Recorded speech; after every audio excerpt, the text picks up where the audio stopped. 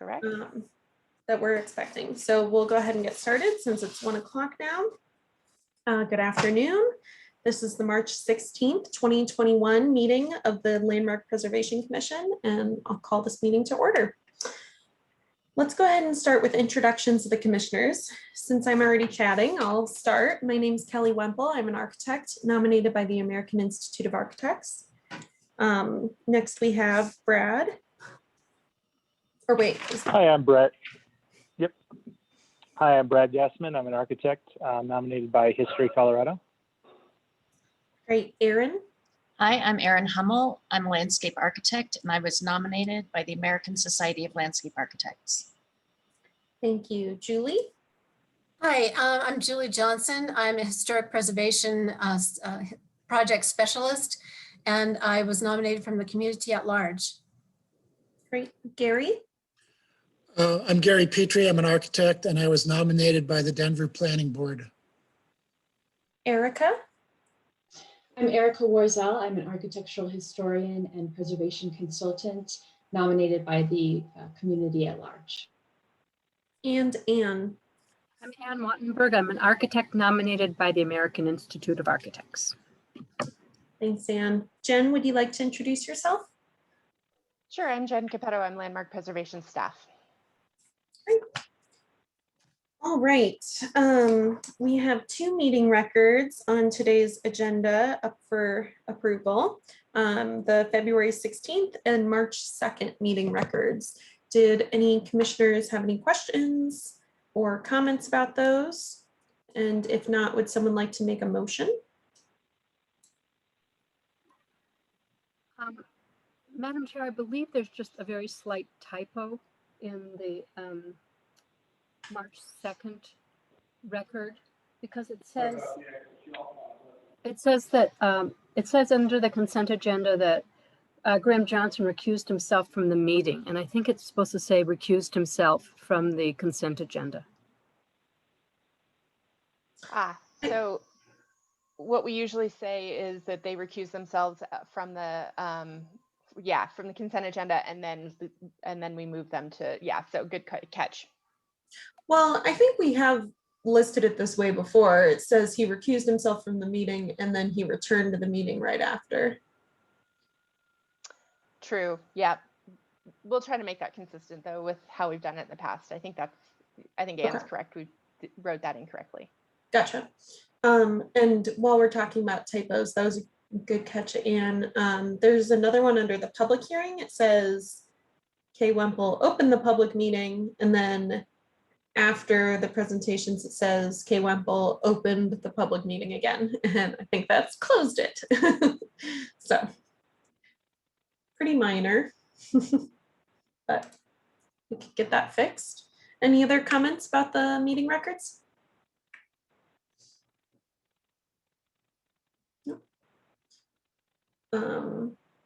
And I wasn't present for the February 16th meeting, so I'll probably abstain from this, but if someone wants to make a motion, that would be great.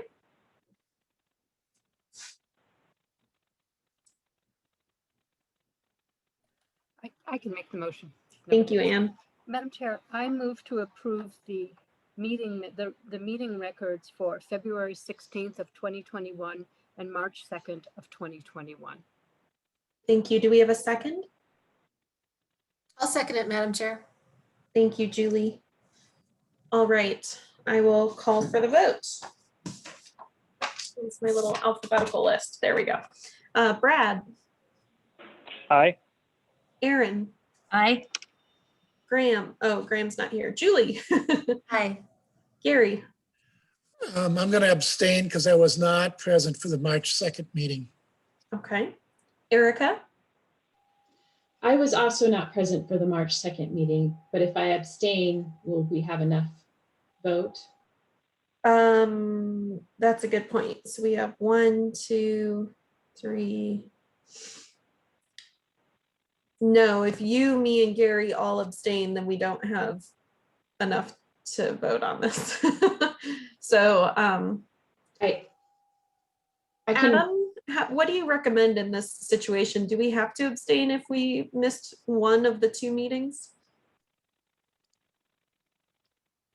It's probably best, but let me look at the ordinance. It might just take a simple majority of members present and not 5 votes like for the Okay. design review. So hold on one second. I believe that's correct, Adam, because this came up once before. So Okay. I think it's simple majority, but let's wait for Adam. Actually, since I made the motion, is it possible to separate them out and vote on them independently? Because then you would have enough. That's a good point.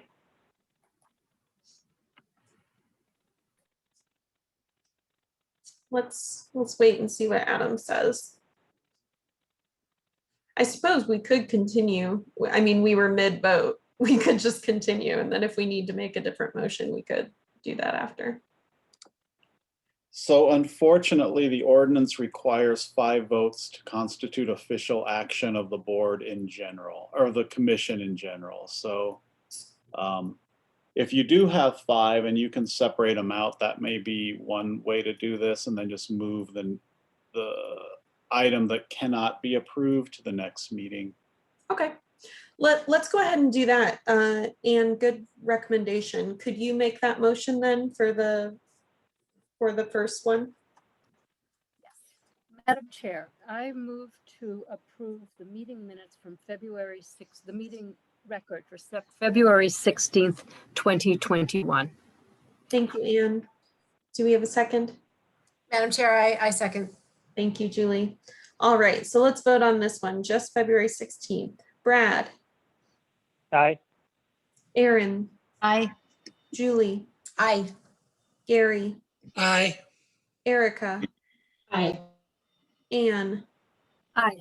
and Kelly abstain. All right, so we have everyone voting to approve that and 1 abstention, and that's me. So that means we have 6 votes and the motion passes. All right, can we get a second motion for the March 2nd record? Chair. Madam Chair. Oh, sorry. Go ahead. Okay. Yes. I move to approve the meeting records for March 2nd, 2021. Thank you, Brad. Do we have a second? I'll second. Thanks, Aaron. All right, I'll call for the question. Brad, Aye. Aaron, Aye. Julie, Aye. Gary, Abstain. Erica, Abstain. Anne. Aye. And Kelly, aye.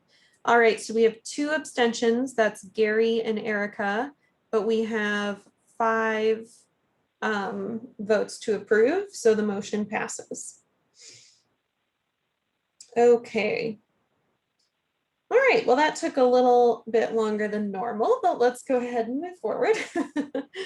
All right, next up we have our public comment period.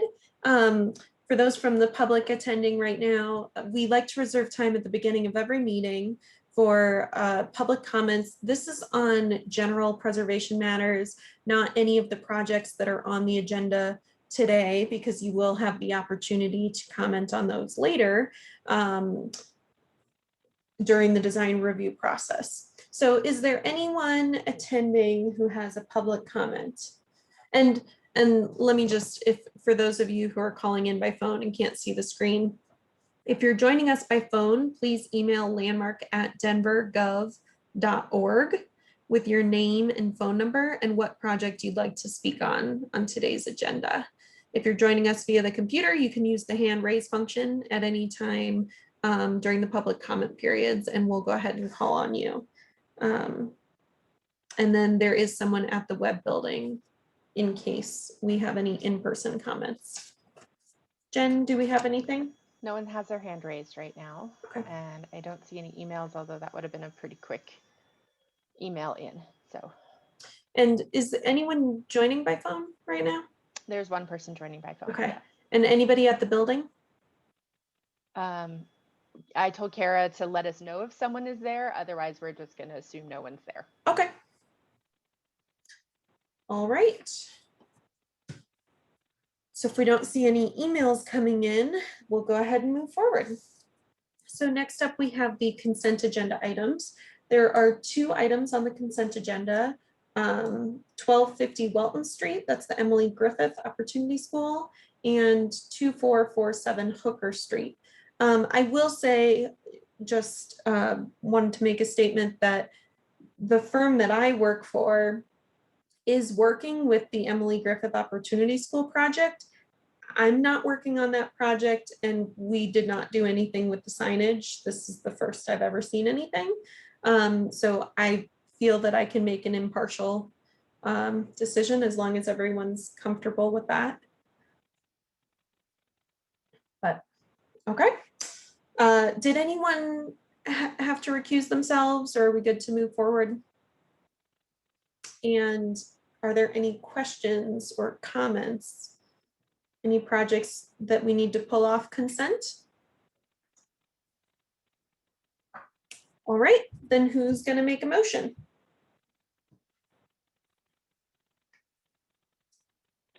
Madam Chair, I'll make the motion. I move to approve consent agenda item number 2021-COA-083-1250 Welton Street, and consent agenda item number 2021-TAXC-004-2447 Hooker Street. Thank you, Brad. Do we have a second? A second. This is Thank you, Erica. All right, I will call for the vote. Brad, Aye. Aaron, Aye. Julie, Aye. Gary, Aye. Erica, Aye. Anne, Aye. Kelly, aye. All right, we have a unanimous vote, and the consent agenda items are approved. So if there's someone attending the meeting right now who had a project on consent, your project has passed, and you're welcome to hop off the call. Right now, we're going to move into the design review projects. And as you can see on the screen, we've got the review process. I'll go ahead and announce the item on the agenda.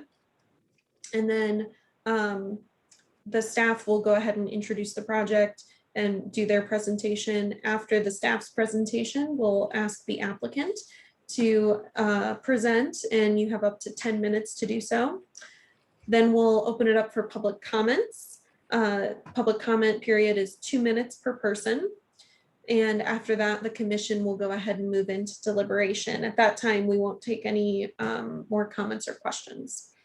All right, so the first project we have up is project 2021-COA-087. It's 99 West Bayard Avenue, and we've got Evan. Evan, I can't make you a remote control because of the device you're on, so just let me know when to move slides. Thank you, Jen. I was going to mention that myself. So good afternoon, everyone. So the first project is for a new solar roof at this address. So 99 West Bayard Avenue is a non-contributing structure in the Baker Historic District. It was constructed in 2007 and sits at the corner of Bayard and South Bannock Streets. Next slide. Thank you. So that, back one, Jen. Thank you. So that first image was the existing condition at the site, and then this is a rendering that the applicant produced showing the scope of work. So the applicant is proposing to remove the existing dark gray asphalt shingle roof and install a new Tesla solar tile roof system. The visible portions of the system consist of two types of large flat glass tiles measuring approximately 17 inches by 45 inches. Next slide, please, Jen. So the system is, these are the two tiles. So the upper two images are of the non-PV, the non-photovoltaic tiles. And then the lower images are of the lower images of a photovoltaic tile. And then you can see a drawing next to it that shows how the solar cells are arranged within that tile. So obviously the photovoltaic tiles are those that actually collect the sun's energy and produce electricity, while the others are just part of the roof system. Next slide, please. So the PV tiles are installed as whole units towards the center of the larger fields of the roof. while the non-PV tiles are installed in whole or partial units to fill in the edges around the PV tiles. So here you can see a sort of typical rendering 3D model of a roof. Those sort of light blue tiles would be the photovoltaic tiles, and then the gray, the light gray would be the non-PV tiles, and then the dark are the metal flashing at the various intersections of the roof planes. All the way on the right there is the proposed plan for this site, just showing you, excuse me, showing you where the PV tiles will be installed on that roof. Next slide, please. So the tiles are installed as a vented roof system on a series of plastic feet attached over a self-adhering ice water shield, which is installed over the entire deck surface. So on the left, at the top there, you can see a sort of cut-through image showing the feet that support the glass tiles. So this air gap between the tiles and the roof deck aids in water management, but also allows for the concealment of all of the wiring for the PV tiles, and minimizes the roof penetration needing in the deck. So you can sort of have a centralized penetration for each field of PV tiles rather than having each tile penetrate through the roof, so that the wiring can be accessed.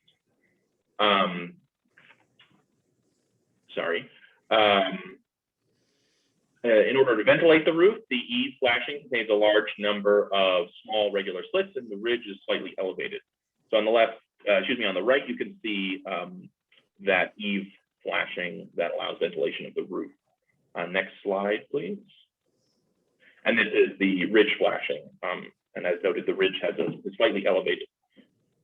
So the back of the tiles sit approximately 1 1/4 inches above the roof deck, with the tiles themselves being just over 3/16 of an inch thick.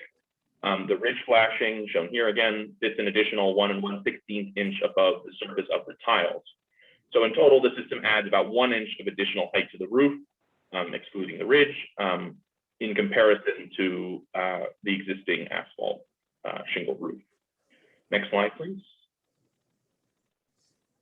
These are just some images provided by Tesla of some projects completed. I believe these are all in Colorado, not necessarily in Denver, but in the application package, we did include photos of 2 projects within Denver that were nearing completion. So the primary points of concern for staff with this new roofing system are that the glass tiles are not a typical roofing material and have a different appearance from traditional materials such as wood or asphalt shingles, given their textured finish, their large format, and the slight sheen that the glass has. However, staff have found that the texture is not so pronounced as to be overly distracting from the ground. And while the tiles are somewhat reflective, glare is most pronounced when looking directly at a tile and would therefore be minimal when observed from the ground. It'll also, of course, vary throughout the day depending upon the position of the sun. The texture of the tile also aids in cutting down the glare. Staff had some concerns that the differing appearances of the PV and the non-PV tiles would be unsightly. However, upon further examination of the tile samples, we found that the difference between the 2 tiles was quite subtle, as you could see in those photographs. In photographs such as these, staff have frankly been unable to distinguish between the 2 types of tiles. The tiles will still result in a roof composed of larger format units in comparison to like a typical asphalt shingle roof or a faux wood shingle, which are much smaller units. However, staff have found that the overall effect of this tile roof will be less impactful than that of a solar panel array mounted over an asphalt shingle roof. Therefore, staff are recommending approval of this application, as the proposed scope of work will facilitate the installation of a roof-mounted solar array with limited visual impact on the historic district per intent statement 2P, and integration of the solar system with the roofing system will minimize potential adverse effects on the character of the historic district per guideline 2.33. Thank you. Thank you, Evan. Are there any questions for staff?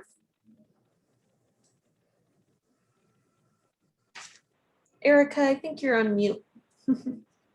Okay, hopefully that's the only time I will have that trouble. Evan, I know you noted it in your report, and I guess I just wanted to verify that the design guidelines for solar panels don't specify guidelines for non-contributing or new construction within a historic district. But would you say that because of this particular house being non-contributing, that is another factor in your recommendation of approval?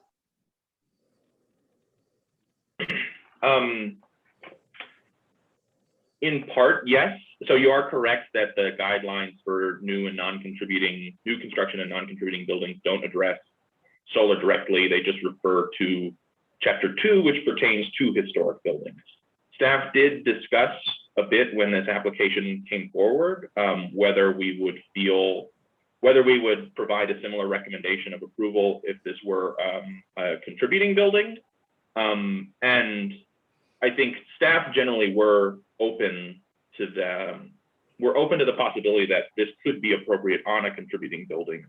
But of course, that will depend upon the specifics of the contributing building. So obviously, this wouldn't be an appropriate replacement for a terracotta tile roof.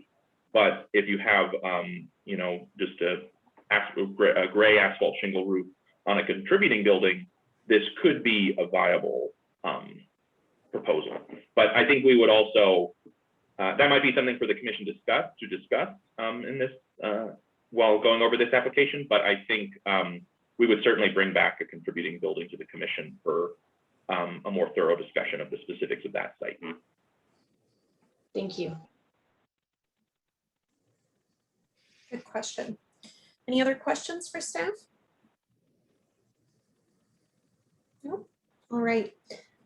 Is the applicant present, and could we promote them to presenter? They are both present and they're both been promoted. Great. Well, then when you're ready, go ahead and unmute yourself, and please start with your name and address for the record. You have up to 10 minutes. My name's Tim Brown. I am a Senior Inspections Coordinator for Tesla Energy Operations. Our address of operations is 15960 Parker House Road here in Parker, Colorado. Just to follow up on what Evan had said, I think he laid out the project very effectively. He hit on all the specifics that I kind of would like to chime in on.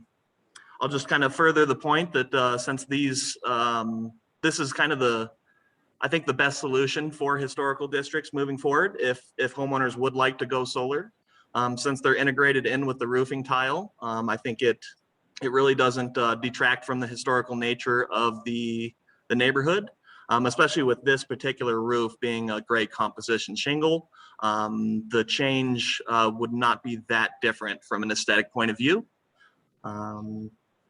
And like I said, Evan touched on all the technical aspects that I would have liked to touch on. So if anyone has any further questions for me, I'd be happy to answer them. I also have my project manager, Daniel Knox, who's much more of an expert on the specifics of these installations, if anyone's curious. Great, thank you, Tim. Are there any questions for the applicant? Yeah, Gary. I have a question. What is the hail resistance of this system? It's a glass unit and it's elevated off the roof by a short distance, so there's no support underneath it other than the structural capacity of the glass itself. So the solar roof has achieved all the highest in-class ratings for roofing materials. For wind resistance, it's a class F. Wind-driven rain, it's a TIS 100.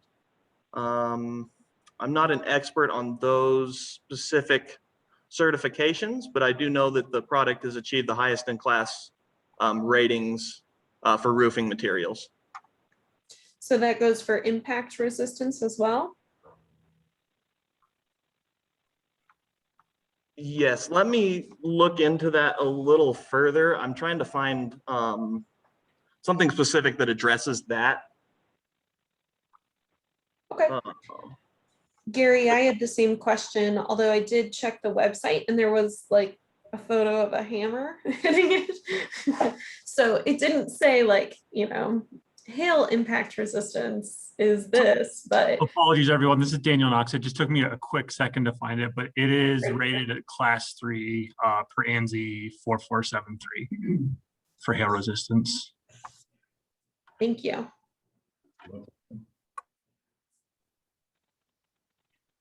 Any other questions for the applicants? Yeah, this is Brad. I was just wondering, what's the lifespan of this material? So is it, I can't remember if I read the warranty on the information you gave us, but I just wondered what's the expected lifespan? I believe we offer a 25-year warranty, and I am pulling up that information right now to confirm that. That's correct. It's a 25-year warranty.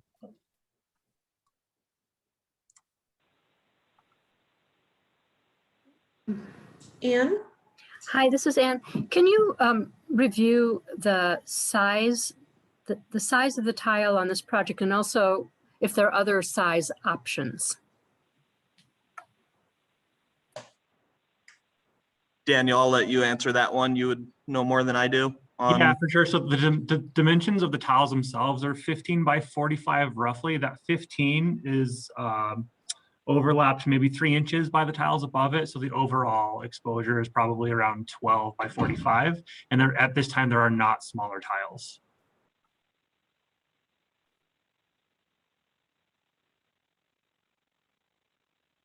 So 12 by 45 is the appearance you get once they overlap? Yep. Okay, thank you. Any other questions for the applicants?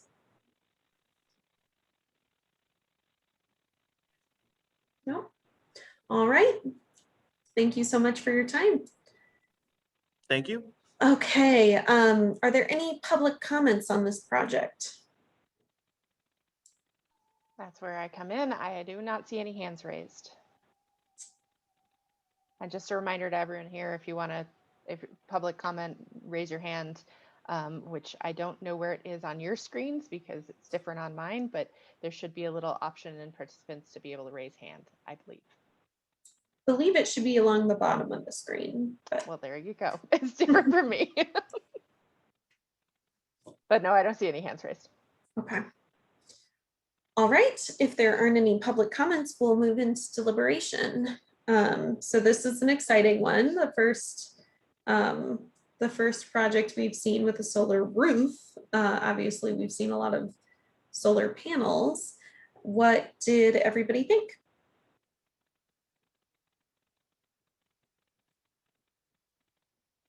And Erica, why don't you start, since you were asking about whether it's non-contributing, if that had any determination with the staff. I'd like to hear what you think about non-contributing versus contributing. Yeah, I mean, for me, I will say that I think while, again, there's nothing in the guidelines that specifically state non-contributing versus contributing, I do think that's a major factor in my initial support of approving this project, but which I'm very open to hearing other people's thoughts on that. But I definitely think, while I appreciate Evan's statement about staff being open to it, and I think it's possible that I might be as well for contributing buildings given particular circumstances, I just want to be clear that if this were approved, I don't think this sets a precedent in any way for any, whether contributing or non-contributing per se, but certainly for contributing buildings in a historic district. I think the main thing, while the sheen is a certain concern, the images are interesting that were shared, the sample projects. Definitely some of the angles made it look more shiny than others. So I could see that being, pretty dependent on the time of day and just kind of how it is presented on the street or from street view, but also, so there's that concern, but there's also obviously the size of the panels themselves as being kind of the main thing that sticks out for making me hesitant to say that this is a clear winner of a replacement for something that we might typically see as asphalt shingle roof. Thanks, Erica.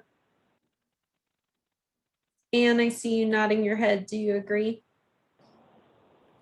Yes, exactly. I completely support what Erica said. I think it's a pity that we can't see it because the shininess, you just can't tell, and you just can't tell. And sometimes of the day, you're just going to see the whole roof shimmering, and that's going to be quite strange.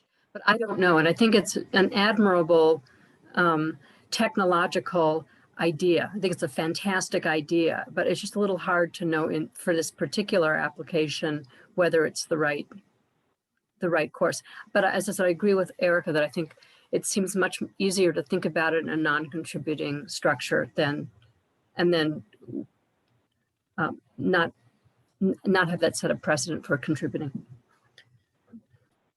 Thanks. I see a few nodding heads. So is it safe to say that everyone agrees that since this is non-contributing, that it's appropriate here? And does anyone else have other opinions on contributing structures? Yeah, Gary. I agree with what Erica was saying. I would have serious concerns if the proposed use was on a contributing building, depending on the visibility of the roof and the overall character of the roof. And that has to do mostly with the size of the unit. To some degree, the glossiness or the spectral image, but on this particular building, I don't have a problem with it.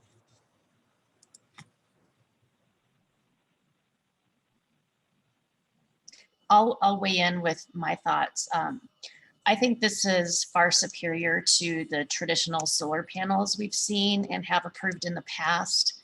So I am in support of it in this application. And I would tend to also lean towards supporting it on contributing buildings because it is an improvement over large solar panels that definitely do change the character. Thanks, Erin. Yeah, I agree with Erin on that. Also, they are removable. It's not a permanent change, a permanent addition to the building, that kind of thing. But I agree with Erin. I think it's a huge improvement, and I can only see the application or the materials improving as time goes on. I think contributing, we'll just have to do that case by case. I would never just say with a broad stroke that it should be approved on every contributing building. But for this, I would definitely consider it on a contributing building because I do think it looks better than traditional panels. I agree with you, Julie. I won't waste anybody's time. All right, Brad, if you don't have any further comments. No, I agree. I think it's just we take it on a case-by-case basis, but I think this is a really good solution for this project. Great. All right, who's going to make the motion? I got my mute off, so I'll just roll into the motion here. I move to approve application number 2021-COA-087 for the installation of a solar tile roofing system at 99 West Bayard Avenue as per intent statement 2P, design guideline 2.33, presented testimony, submitted documentation, and information provided in the staff report. Thank you, Brad. Do we have a second? I'll second. Thank you, Erin. All right, I'll call for the vote. Brad. Aye. Erin. Aye. Julie. Aye. Gary. Aye. Erica. Aye. Anne. Aye. And Kelly. Aye. So we have a unanimous vote and the project passes. Excited to see how this turns out. I live just 3 blocks away, so I can update everybody. Yeah, please do. That's great. Okay, so the next project we have on design review is 2021-COA-088 at 140 Humboldt Street. And we've got Abby. Okay. So this was constructed circa 1912, though you might not guess it looking at this photo. So this colonial revival residence was designed by Fisher and Fisher. The house was given a pretty dramatic makeover in the 1980s that altered the exterior, gutted the interior, and fairly significantly changed the character. The postmodern renovation was designed by Denver architect Jonathan Saber. During this project, the colonial revival porch was replaced with the semicircular glassed-in porch that you see here, and the kind of molded cornice that you see was added.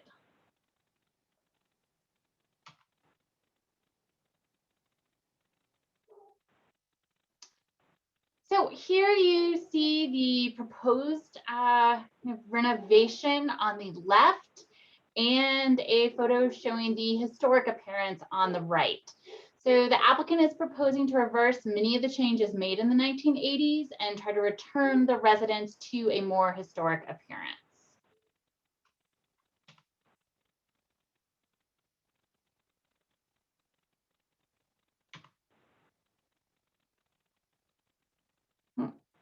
Okay, working on seeing if it will let me advance. There we go. So here you have the existing site plan. So you can see here on the left the historic footprint of the house, and then in the pale green is shown the areas that were added in the addition. So you can see here then also to the right the demo site plan. So they are proposing to demolish the non-historic rear addition, the front porch, the non-historic soffits, the existing driveway accessed from a front curb cut, a swimming pool, and a large rear patio.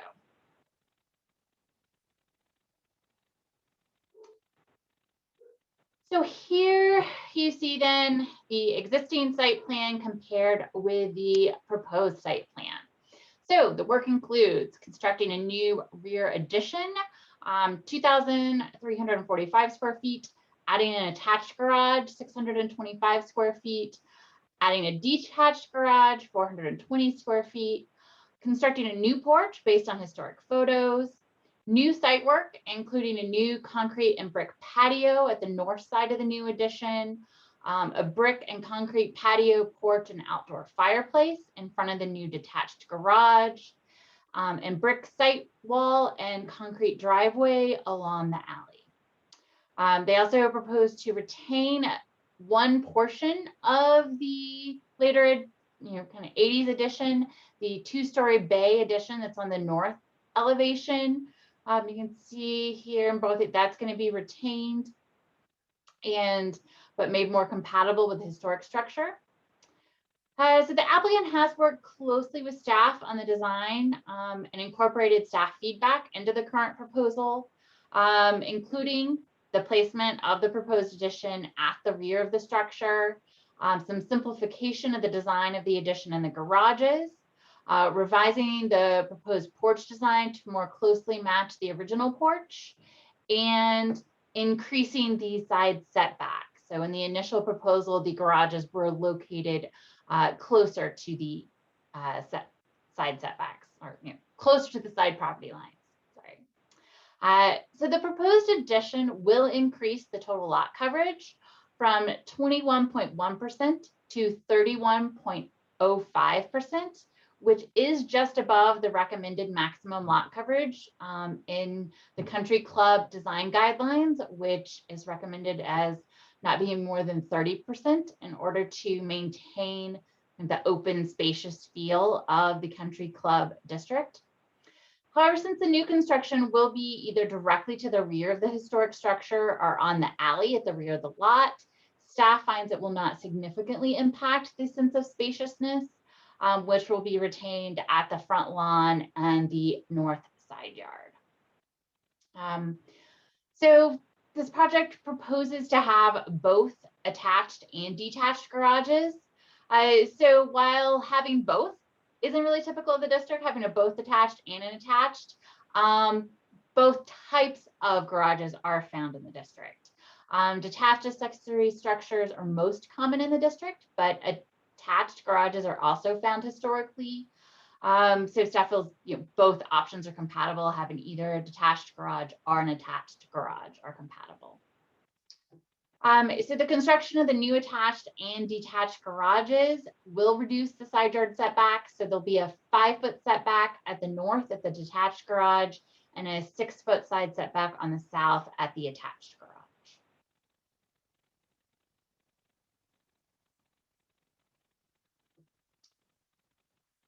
So here's an overall view of the proposed additions. So overall, staff finds the proposed addition to be compatible with the scale, massing, and rhythm of the Country Club Historic District, which features many large structures with irregular footprints.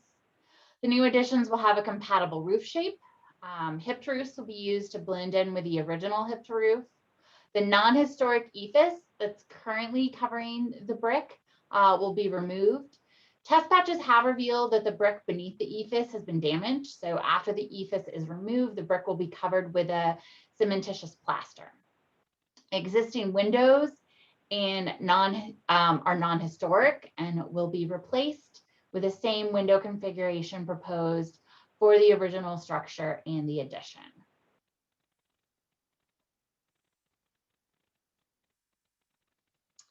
The applicant is also requesting an administrative adjustment for a bulk plane violation at the rear with a 2-story addition. So you can see indicated in red there, the areas that violate the bulk plane established by zoning. So the property currently includes a 2-story rear addition, which also violates the bulk plane. The applicant wishes to remove this non-historic addition and replace it with an addition that's more compatible with the original historic character of the house. Based on zoning, the applicant could construct an addition to the side of the house, but staff feels that a side addition would have a negative impact on the historic property and the district. The staff has recommended to the applicant that they place the addition at the rear in order to preserve the prominence of the original historic structure and limit the visibility of the addition. In order to have a 2-story addition at the rear, the applicant will need an administrative adjustment for bulk plane. The LPC may recommend an administrative adjustment for buildings or additions that violate the code required height or bulk plane. If the LPC finds that conforming with the zoning code height or bulk plane restrictions would have an adverse impact upon the historic character of the individual landmark or historic district. In this case, the applicant has designed the addition to minimize visibility following landmark design guidelines. And this has created conflicts with zoning. So staff would recommend approval of an administrative adjustment. Zoning would allow the construction of a side addition here, but a rear addition is more compatible with landmark guidelines.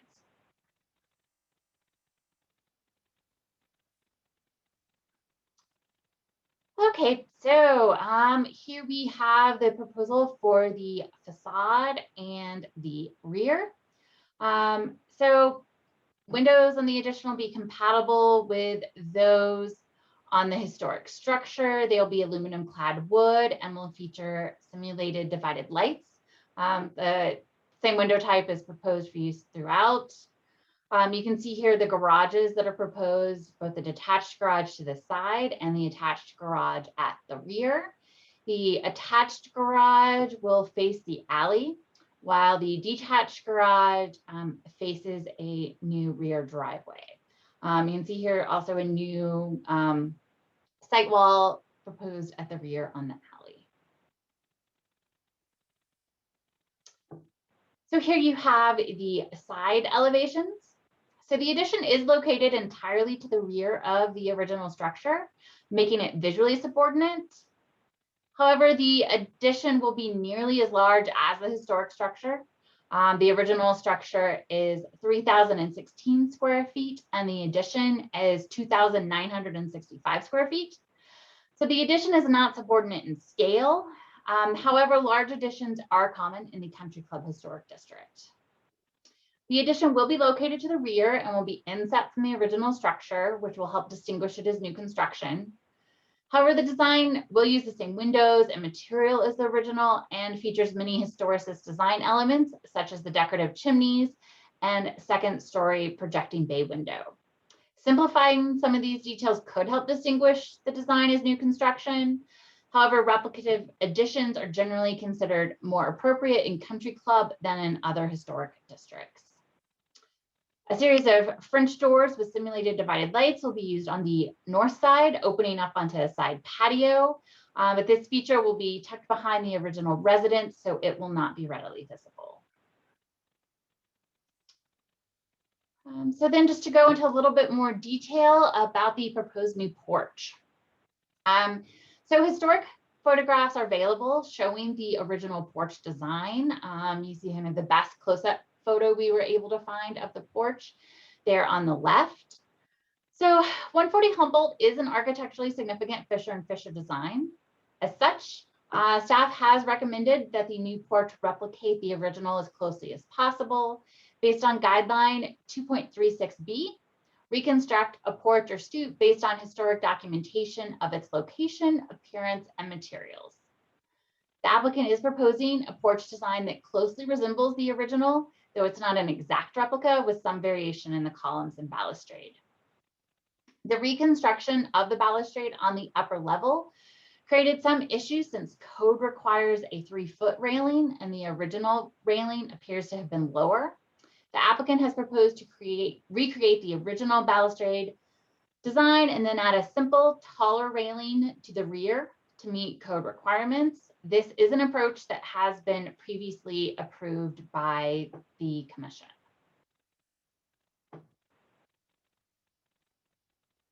Here's the side bay. So as talked about earlier, this 2-story projecting side bay is the only feature of the postmodern addition that is proposed to be retained. But the applicant is proposing to reclad it with wood panels to make it more compatible with the historic structure. Overall, staff finds the modification to be compatible with the original structure, though we feel perhaps it could be improved by adding more glass so that it has more of the appearance of a sunroom, which is a common feature of colonial revival residences. It does currently, you see, has glass windows on the side, but the section that is facing the facade onto the front, that's totally blank with just the wood panels.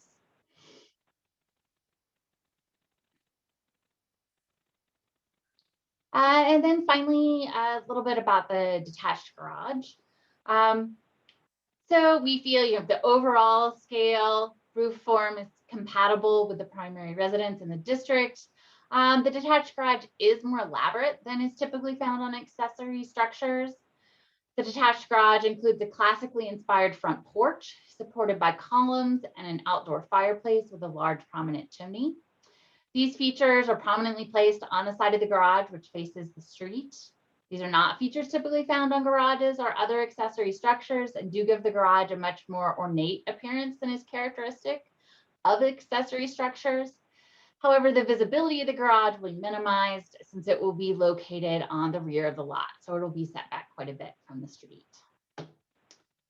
So overall, staff finds this meets guidelines. We are recommending approval. Non-historic alterations will be removed and the historic appearance of the property will be returned to be much closer to its original appearance. A new addition will be constructed to the rear and attached and detached garages will be located at the rear of the lot, accessed via the alley.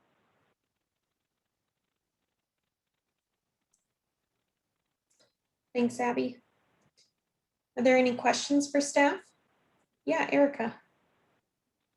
I was wondering, Abby, if you could speak a little bit about the lintels on the front facade. I noticed that the historic photos show like a pediment with a stylized keystone, which are, I guess, not going to be restored, given probably something to do with the ephes and the and then putting in the plaster. But so I guess I'm just a little unclear. I couldn't find anything on the drawings, but I might have missed it about what the lintels will look like after the plaster is put on. I can't see them in the current photos on the facade because of the awnings. And perhaps you don't know, and we should ask the applicant, but I just thought I'd start with you first. Yeah, thanks. I think this is a question for the applicant, and to see particularly, what, based on testing, they're aware what condition things may be in underneath and what they're planning for the finished treatment. Thank you.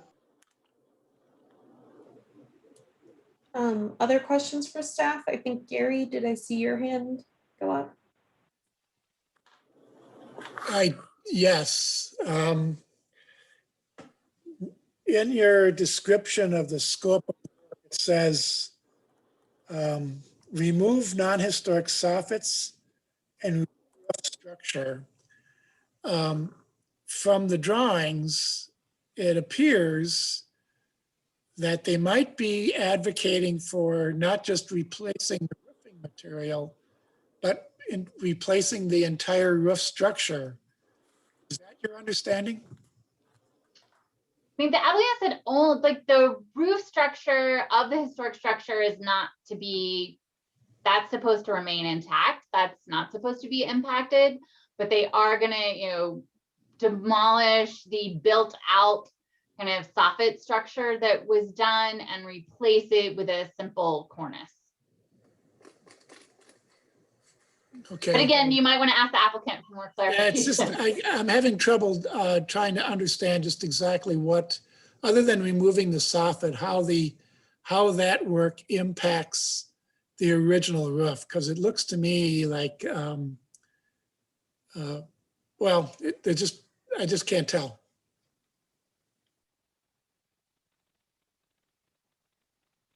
I had a question for you too, Abby. I saw some light fixtures in the elevations. I didn't see any cut sheets for them.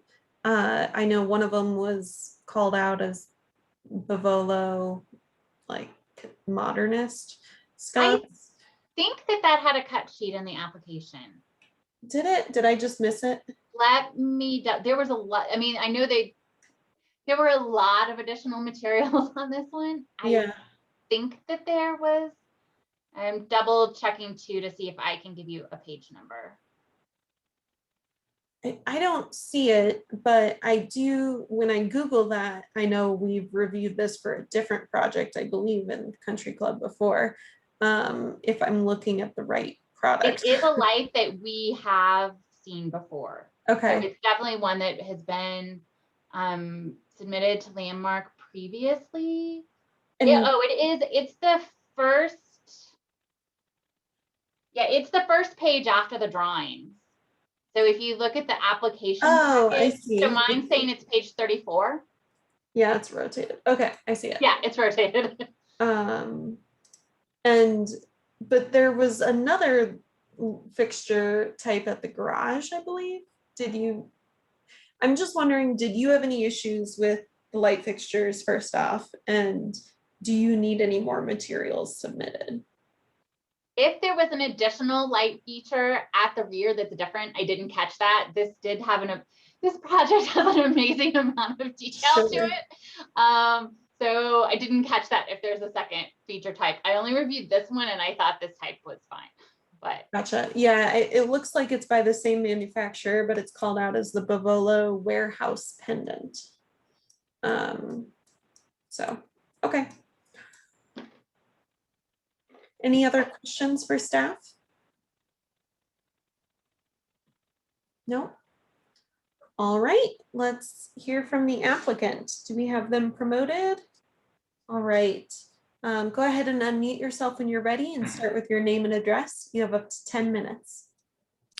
John Mattingly, 517 East Bayard Avenue, Denver, 80218.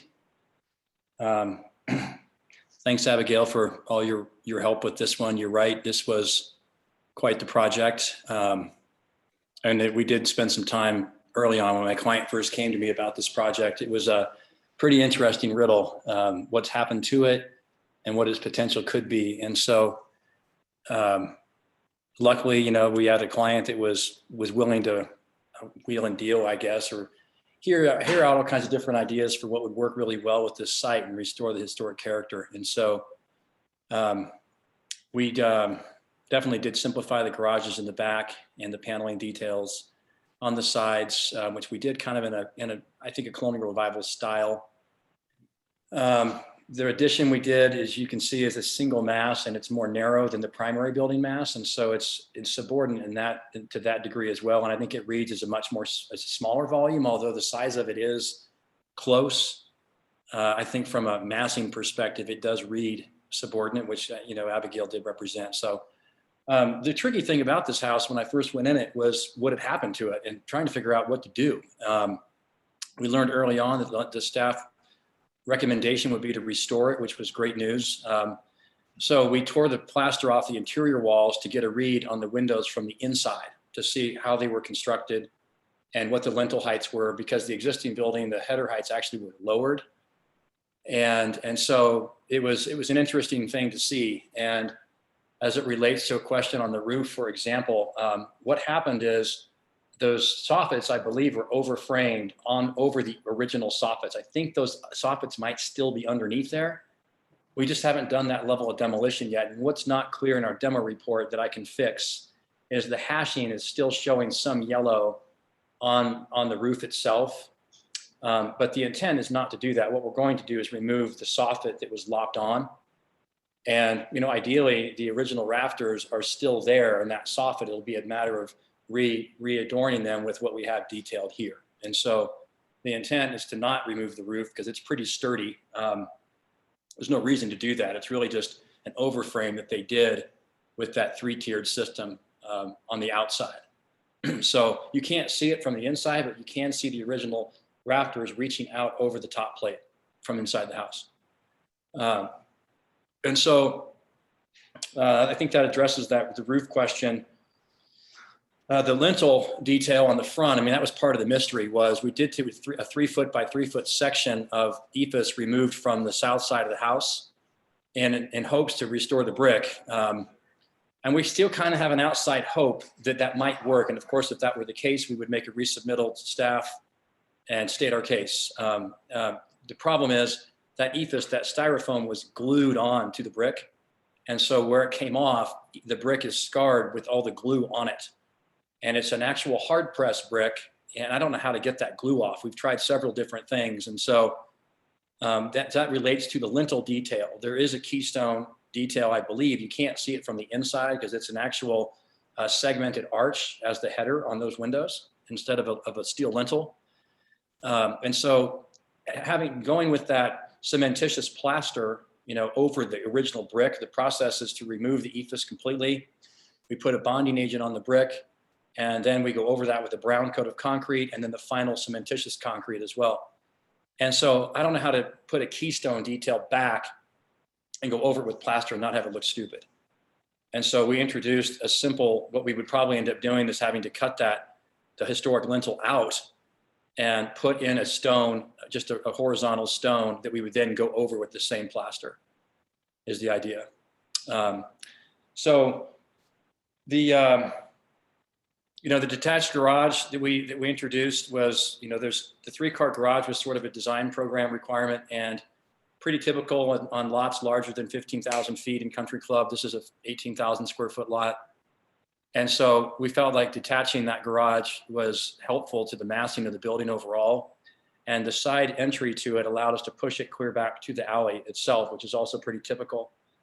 And then so that it, we wanted an outdoor living space, and instead of putting a covered area off the house and kind of smothering the building, the idea was to put a little veranda off of that. And yeah, the idea was to decorate it to some degree, but there are handfuls of outdoor buildings like this with fireplaces on some of the larger lots in Country Club that are probably not historic. They might have been later additions, but we thought it'd be a really fun area to sit back at the edge of the property and watch the sun go down over that large yard. And so we did put a simplified portico concept on the back, something like the front, but less decorated, less detailed, with no dentils and things like that. So it is downgraded in its detailing. The medallions are not on the soffit of the garage on either of them, which was something we discussed with staff. And then I just like to throw out that after, talking with Abigail, what didn't happen on these drawings is we did add a window. You can see in this view, the bottom of that projecting bay has a window on the west side or the east side. And we do have a window planned on the west side as well to give it more of a garden-like, the sunroom addition like Abigail had referenced. And so for some reason that didn't show up in our drawing, but that window on that west facing side has been introduced into the prints so that we could create that more, sunroom type projecting bay. And that thing was a problem also because it was added. And the idea was if we're successful in restoring the brick, that thing is made out of a frame and would become weird. And so that's why we decided to create a panel detail that was compatible with that colonial revival style, because it will work either way. If it's brick, it still works. If it's plaster, it still works, was the general idea. I think that pretty much sums up the mystery here in short, although I would appreciate a few hours to discuss my whole journey I've been on with this house, but I only have 10 minutes. And so hopefully I've covered everything. Great, thank you. Are there any questions for the applicant? So this is Erica. I guess I just wanted to get a little bit more understanding. I wasn't suggesting that you should say put back the lintel that was there before with the keystone treatment, but I guess I just was a little unclear as to what would be there instead. And so it sounds like it's just going to be a very kind of simple, slightly projecting. Right. Flat And we probably need to label that more clearly. It's a valid question. It's just a line on the print right now. Right. Okay. And Gary, were your questions answered about the roof then? Yes, I figured it out. It appears, as the applicant said, that the original cornice and part of the eave of the original roof was overframed, creating kind of flat roof area around the pitched roof area. So I figured it out. So I'm satisfied. I had a few questions. So there are a few areas where you're showing brick to occur, on the rear site walls. I think along the base where you're recladding the 79 addition, and then where you're infilling an opening on the south elevation. And I'm wondering, in the elevations, I'm unclear. Oh, and on the chimney of the new detached garage. So I think those were the 4 areas I saw new brick to occur. Are those going to be exposed brick? Are you covering that with stucco? Is it, if it's exposed brick, is it painted? Yeah, that's a great question. And I'm seeing that brick on the detached garage, and it's been so long since we talked about that. And I think it probably just stayed that way because initially our plan was to have the brick be exposed. And when we learned that we couldn't do it, the entirety of the building itself should be covered, known as plaster. Is that right? Okay. And then, but that wall, we decided to do that there's an existing wall back there now, and it's clinker bricks with a base of hard press, from a moisture protection perspective. And so we thought it'd be kind of fun to let that, relay that more like a garden wall off the alley and show some of that brick of what was once there. And so that was the intent, was for that wall itself to be exposed brick of the 2 kinds proposed. And then the building itself would be the plaster, assuming that we're not successful in taking the plaster, the ethos off. And then I have 2 follow-up questions to that, sorry. One is where the opening on the south elevation is being infilled with brick, and it sounds like you'll stucco or plaster over it. Is that going to be inset? Is it going to be flush with the wall? How are you planning? I really like that arcade that's created there, and so we would inset it. Okay. And then my second follow-up question is the fencing that's at the front of the property along the street is called out to have the ephes removed to expose the brick on the posts or columns of that fence. So are you expecting? No, to I'm be able expecting to have the same problem with Okay. those that we had on the house. Gotcha. You So know, it could be that those Mhm. columns, there's a picture that shows them, but you can't tell if they're all hard pressed or not. And it could be that they're like the fence in the back. And if that's the case, they're going to get really messed up if it's clinker, if those are the clinker bricks and we try to get that glue off. So, Okay. Yeah, you could back that other picture there. One page back, you can see those original columns. Yeah. And so, I think they'll probably end up being plaster is my take on it. Okay. Let's see. And then, so the 97 two-story addition on the north side that you're retaining but replatting, is that going to be, I mean, I understand that it's paneling. Is it wood? Is it fiber cement? It's poplar, paint grade poplar. Poplar. Okay. And then on the front porch, I saw the composite materials you're proposing for the columns. I'm wondering if the balustrade on this up above, are you intending that all to be wood or composite or? Yeah, I mean, I haven't found a composite product that doesn't look like a tract house for a balustrade like that. And so we typically build those out of wood, and then the railing and the caps we would clad in copper to weather protect them. And that railing, so you've got the one that you're trying to replicate, and then inside of that, you've got a second railing to be code compliant. Did you look at whether, I guess I'm just wondering, does the recreated balustrade meet the 4-inch opening, you know, max requirement? Like, what if you put just, I'm not articulating this very well. What if you put like a rail just on top of that, like to heighten it, rather than having two separate railings? Did you invest? Yeah, I fooled around with that, and it kind of started looking like a Craftsman, you know what I'm talking about, a California Craftsman detail, very horizontal. Okay. And so I think what I would prefer to do is, you know, that thing being the metal that's there, it appears that we have less than 4 inches. And so the idea would be to greatly minimize, just so you don't see the darn thing, you know? If I had it my way, we wouldn't do it. You know, it'd be 2 feet and that's it, because I like it.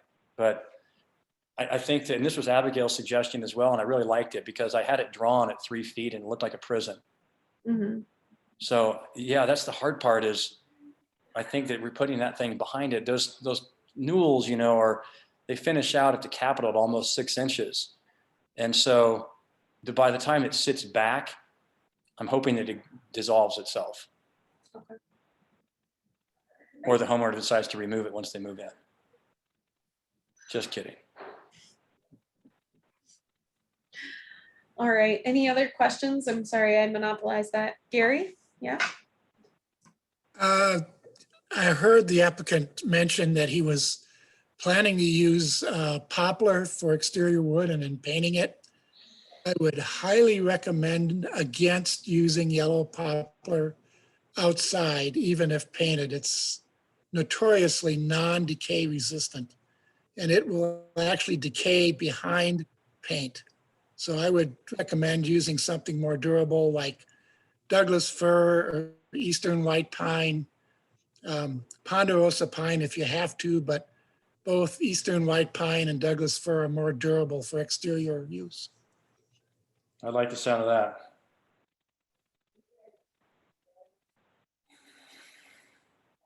All right, any other questions?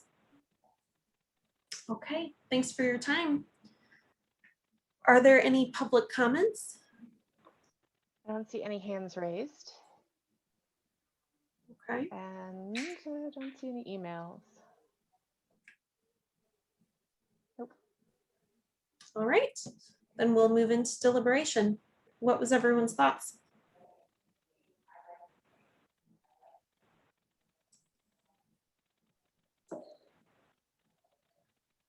Okay, I'll just start with something, not my opinion on the project yet, but I did want to address, we did receive a public comment letter And there were a few things called out in that letter. And just in case anyone's listening who submitted the letter or someone else from the neighborhood, they had a few concerns. One was removal of trees, plantings outside of our purview. So I don't think that's something we need to discuss. Another, they had mentioned something about coins on the corners being atypical for a building of this style, but those are original. So I think there was confusion that they thought they were adding coins to the building. Those already exist and are historic. So I think that's good that they're retaining them. They had some concerns about the size of the addition, you know, starting to feel suburban on an urban lot. We can talk about that. I think we see a lot of large additions in country clubs, so I don't think this is very atypical from what we've approved in the past. And it's at the rear, so it's not visible from the public right away. They also touched on that it exceeds the bulk plane, and I think Abby already covered that, so we can talk more about that in our deliberation if we find it acceptable to recommend approval on that. And then they had two other comments. One was snow drifts. They had concerns about snow drifts being against the garage onto the neighboring properties because of the setbacks, but I think they're meeting the setback requirements. So I don't see that as being an issue. And then the last one they mentioned was that the orientation seemed odd, having the gable ends being, or the gable end being along the long side of the new detached garage. And I was confused about that because we don't have a gable end, it's a hipped roof. So I think these were based on the original proposal, and the original proposal had less of a setback. So the setback at that point was only like 2 to 3 feet of the garages, and the garages at that point had gable roofs. Thank you. So those are part of the staff comments that the applicant worked with staff and made revisions to increase the setback and change the roofs from gable roofs to hipped roofs. Great. So those have been addressed. I was going to say, I don't even know what the issue is. I don't see that there. So that makes sense. I just thought that if the neighbor had called in, I wanted to acknowledge the fact that we did receive your letter, and great. It sounds like some of those have been addressed already. I'm also just going to say, I'm going to turn my video off because I need to feed my child, but I'm here and I want to open it up and hear what everybody's thoughts are. Kelly, this is Brad. I can jump in here.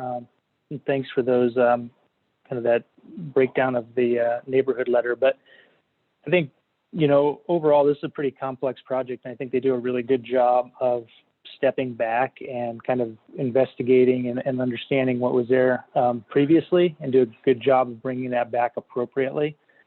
I was kind of just writing down kind of a list of things here. You know, I think Abigail made a mention about the bump out and treating that more as a kind of a glazed element. I think there's, I think that is something that they should consider. So that really kind of steps out at the side, and it feels more like a sunroom type addition element. Going to the addition itself, I think it does a really nice job of, you know, kind of coming in from the sides of the building. And I know it's a large addition, but it does a really nice job of preserving the historic kind of front portion of the building. So I think overall I'm very supportive of this, and I'd like to hear people's thoughts on the bulk plane. But I think that my initial take on it is by preserving the side yards, that this is a good alternative.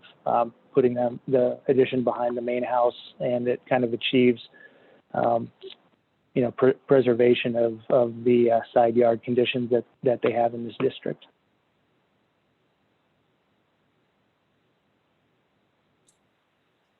Thanks, Brad. Other thoughts? Should we maybe break it down and start with, does everyone agree with the recommendation for an administrative adjustment? See nodding heads. So it sounds like we're all in agreement with what Brad and Abby had to say about that. Are there any other comments on the addition?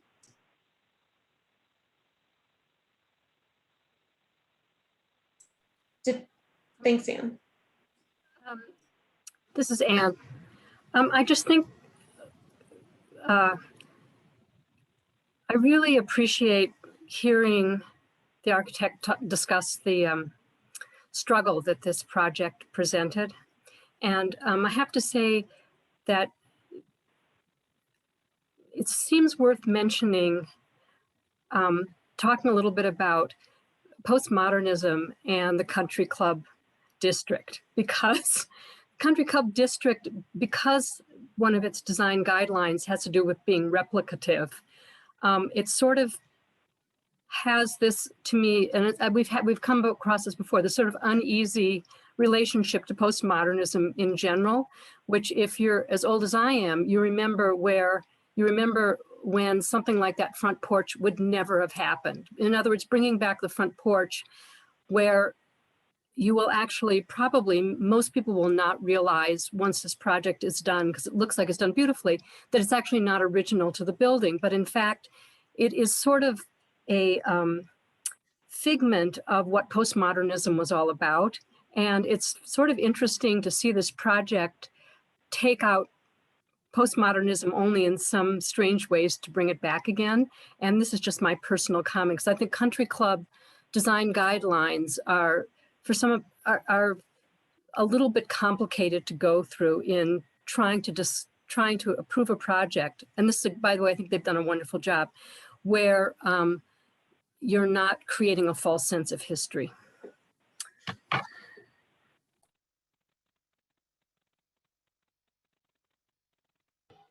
This is Erica. I think we should probably move on to other stuff, but I just want to weigh in with what Anne said, that my first reaction is, well, is there any historic merit to what was done as a change? Of course, that change did not date to what's been considered the period of significance for the district and what the design guidelines call for. So that's kind of a quick question that comes up automatically for me that I think is easily kind of set to the side for this particular project. But I think it's interesting to point out.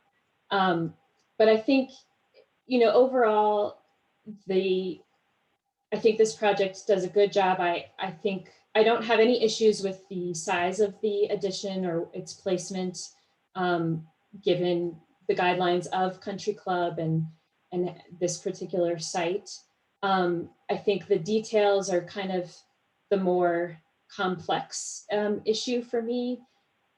I guess I'd like to see, it would just be helpful for me to see a little bit more clarity on some of how that is going to be achieved with the lintels, et cetera. But maybe that's just a condition that we could add if we were to approve this. I will say that I had a little bit of concerns at first about the veranda treatment on the side of the garage.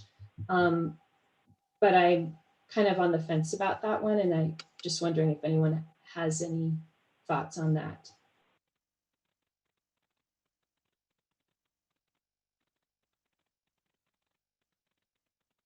I kind of jumped all over the place, so sorry about that. But I think that was a good summary. And maybe Aaron, being our resident landscape architect, do you have any, since Erica brought up the veranda on the side of the garage, did you have any thoughts on that? I didn't have any objections to it. I mean, the complexity of this project's a little overwhelming, and I feel like the architect has done a good job of pulling things together.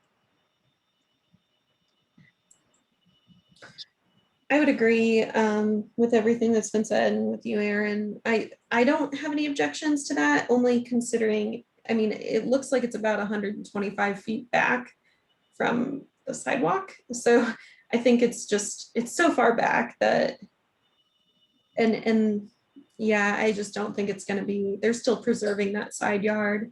And I don't think it's going to be super overwhelming since there's some trees in front of it. And I know, you know, the trees could be taken down, who knows, but I'm comfortable since it's so far set back from the street.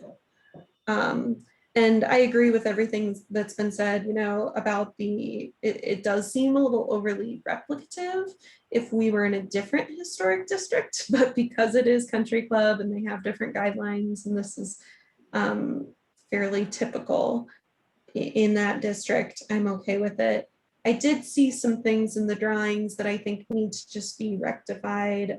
You know, just a friendly comment to the applicant. I know how this stuff happens, but in the elevations, you know, it's called out where you have the historic building, and then there's an arrow out to like the side where the new addition is, and it says non-historic 1979. I'm sure that was just copied over from the existing elevations, but that should just be updated to say new. It's not going to be a 1979 edition anymore. Things like that. I think now I'm blanking on what the other, oh, it sounds like we're missing some information on one of the light fixtures. And Erica, as you had mentioned, you know, it'd be great to have some more detail about the lintels. If we could, you know, get the note updated about the existing fence posts at the front so that it doesn't say it's going to be brick. You know, there's just a few inconsistencies. It looks like the applicants progressed the design and things have changed a bit, and there are just a couple of notes that need to be updated to reflect that. But overall, I agree with what's been said, and I think it's appropriate.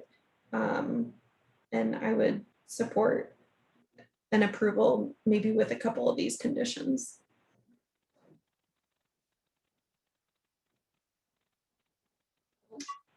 Any other, it sounds like we've got, or it looks like we've got nodding heads.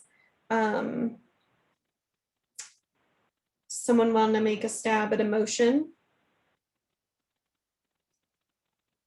Or is there further discussion required?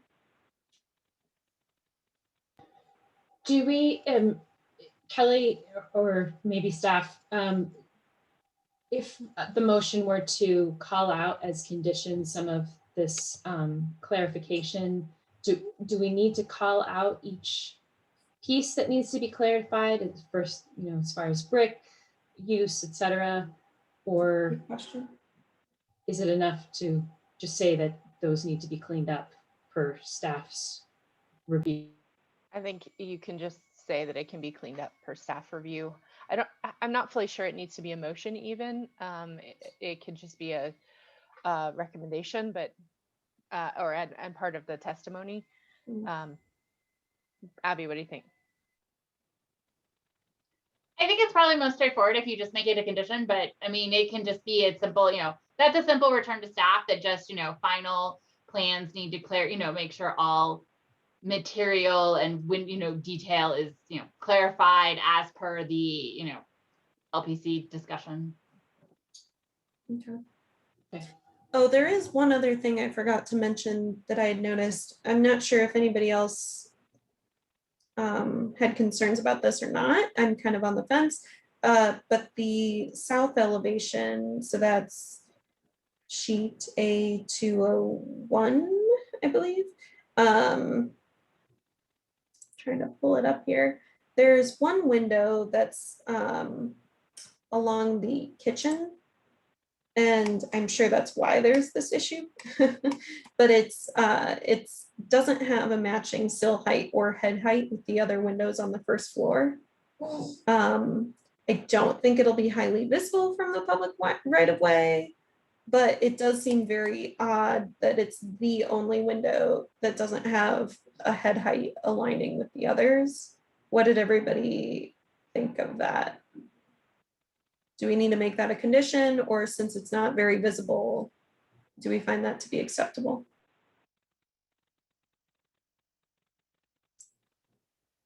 And since I'm getting some blank looks, does everyone see the window I'm talking about?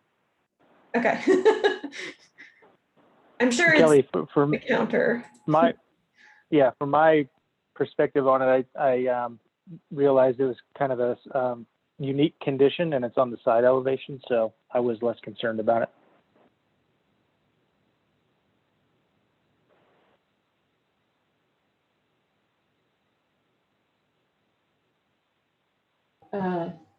Yeah, I'll just chime in that I think it's okay for its location, et cetera. Okay, great. Who's going to make the motion then?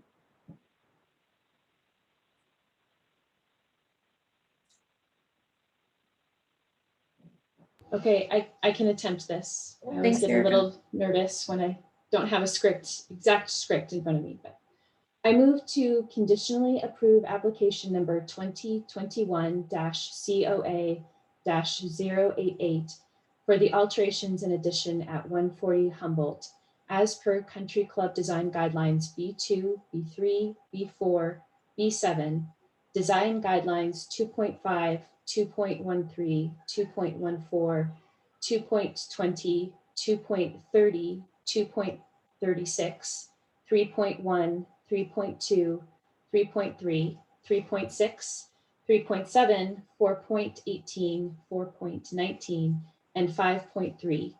Character defining features for the Country Club Historic District, presented testimony, submitted documentation, and information provided in the staff report, with the following condition: that the drawings for the project be clarified and corrected per landmark discussion for staff review.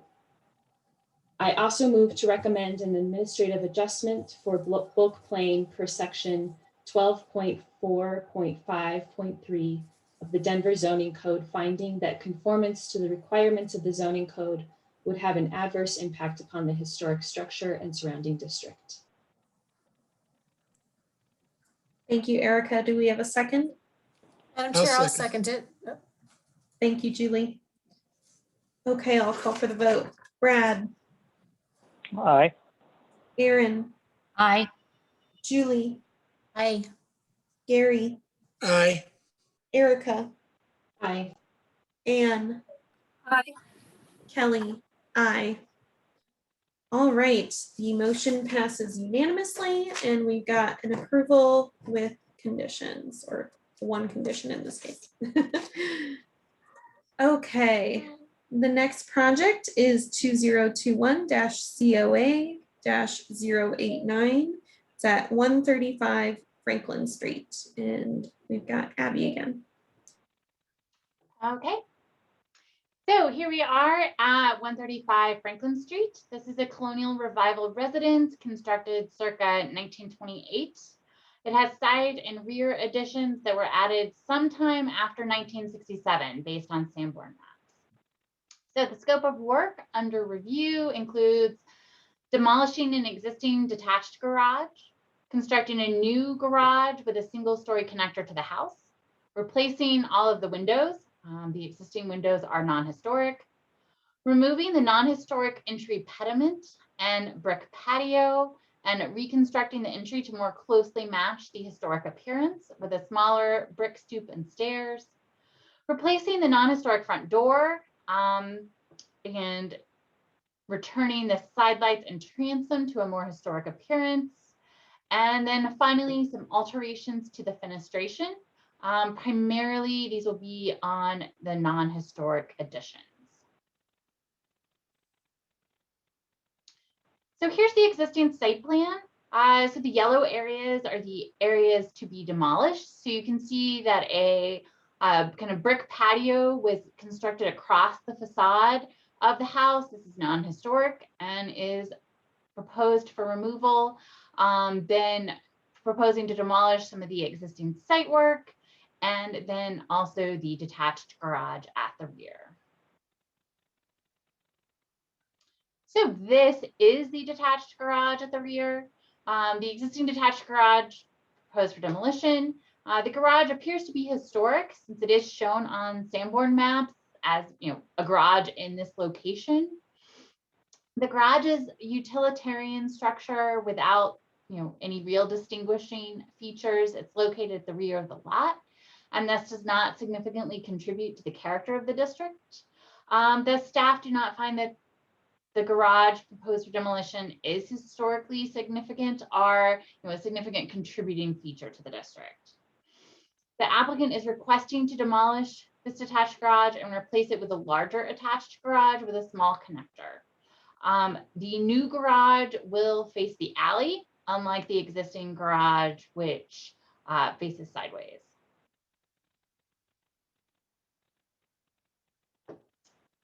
So here is the new proposed site plan. So proposal under review is just really adding a small amount of additional lot coverage, all at the rear of the lot. So currently there is a 400 square foot detached garage that will be demolished, and this will be replaced with an 887 foot combined attached garage and connector. So you can see it's the diagonal hashing there is indicating the new connector addition. The new garage will connect to a non-historic rear addition, and this will not impact the historic structure. Detached accessory structures dominate the Country Club Historic District, but there are also historic attached garages.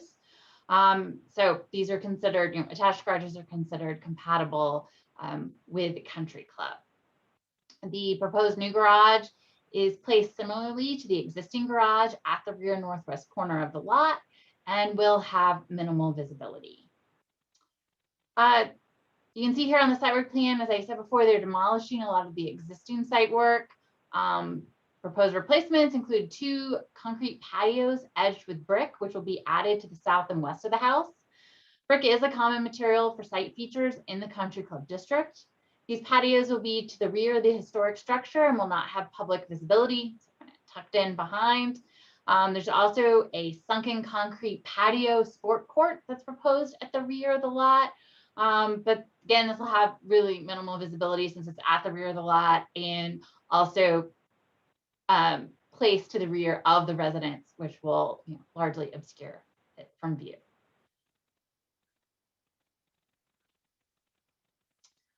Okay, so here you have a comparison. The existing conditions are on the left and the proposed is on the right.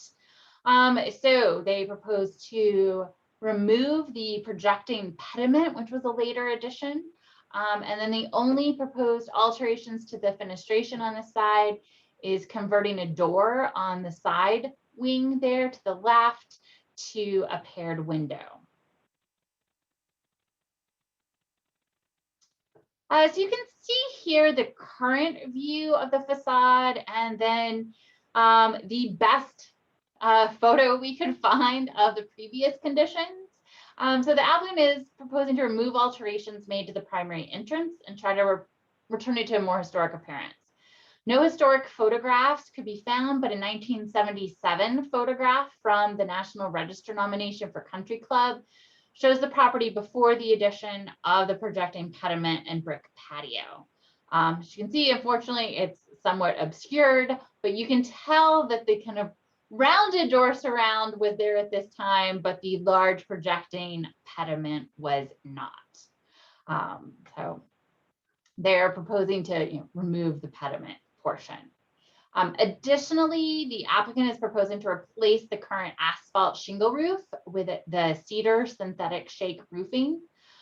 Sanborn maps indicate that the house historically had a wood roof. It looks like at this point, this 1977 photo, that had already been replaced with asphalt shingle. Based on the design of the house, it's likely that it had a simple wood shingle roof with shingles aligned in straight rows. This is most common of classically inspired styles such as colonial revival versus the more kind of staggered appearance that you found on things like more romantic styles like Tudor revival. So the applicant is proposing to use cedar shakes with a straight edge installation to try to resemble the likely historic appearance. The LBC has previously approved the cedar product for use on properties which had historic wood roofs and has approved the cedar project using a straight edge installation. So some more details here on the entrance. So the Sanborn maps indicate that the house did not have a porch historically. So it appears that just the simple surround and stoop was the historic condition. Entrance was altered sometime after 1977. So the non-historic projecting pediment will be removed, and the large brick patio will be removed and replaced with a new smaller brick stoop. The front door has been previously altered with the replacement of the original front door with a half-light door and partially enclosing the side lights and the fan light. So proposal is to return the side lights and fan light to a more historic appearance and install a new paneled front door.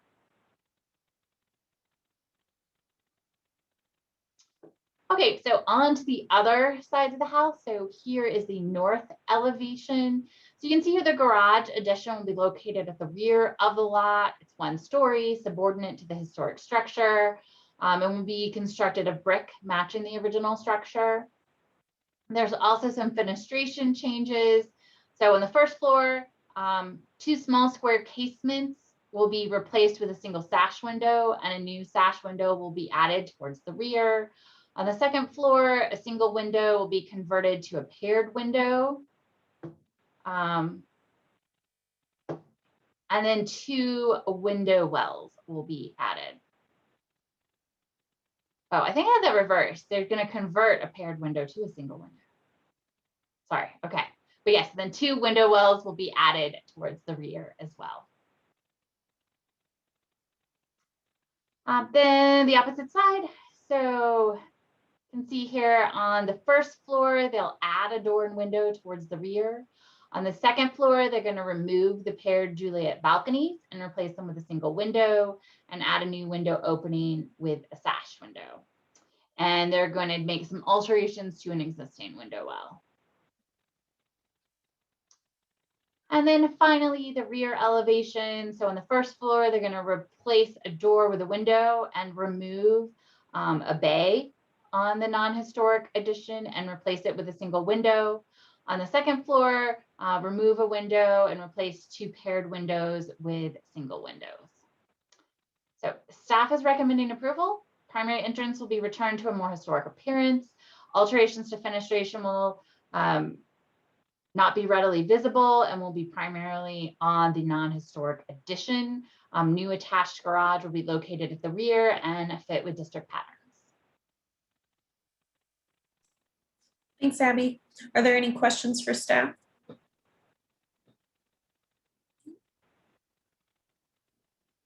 Okay. Is the applicant present? And looks like they've been promoted. So you know the drill. Please start with your name and address for the record. John Mattingly, 517 East Bayard Avenue, Denver 80218. This project was it seemed a little bit more complex than it might seem. It was that front porch area. There was just a lot of ingredients that added up that were taken away from its historic context. And my clients really are drawn to the country club feeling. And their initial questions were, what is it about this thing? And so that front, the little portico that was installed was obviously a mutation. And then I've also noticed throughout the neighborhood, most of these colonial revival houses, I didn't find a single one that had a big broad terrace like that. Every single time they have a much smaller little entry stoop and nothing more. And so then of course there's a discoloration in the brick. The brick on the entry on that entire terrace is a brown brick with a regular Portland mortar. And the main building itself is more of a burgundy hard press with a white mortar. So it was pretty obvious what had happened there. And then of course the windows have all been replaced with Pella aluminum clad. They kept the actual lead weights exist in that spread mold that you see on the front. We did get inside and pull the trim material off, and there are actually original lead weights in that divider. And the brick mold exists around the opening, but they had to shim inside of the brick mold to set the aluminum clad windows into the opening. And so it's just creating a whole nother layer of mess on the exterior facade, which you might see on the front if you were up close. It's kind of hard to see in that image, but there's an additional layer inside of the brick mold where those windows were installed. The windows on the front have a simulated divided light. All the rest of them have just a metal bar in the glass. And so the combination of restoring the texture on the roof that the cedar would have had, going to a half round gutter. And then there's a detail in our prints that shows the replacement of these windows.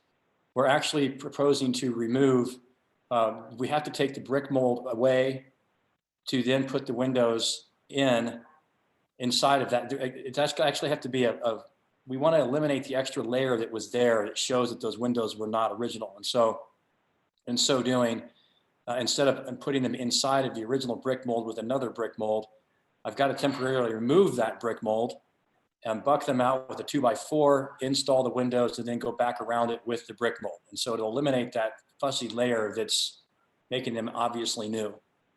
That was probably the biggest mystery here. And then there's an addition that's there that altogether it's not a bad addition. The massing of it's good. And so we're working with the form of it and renovating the interior to make it up to speed like the rest of the house. And then we did the garage in more of a carriage house format, so that it's attractive when you pull up to it. And we did get some attic space out of it. The second story in this house has been vaulted, and so there's very limited storage space. And so by going with the kind of a little carriage house flavor, I had very little to design on this house, so I had to do something. And the carriage house, if you can see, there's a small little window in there, and just enough space for some additional storage for whatever. So that's essentially the design scope and what we were trying to do in a nutshell. So I don't think I'm missing anything. So, yeah. Thank you. Yep. Are there any questions for the applicants? Yeah, Gary. On the shingles, I didn't see where you indicated what exposure you were planning to use. Because apparently these shingles come in different exposures. Yeah, I probably need to add that detail. Abigail made that comment herself. It's a straight coursing instead of a staggered.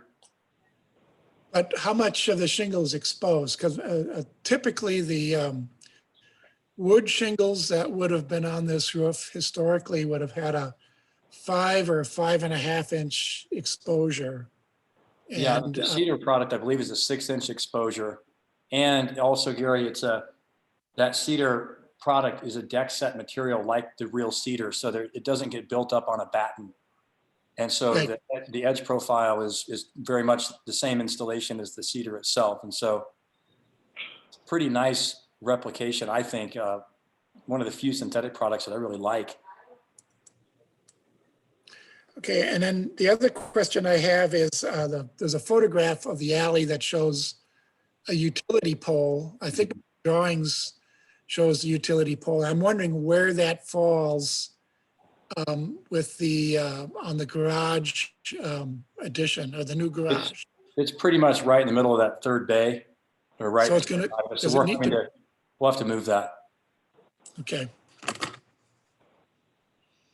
Probably to the north. Thank you. Any other questions? Kelly, I had a question. This is Brad. I was looking at the connector piece on A203, and I think this is the north elevation, and the way that roof kind of engages with the new roof of the garage, there seems to be some overlap there. Is that a mistake, or is that how you guys intend to try to do that? It seems like a little bit of an odd detail, a complicated detail. Yeah, that attachment is complicated. It's we have a substantial grade change, from the main building to the garage, and we're trying to keep that mudroom on the same plane, but yet we have that bay above it, the projecting bay already. And so I fooled around with parapet walls and all kinds of things, and diminishing the pitch there What's happening is because that is a lesser pitch, I don't think that we necessarily need that overlap that you're seeing there. I think that's probably a drafting, I can clean that up drafting wise, but because there is a change in pitch and plate height, there would be a section, if you're standing and you're looking to the east, you would see a side reveal on that lower pitched breezeway. Mm-hmm. But But yeah, the overlap is probably a drafting error. Yeah, that needs to be fixed. Okay, thank you. Mm-hmm. Any other questions? I guess this is Eric. I just wanted to also verify that the reference to the replacement roofing references cedar as in the actual wood material, shake roofing rather than the cedar product information. And so I just wanted to point that out. It seems like that maybe should be fixed throughout, just to clarify that it's going to be that synthetic. Yeah, I thought we had that because we have a tear sheet of that actual cedar product. And so maybe a cleanup on the reference. Yeah.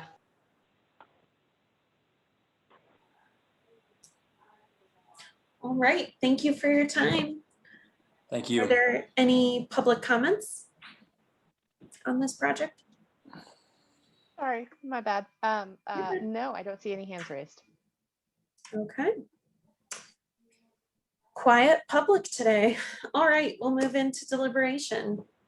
What did everybody think?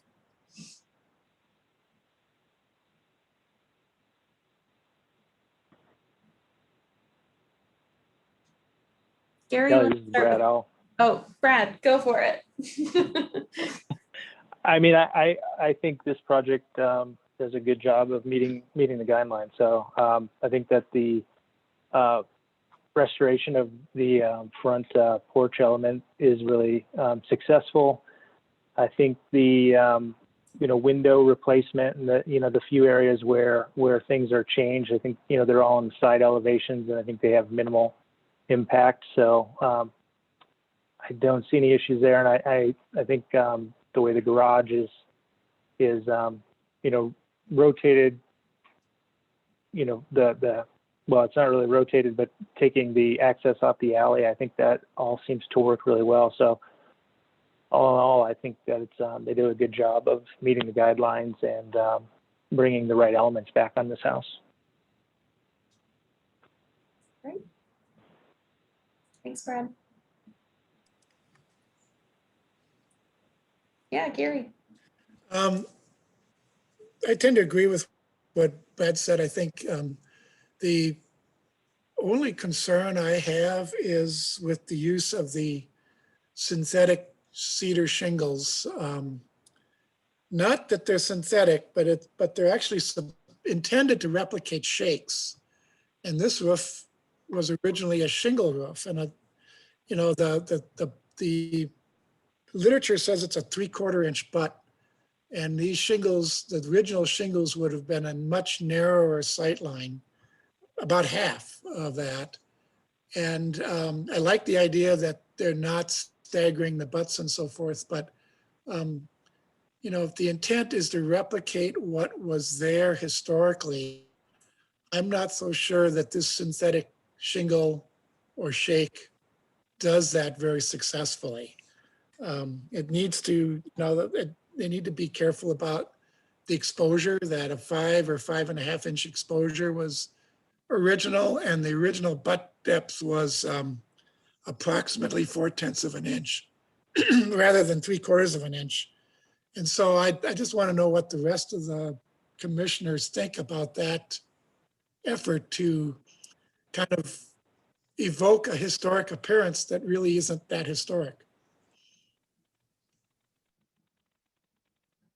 Erica, what are your thoughts on that? Because I heard you ask a question about it earlier. Yeah, I mean,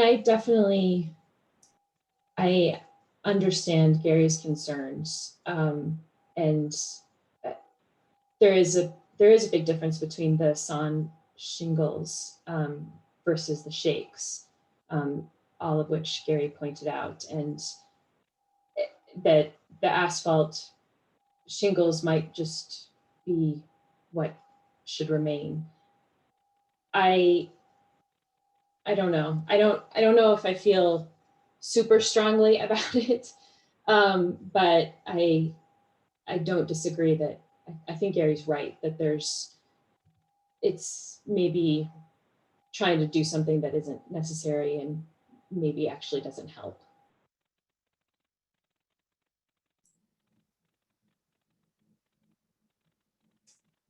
Other thoughts?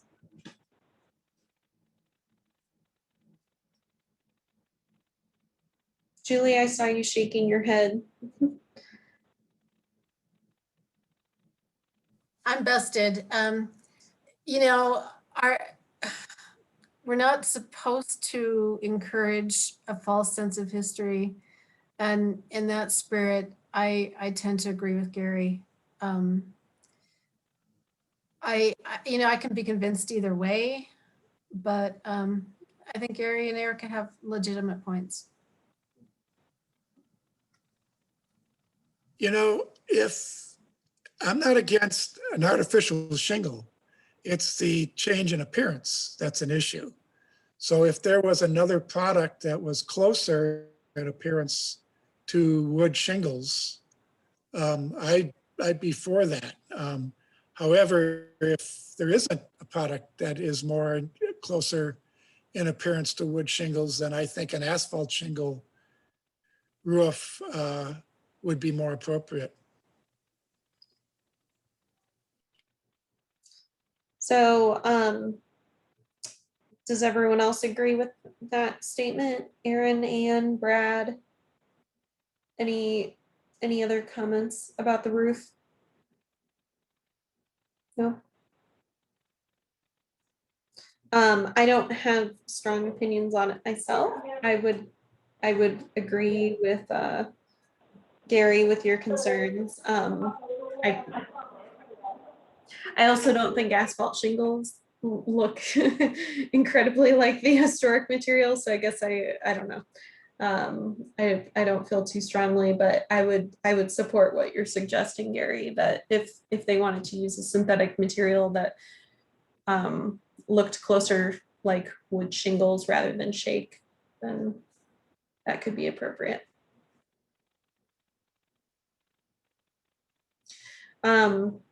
Since I'm hearing crickets, I think we've had all the discussion that, oh, Anne, yeah. I would like to just go back, this is Anne, go back to something that Brad mentioned, which had to do with the roof of the connector. And I'm looking at the roof plan, which is on sheet A108. And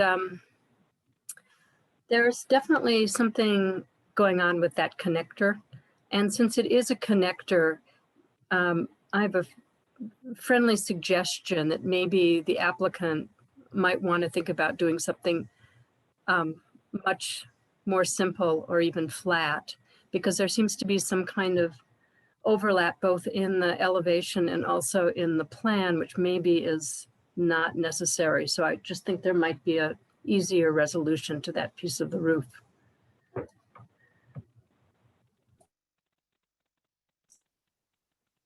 And specifically, you're just referring to the overlap that's on the north side, correct?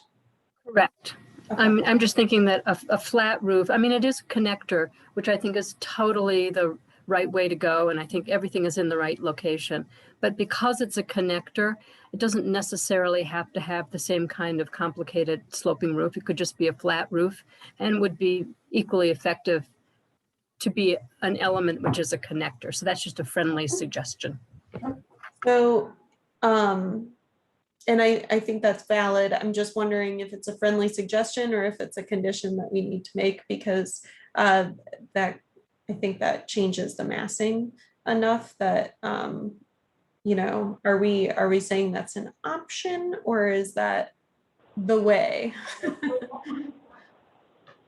I don't want to be too prescriptive. Personally, I think if it wanted to be studied to be flat, that would be fine, but I'm not sure whether that would be a condition or whether that would need to come back to the commission is my concern. What's your thoughts on, Anne? Brad, go ahead since you started this. Well, I think that what it sounds like is that that's a drawing error. So I think what the intent of it is that connector really needs to feel secondary to the garage roof and the house roof. So as long as it is, set down, I think below those elevations and really feels like a connector, and you don't have that, it's really on the north side where you get that overlap, then I think it's fine. And I think that sounds like it's probably a drawing error, and that's the intent anyway. So as long as we can get to that, I don't think I have any issues, but that helps it read as a connector per Ann's comments. So I think that would be successful. Okay. So you'd be in support of just fixing that drawing error and not necessarily changing it to a flat roof? I would be, yeah. Absolutely. Brad, Yeah. Brad, are you looking at the roof plan on 108? Sheet 108? Yeah, I am, yeah. And I was looking at the elevation on 203 as well. And I think is that what you were talking about, that overlap? Yeah, to me, it looks like a little bit more than a drafting error because both of them are inconsistent within themselves. And I think it should just be restudied, but I think both of them indicate to me the lack of resolution of how that roof works. And again, a connector, the great thing about a connector is it's very simple. It's not an element in and of itself. It is something that separates two things. And I just think both of those drawing errors lead me to believe that it's not quite resolved. All right. Mm-hmm.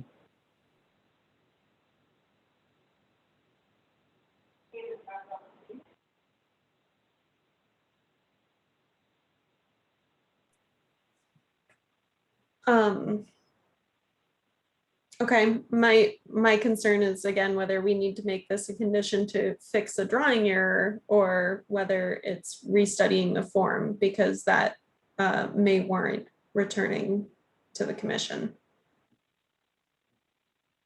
Did anyone else have concerns about that roof, or are you just comfortable with that error on the north side being corrected?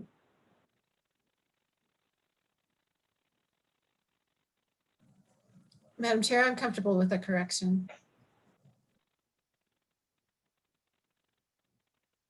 Erica, are you, I see you kind of looking around. I guess what I'm hearing from Anne is that a question of like, is that actually a mistake or is it, just not maybe. Yes. That it's actually designed to be that way. That's what I guess I'm a little concerned about. Yeah, well, when we heard from the applicant, they said that it was just a drawing error, and that essentially, and to your point, the roof on that section is labeled to have a slope of 5 inches over a foot. And so a 5 to 12 slope. And it just looks like in both the elevation and the roof, this is a Revit error. They just should have trimmed that side, but it is, I think, and to your point, it's not a very elegant solution right now, but maybe to Brad's point, it can be done. It just, as long as those eaves aren't in conflict with one another, right? So I think, is there a more elegant way to solve it? Maybe. I'm of the opinion that I'm fine with what they've done since it's not very visible from the street. And it sounds like they have some issues rectifying the elevation change between the first floor plate and the garage at the alley. So if that's how they want to solve it, I'm comfortable with that since it's clearly new construction. And I understand your point if you want to make it a flat roof. I'm just concerned that that may be a loaded condition. Like, are we comfortable making that a friendly comment and staff can review it as either correcting the drawing error or doing a flat roof? Or does that really need to come back to us because that would change the form? That's my concern. I feel that staff can review it and it just needs to be resolved. And I think it's just not resolved right now. And it's a very small area and it's very easy to resolve. Okay.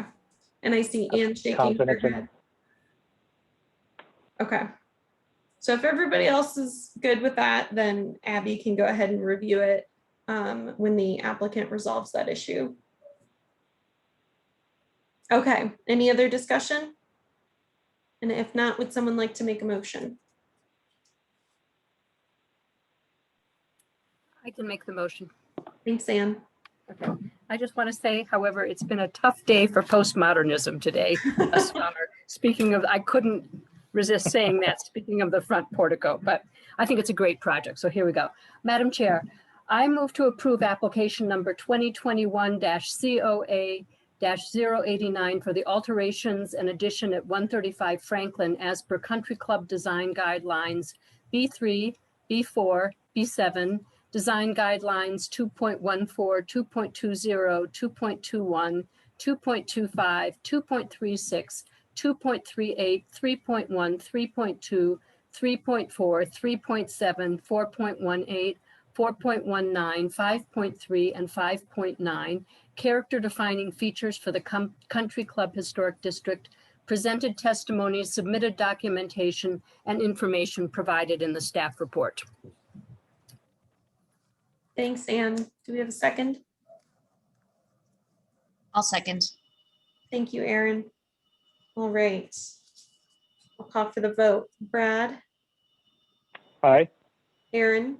Aye. Julie? Aye. Gary? Aye. Erica? Aye. Ann? Aye.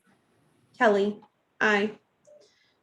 All right, so we have a unanimous vote and the project is approved. You've got a couple of friendly comments in there and you can work with Abby to resolve those. Okay, the next project we have is 2019-COA-318 at 242 West First Avenue. And we've got Jesse.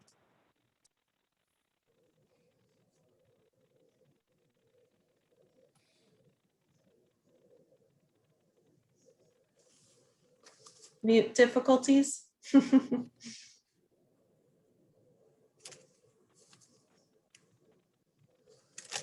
Sorry, Jesse, I gave you remote control access too soon.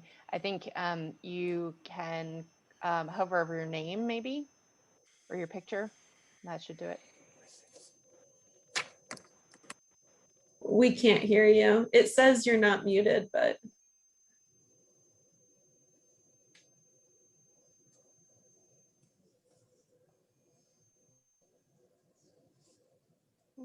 I'm gonna stop her remote control. I don't know why it won't let me do that. It just fast forwarded. Stop remote control. Okay.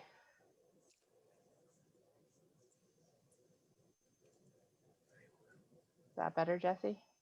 Okay, can you hear me now? Yes, fantastic. Okay, I've had headphone difficulties today. So Jen, you can put me back as presenter. There you go. Okay, I'm gonna back up one slide for you all. Okay, it's not letting me back up now. Okay, there we go.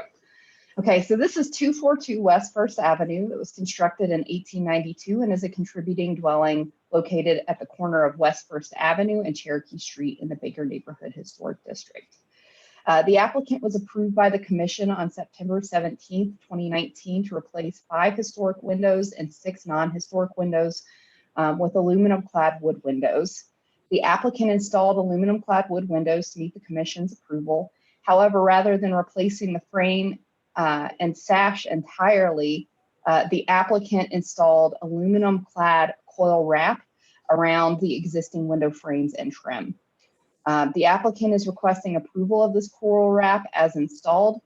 The applicant will be submitting a tax credit application later on to you that will include the coil wrap at a later commission meeting date. So we do want you to kind of weigh in on whether you think that this would be an appropriate material that would be supported under our tax credit program, as well as reviewing the addition of the coil wrap to the existing window frames and trim.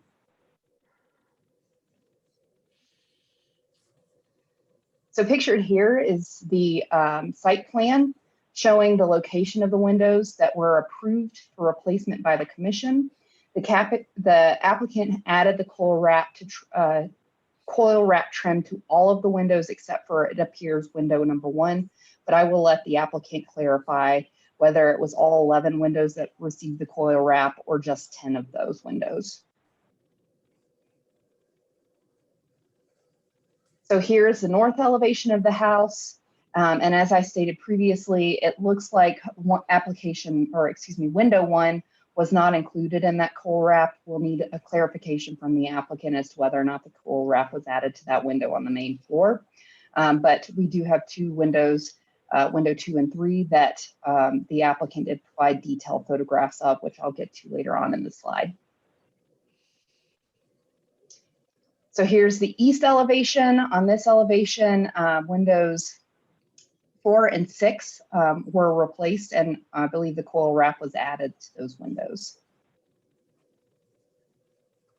And then pictured here is the backside of the house, showing, it's hard for me to see, 2 windows on the backside of the house that the coil wrap was added to. And then finally, here's the west side of the house. That is a street-facing side of the house where windows 15 and 14 had the coil wrap added to them. I'm just going to go through a few close-up images so that you can see kind of before and afters. So this is windows 2 and 3 with before and after images. The before photos show some deterioration on the seals, frames, and trim. It's unclear whether or not these materials were repaired or replaced prior to the addition of the coil wrap. That is something else we would like the applicant to clarify on, because that can make a huge bit of difference whenever you're encapsulating damaged material in coil wrap versus modern pressure treated material in coil wrap. So we would like clarification on that. The frames do appear to have a simple square profile. The coil wrap was applied using an adhesive directly to the existing wood frames and trim. Silicone was then added at the joints of the coil wrap to make it watertight or moisture tight. But that does not prevent moisture from passing through from the inside to the exterior in the encapsulation of the frame. So the coil wrap does not have to appear to have significantly changed the profile and appearance of the frames and trim, although you can see a bit of a change in thickness, but it's not significantly noticeable. It's just a simple square profile on that trim and frame.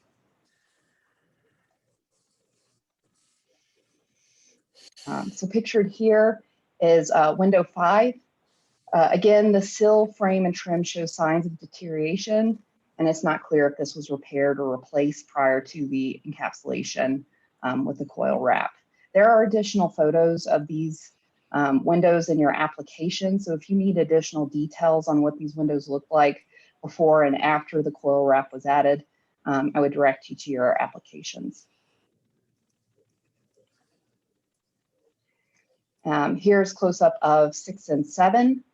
The before and after images. The before images are on the left-hand side, and the existing or current state with the coil wrap is on the right-hand side. So it goes Windows 6 before, Windows 6 after, Windows 7 before, Windows 7 after, just so that that's clear for you all.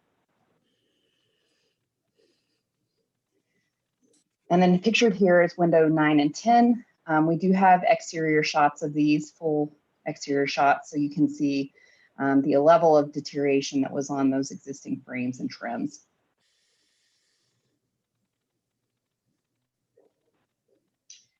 And then pictured here is window 11 with the before and after, and then full shots of 10 and 11 from the outside, so you can see what those profiles look like.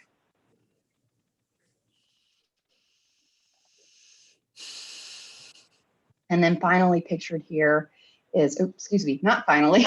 So pictured here is window 14. Staff would like to note that some of the coil wrap was not installed flush to the frame. So here's a prime example of where it wasn't installed flush to the frames. And you can see some gapping at the base where the coil wrap meets the sill. Gapping on the coil wrap will need to be fixed prior to landmark approval. Staff do have major concerns about this gapping, even though it is filled with silicone. That does not necessarily fully prevent moisture from infiltrating from the exterior into the interior. And and of course, like I said earlier, there is some amount of moisture that will penetrate from the interior of the house to the exterior and get trapped in that coil wrapping. And then finally, here's a picture of window 15. So the encapsulation of historic wood trim with adhesive and metal is not a supported preservation practice, as encapsulation can trap moisture, both interior and exterior penetrating moisture, that can cause failure of the window and frames and deterioration of the trim. Staff is concerned about the longevity of the window frames and trim due to long-term cumulative effects of moisture damage. Staff do have concerns about the damage that the removal of the coil wrap may inflict if it's just ripped off the existing frames, and feel that potentially an adhesive solvent might be a route to go to gently remove the frames, but we'd need more information on whether that's a possibility from the applicant. So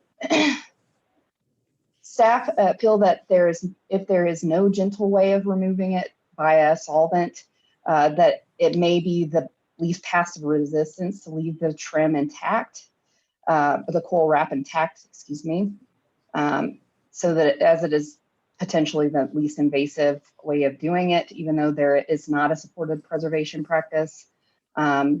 While maintaining the coil wrap may be the least invasive option for maintaining the windows, frames, and trim, this measure would not be supported by the Secretary of the Interior Standards for Rehabilitation, specifically Standard 6 and 7, and could potentially disqualify this project from the Preservation Tax Credit Program. Standard 6 states deteriorated historic features shall be repaired rather than replaced.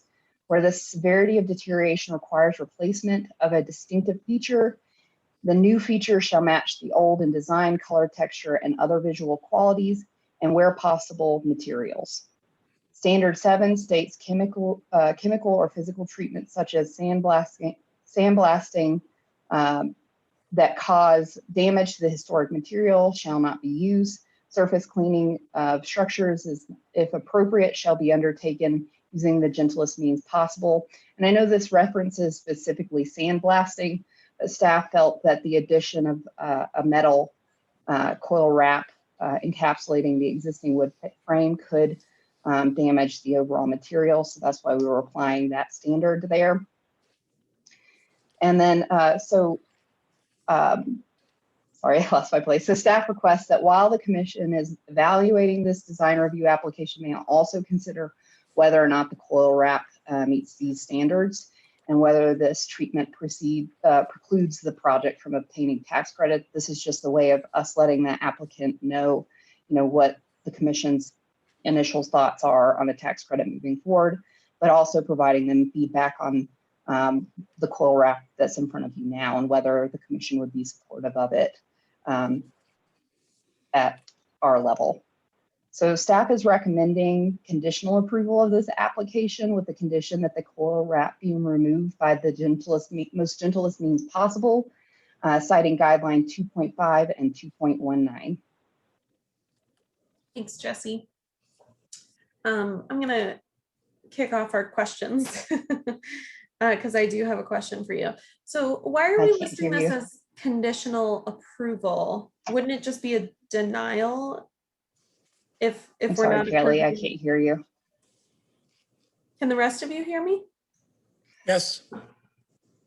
Can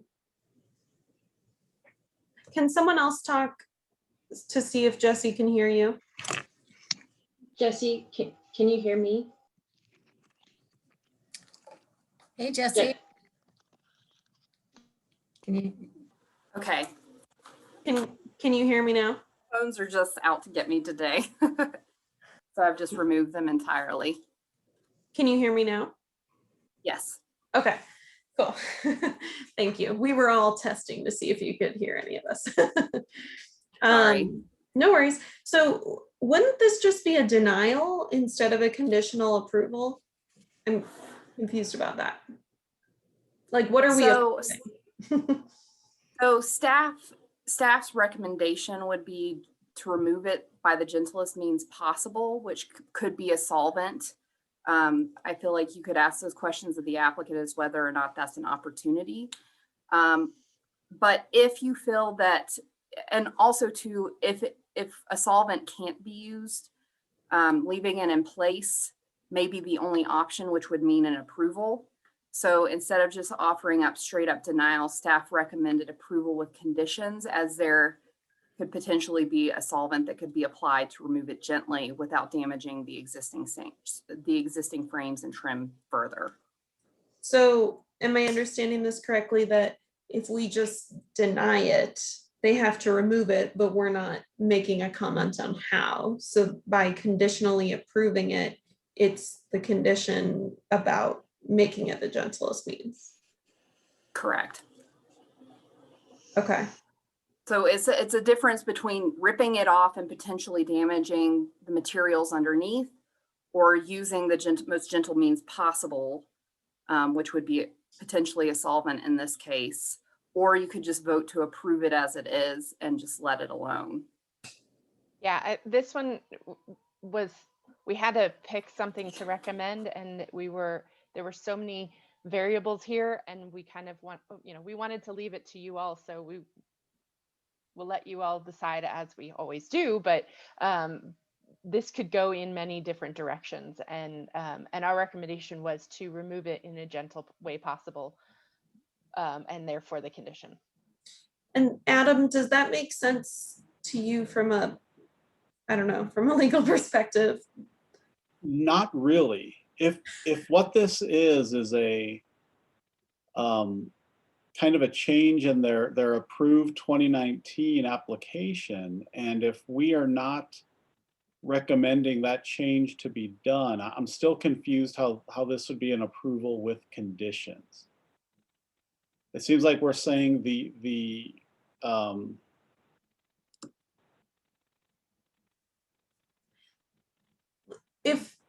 so I'm looking at section 30-6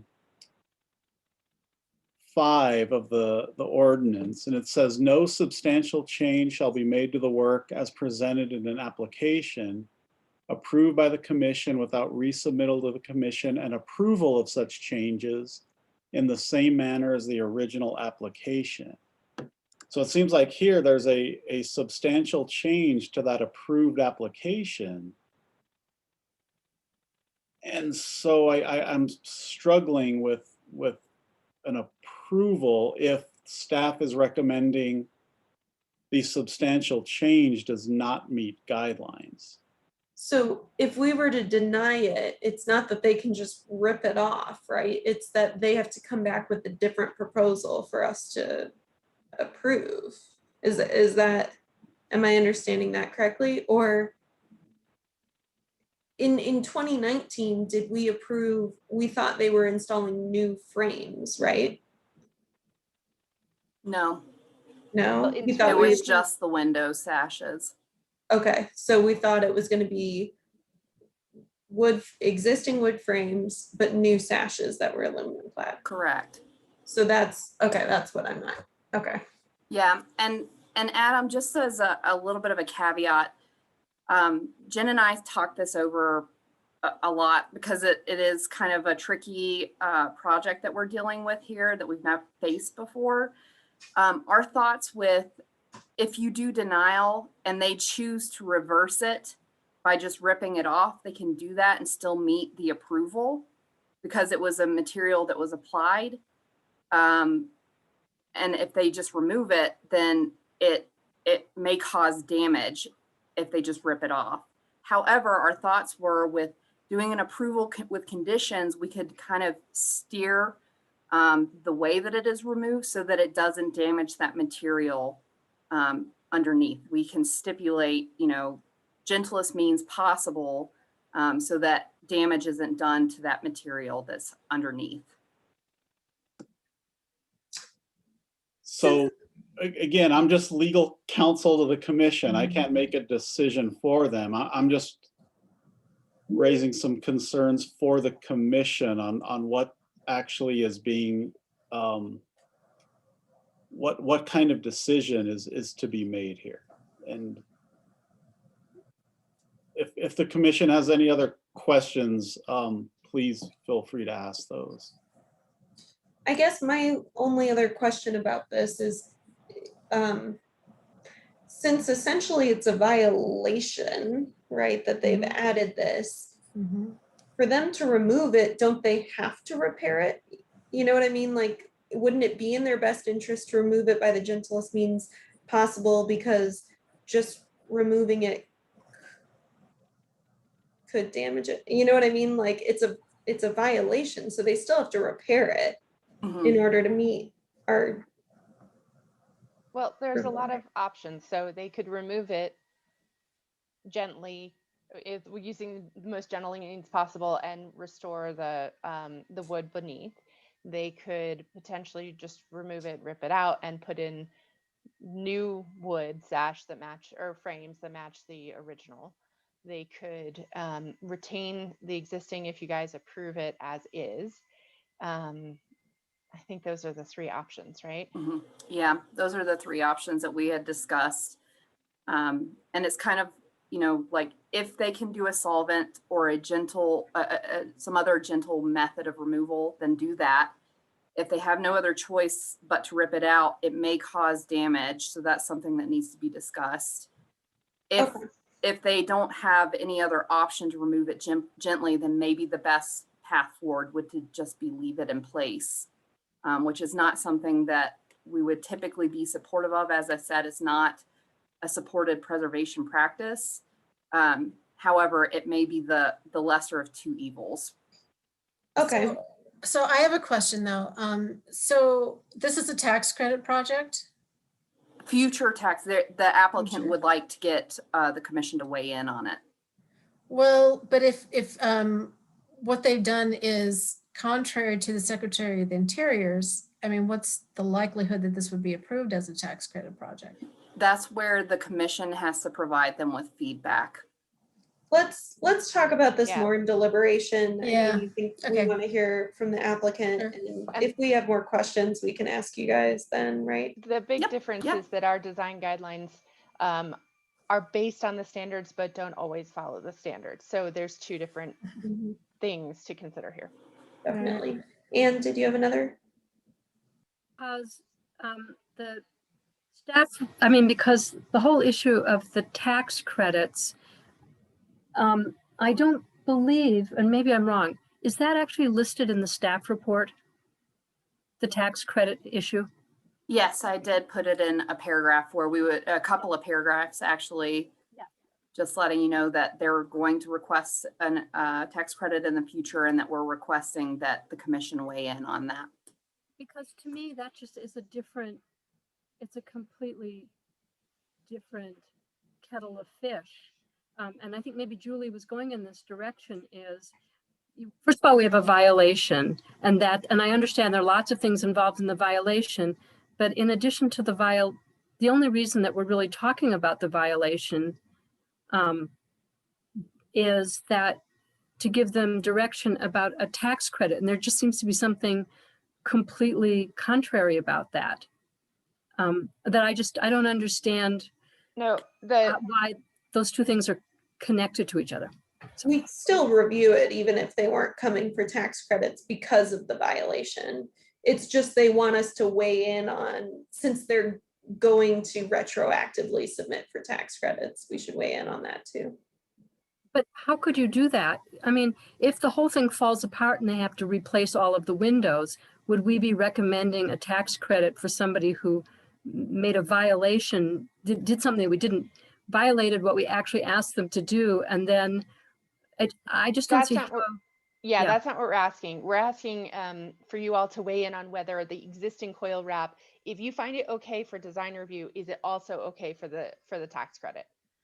If you don't think it's okay for design review, then that would not be part of a tax credit anyway, because they'd have to do work to meet the design review requirements. Yeah. So I have one more unrelated to that question for you, Jesse.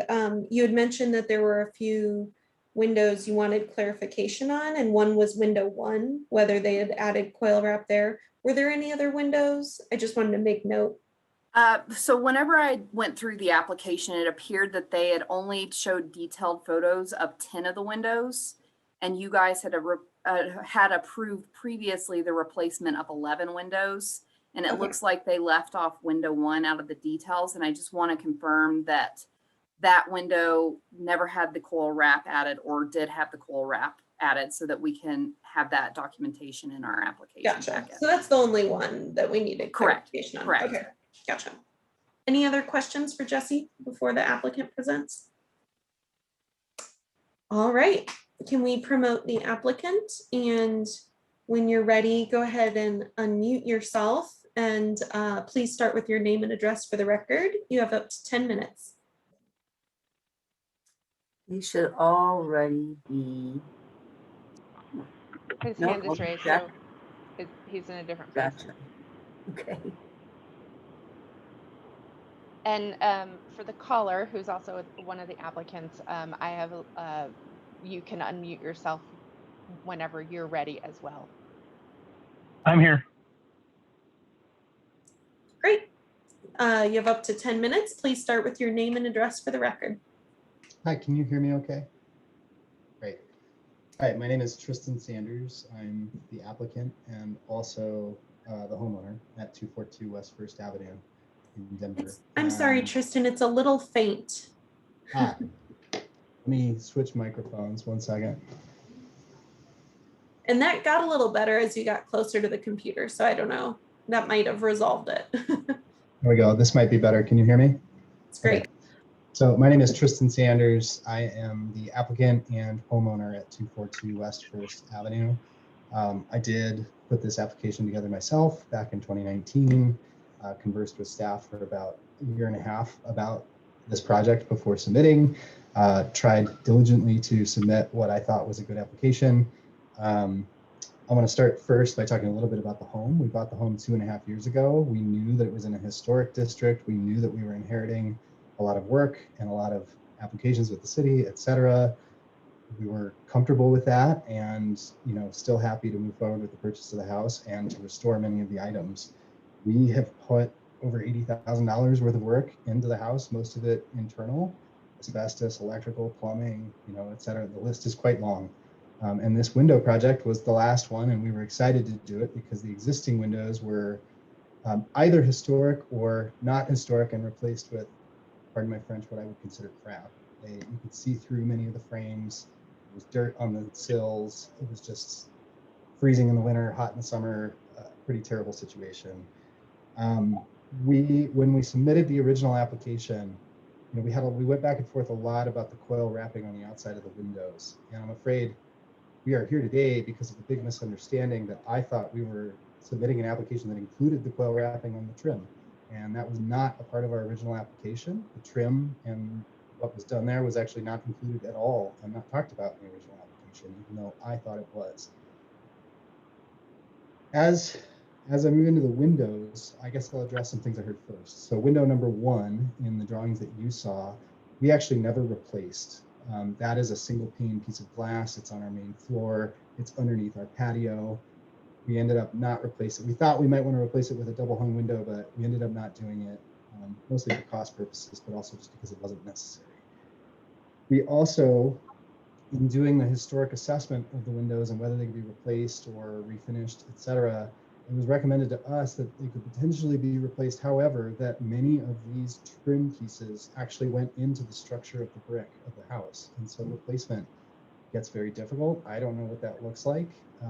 It sounded like it would involve replacing many pieces of the brick potentially, and may lead to structural problems. So that was a concern of mine as well.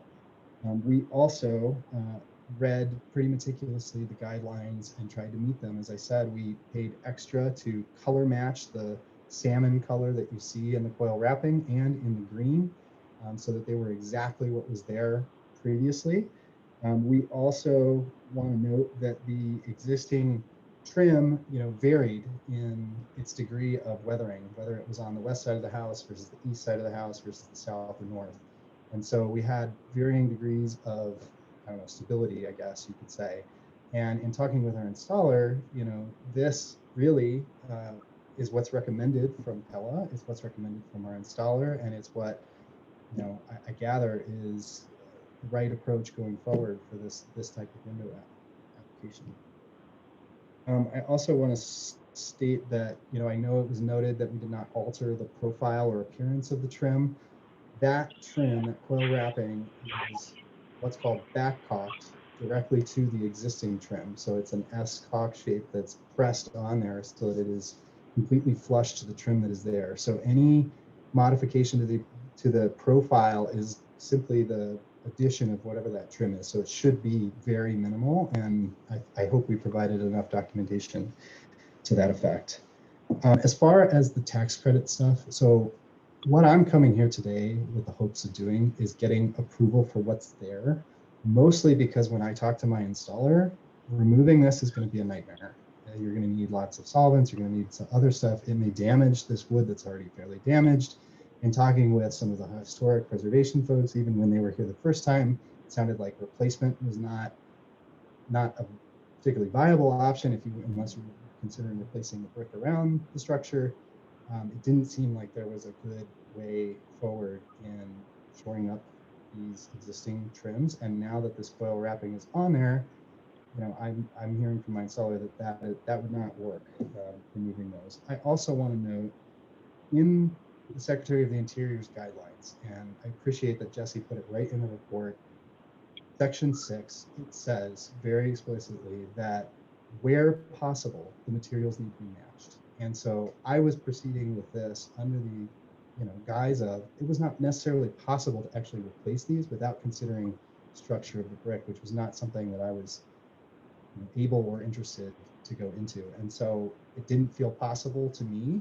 And from an aesthetic and from a functionality perspective, this product, in my understanding and under my research over that year and a half of developing this application, is the best thing that we could put here. I will say anecdotally, since then, I've had many neighbors say, look at your windows, they're amazing, they look great. Can I get your installer's name? Can I hear where you got them from, etc. I don't see any issue from neighbors, from others that have seen it. Everybody thinks it looks great. I think it looks great.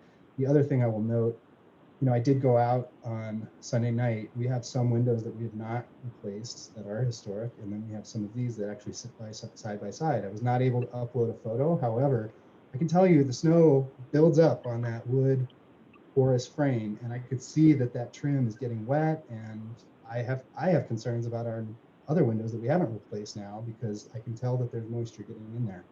On these coil wrapped frames, you can see it beating away and running down the side of the house and off. And so again, from an integrity of the structure and from an integrity of the frame and an integrity of the window, I still feel that this is a good approach moving forward. And again, that's why I'm sort of asking for approval of what's there, and also for consideration under the guise of where possible, may not be possible to replace the trims as they are, and that this is a satisfactory way forward. I also just want to note that our installer contractor is on the phone. He is joining us to answer questions as well. And Chris, I'll welcome you to say anything else that I maybe didn't cover. We have about 3 minutes. Okay, thanks. Can you guys hear me? Yes. Okay. When I started with Tristan on this program, I've done this industry for 20 years. I do understand historical. I understand the maintaining of the look. We took that into account on many visits before we even put the order in. When I looked at that wood, and I have history with doing that. That wood on the outside that you're calling part of the frame of the window is actually considered structure on that property.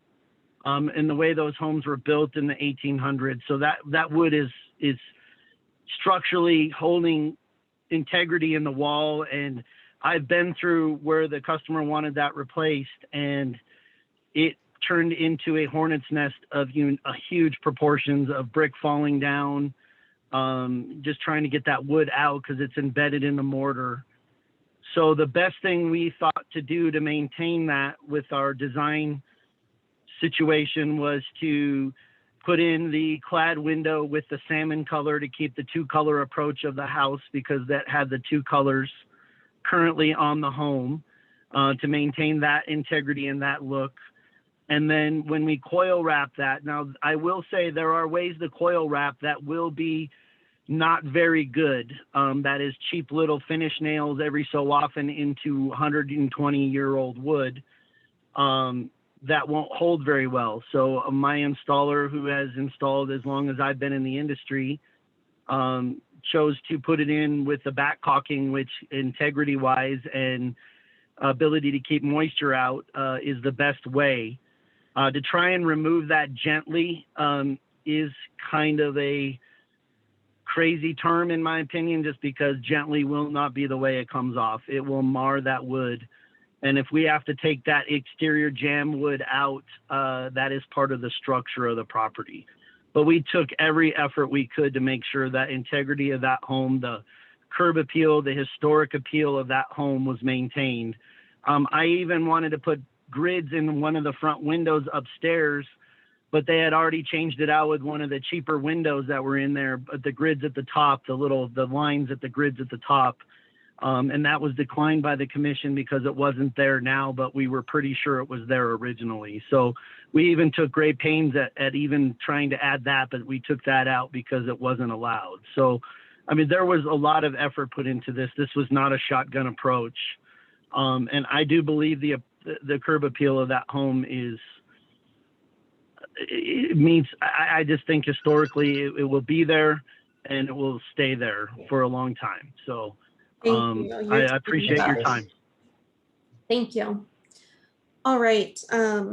Kelly, we actually need his name and address. Thank you.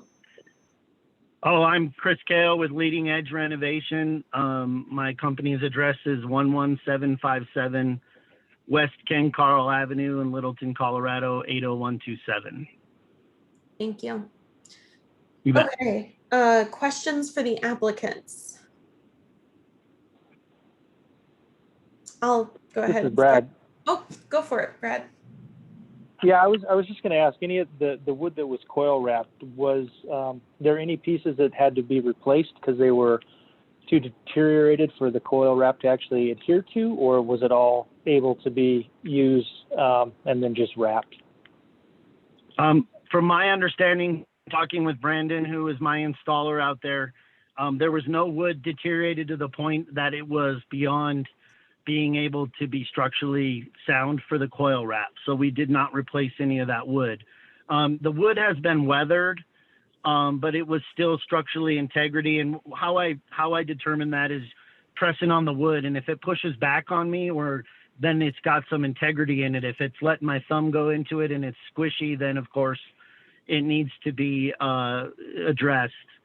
We do not just gloss over areas that we feel need to be talked to or addressed with the homeowner or changed in the installation while we're putting the stuff in. So nothing was brought to me in that intention, because during the installation process, I can firmly say we didn't find anything that was at that point.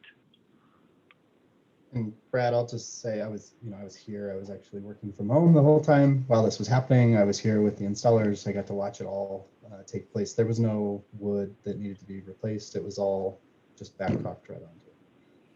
Okay, thank you. It was pretty severely weathered, but it was 120 years old, so expected. Yeah. When you say that wood is structural, I I'm a little confused. Typically a window frame is not part of the structure. Are you talking about a wood lintel above the window or? So when you look at that home and you look at the window, but then you look at the outside of the window and you see that 6 inches of coil wrap that go out and then it rounds the corner about 1.5 inches thick because it's a 2x12 basically. That was when they were building that home. The structure of that home is the brick. That's the skeleton of that home. It's not a 2x4 frame like you do now. So when they embedded that 2x12 into that mortar of that brick, so when they were pushing that brick in, that wood is not just sitting on top and nailed in with some mortar nails or brick nails or concrete nails.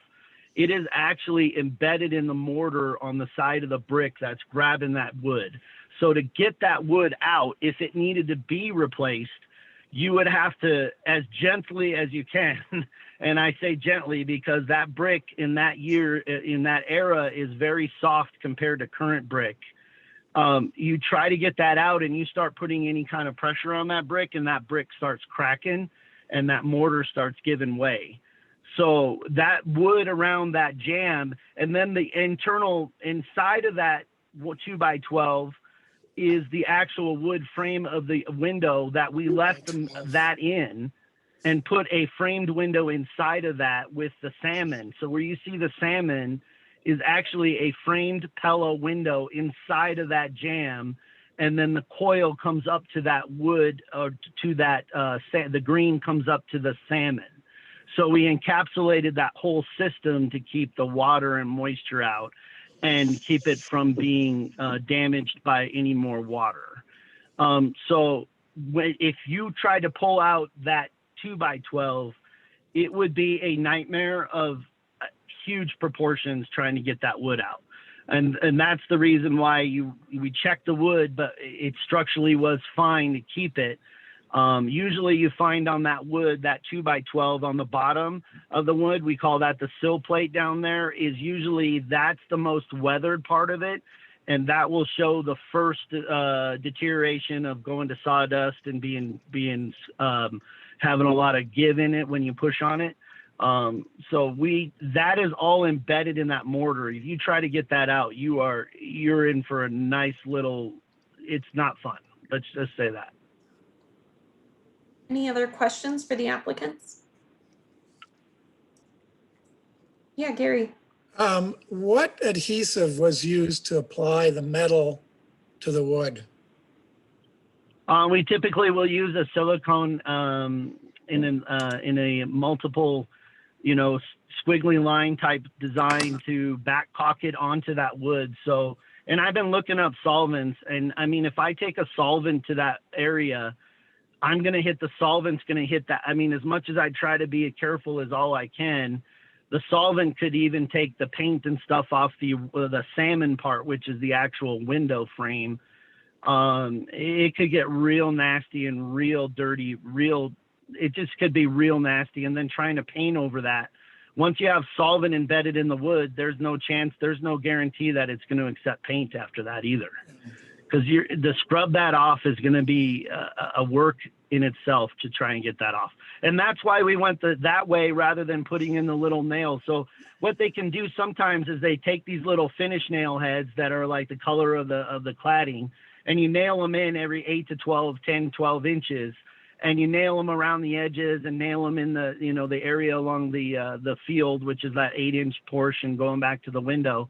And they nail them every so often. And then what happens is that coil will expand and contract with hot and cold, and it will get waves in it. And in years later, it will look very unappealing. So to make sure that it doesn't do that, we make sure that it's become part of that wood and not just a little cap over it with a few nails in it. The other question I have is, from what you are describing on for the jams, there was no brick mold? No, no, sir. That was a jam back to that window. And that's why when I looked at it, I was like, we have got to coil wrap this, or this weathered wood, even if we take, and I do painting as well, and I'm familiar with the Sherwin-Williams primer they have for very weathered wood, and I've used it on homes and from the 60s that painted once in 50 years. And I can tell you that that primer isn't always as effective as they try to tell you. So to try and come back and recondition that wood to accept paint would have been nearly impossible. It was weathered pretty heavily. But we use that, there was no brick mold on that, no sir. All right, any other questions for the applicant? Okay, thanks for your time. Are there Thank you any, guys, I appreciate it. are there any Thanks a lot. public comments? I don't see any hands raised, and the only phone is the gentleman who was the applicant. Okay, and Jesse, did you have any recap? So You're muted.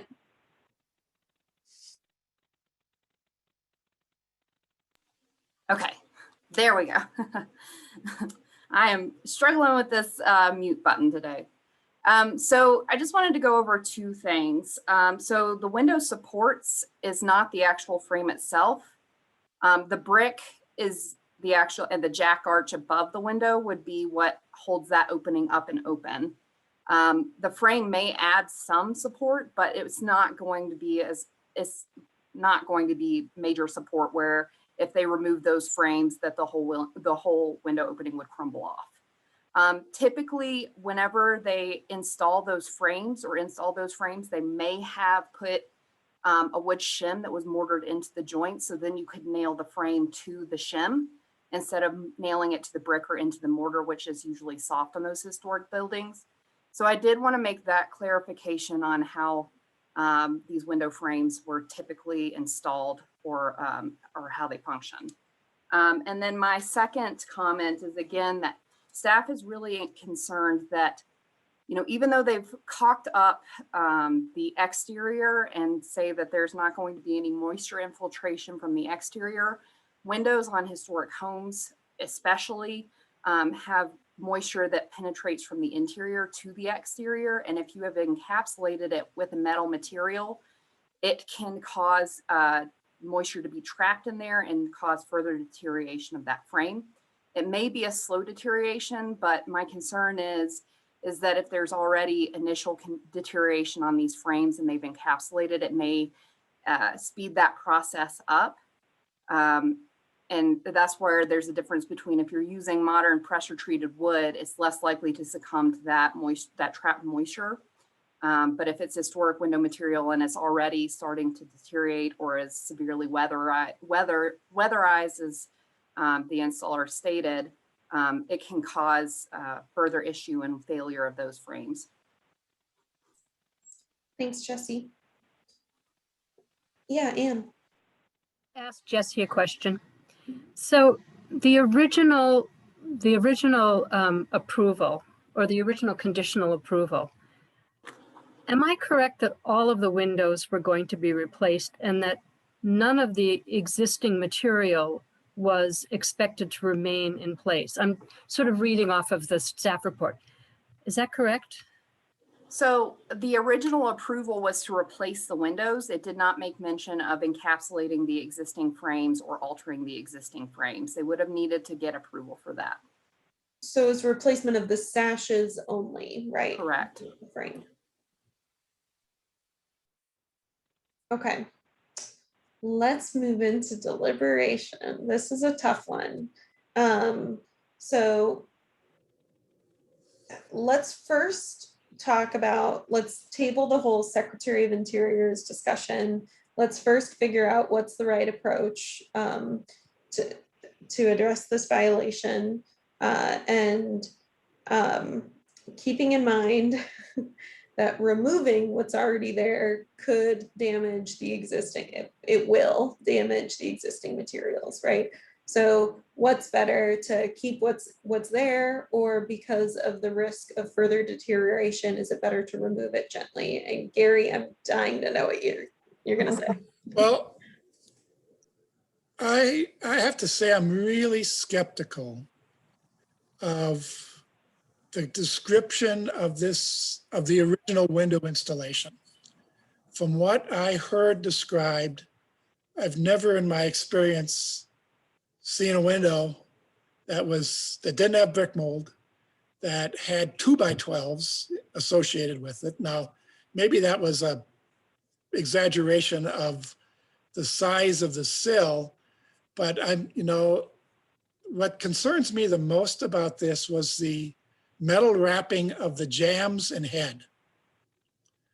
And I can't look at this without thinking ahead to the tax credit thing. And I know I can't see how this is gonna, if we were to approve this as a tax credit and we're audited later, because, CLG status gets audited from time to time. The CLG status of Denver being able to pass tax credits would be in jeopardy, in my opinion.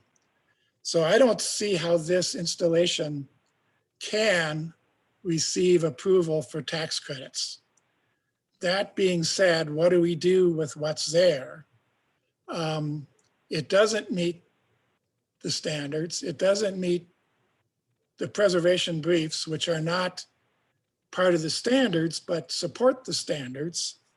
And I'm not convinced that what's been described as the original construction is actually the original construction.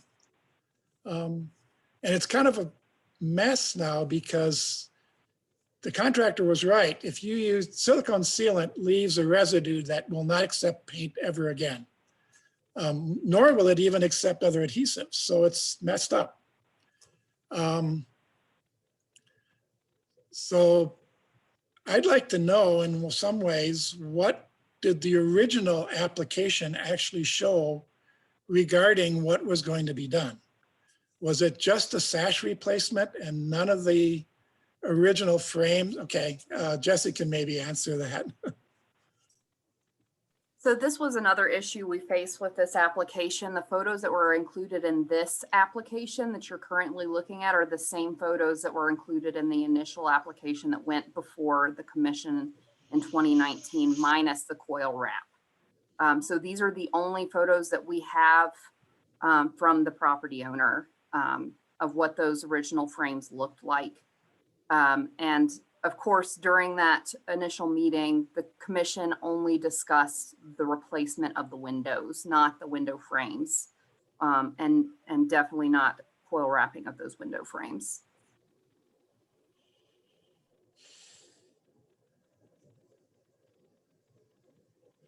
I think somebody else needs to talk a little bit. I just have a lot of trouble with approving this, either as a condition, or even implying that somehow down the road that it would get approval for meeting the requirements to receive tax credits. I agree with you about the tax credit thing. I was just saying maybe if we put that aside, because that just muddies the whole discussion. I agree. I don't see how, well, no matter what they do, it would meet tax credits. But what should they do? Like, since well, the other problem I have is that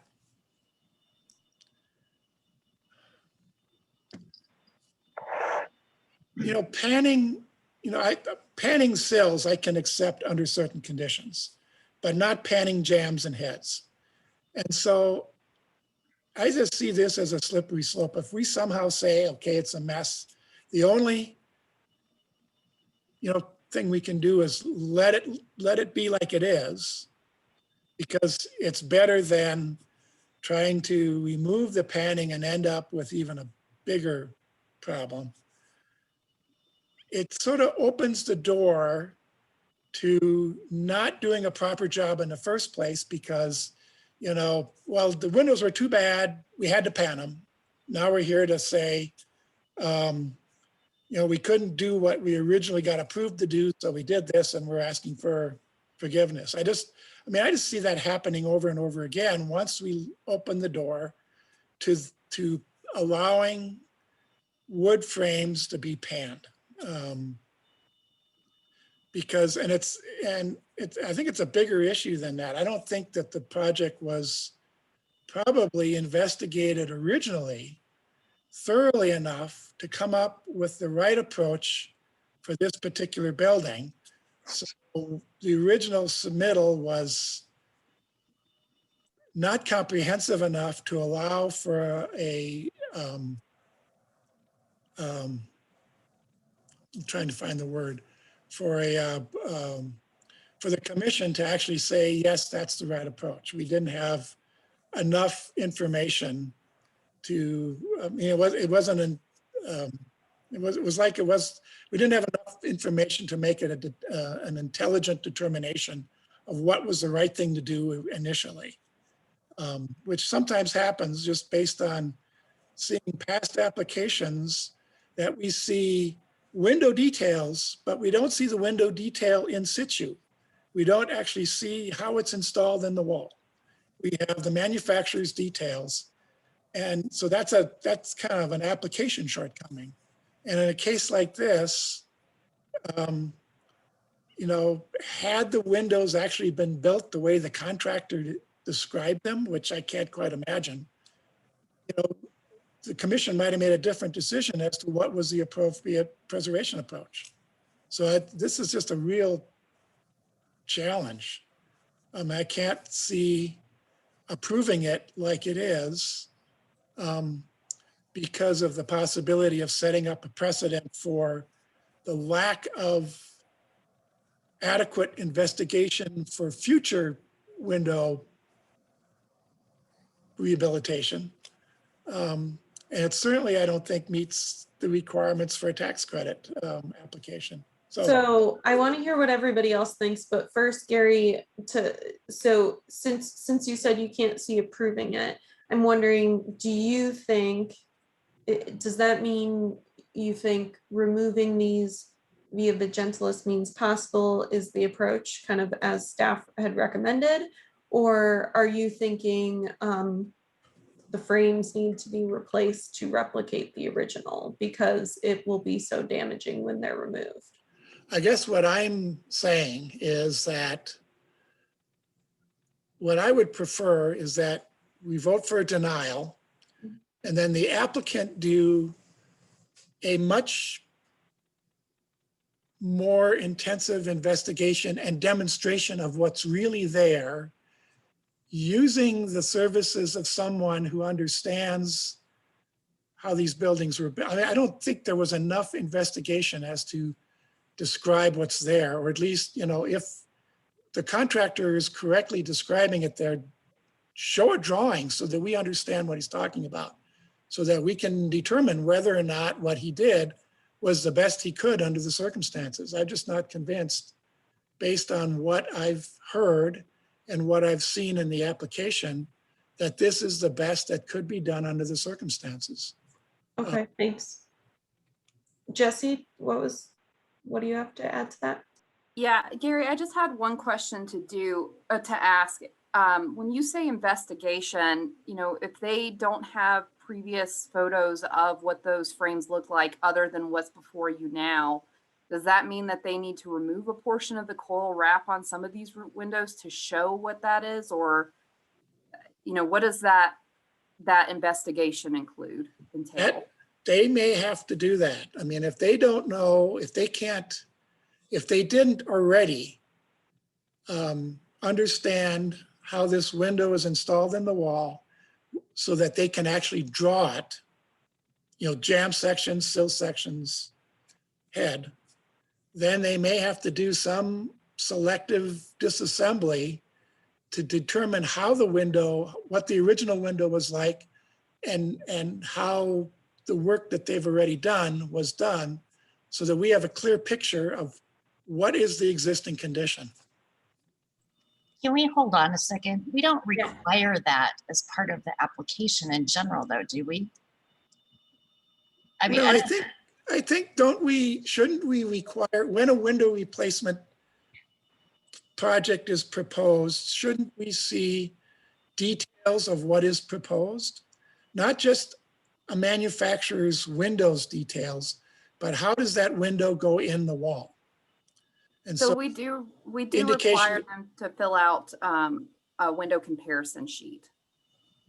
Right, but it Yeah. doesn't go into detail and investigatory exploration into it. Correct. Okay. I mean, and the issue is that they did something that they did not even talk about doing before. So I just don't know how we go forward from here. But Yeah, I think that conversation needs to be, what is the least damaging thing to the building at this I'll point? weigh in with what I think. I think we approve it as is to be the least damaging, because I fear that trying to remove the coil wrap will cause further damage. And I don't see it necessarily setting a precedent based upon our testimony and what we've been discussing. And I also don't think most people go into this with bad intentions, that they're going to do a project and then say, oh, I'm going to, you know, submit an application but do something else. I don't feel that people are trying to be deceptive. And I just had to say that. I appreciate that, Erin. I agree with you. I don't think it, you know, I don't want the applicant to feel like we think that they're trying to mislead us initially. You know, these are complicated projects, and sometimes you get into the field and then you make a decision, and it's unfortunate it wasn't brought to our attention before it was done. But yeah, I do wonder though if it would set a precedent in the sense that if it happens again, then are we required to, you know, approve it again? But, you know, I think, again, Madam Chair, I think that's situational. We've talked about each, you know, being in a situation. So I'm not sure about the precedent. I am with Erin. I'm really worried about permanent damage to this structure, permanent damage of historic fabric. And it sucks. This is not an easy one, but at this point, I would vote for approval. Anne, what did you think? So I'm looking at the photographs that were submitted. And as I understand from Jesse, they were the photographs that were submitted for the original application. And I'm looking at the quality of the material on the jambs and on the sills, which you can see in the photos. And this is not my area of expertise, but it looks to me like, I'm not sure that that's salvageable, but I'd like to hear whether or not, looking at those photographs and only considering the jambs and the sills and so forth, do you think that that material was salvageable? And these are the photographs that came with the application.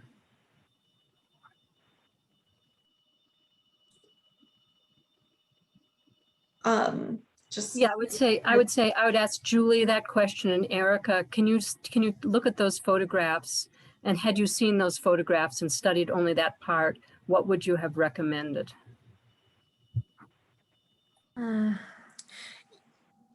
I think there's not a broad stroke. I think some would have had to have been replaced. But I tend to try to keep everything, all the historic fabric.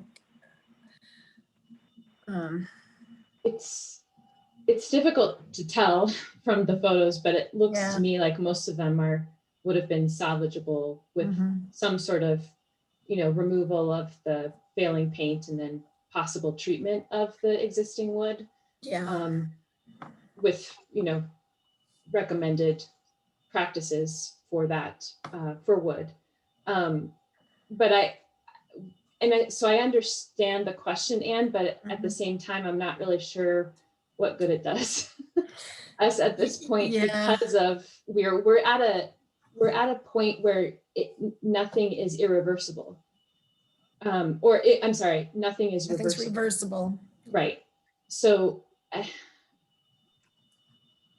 I do appreciate Erin's comments of certainly not meaning to suggest that there was intentional deception of any kind, but and just concern about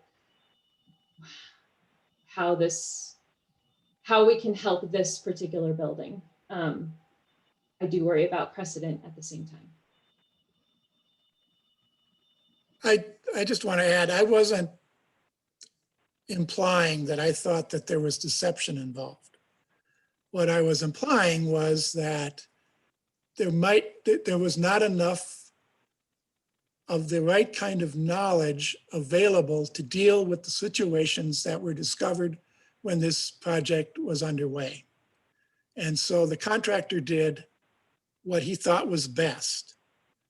But what he thought was best was not necessarily appropriate preservation practice. And so now we have an irreversible situation that we're being asked to approve.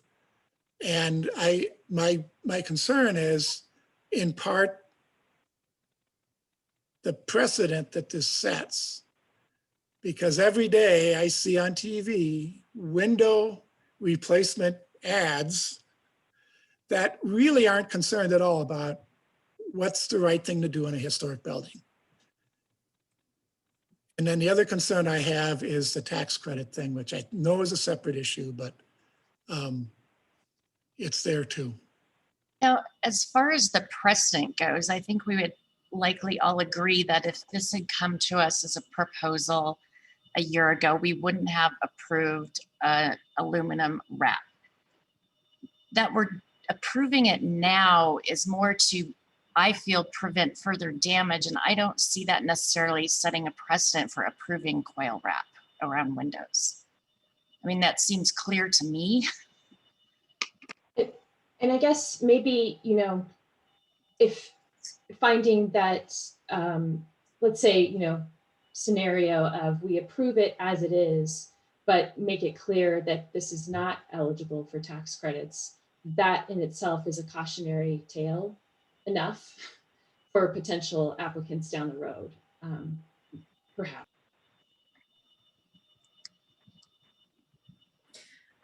Brad and Anne, do you kind of agree with what's been said that maybe approving it as is because it could be damaging to remove it? Or do you feel more like Gary was saying that maybe more investigation needs to happen, that we did vote for a denial?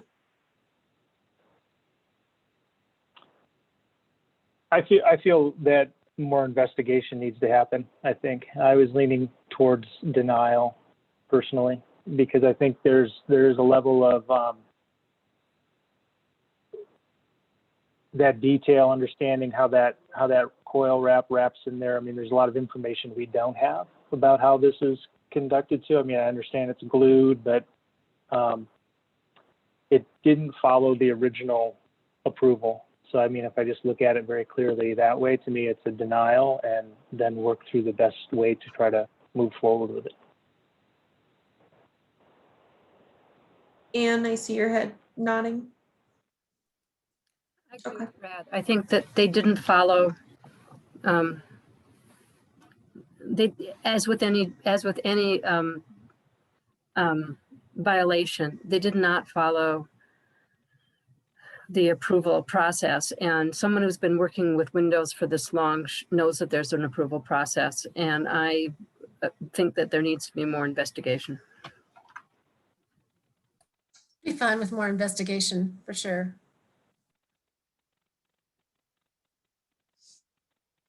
Okay, I agree with that approach, and I agree with what Gary had said, that, you know, I think I've seen this happen on sills for sill pans, but this is the first time I've seen it happen on a jamb and a head.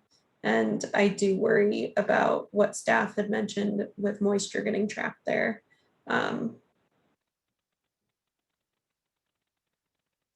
Okay, so I think we've heard from everyone. Adam, did you have something to add? Maybe just for you all to have some further deliberation on. If you all are considering a denial and the hope is that there would be some sort of further investigation, what would you all be looking for in that investigation? And then maybe a second thing to deliberate is, based on what comes out of that investigation, could the design guidelines be met? And what I'm getting at is, would a continuance for some sort of investigation be more appropriate? Again, not trying to lead you in any which way, but maybe just to think about some further deliberation on this topic.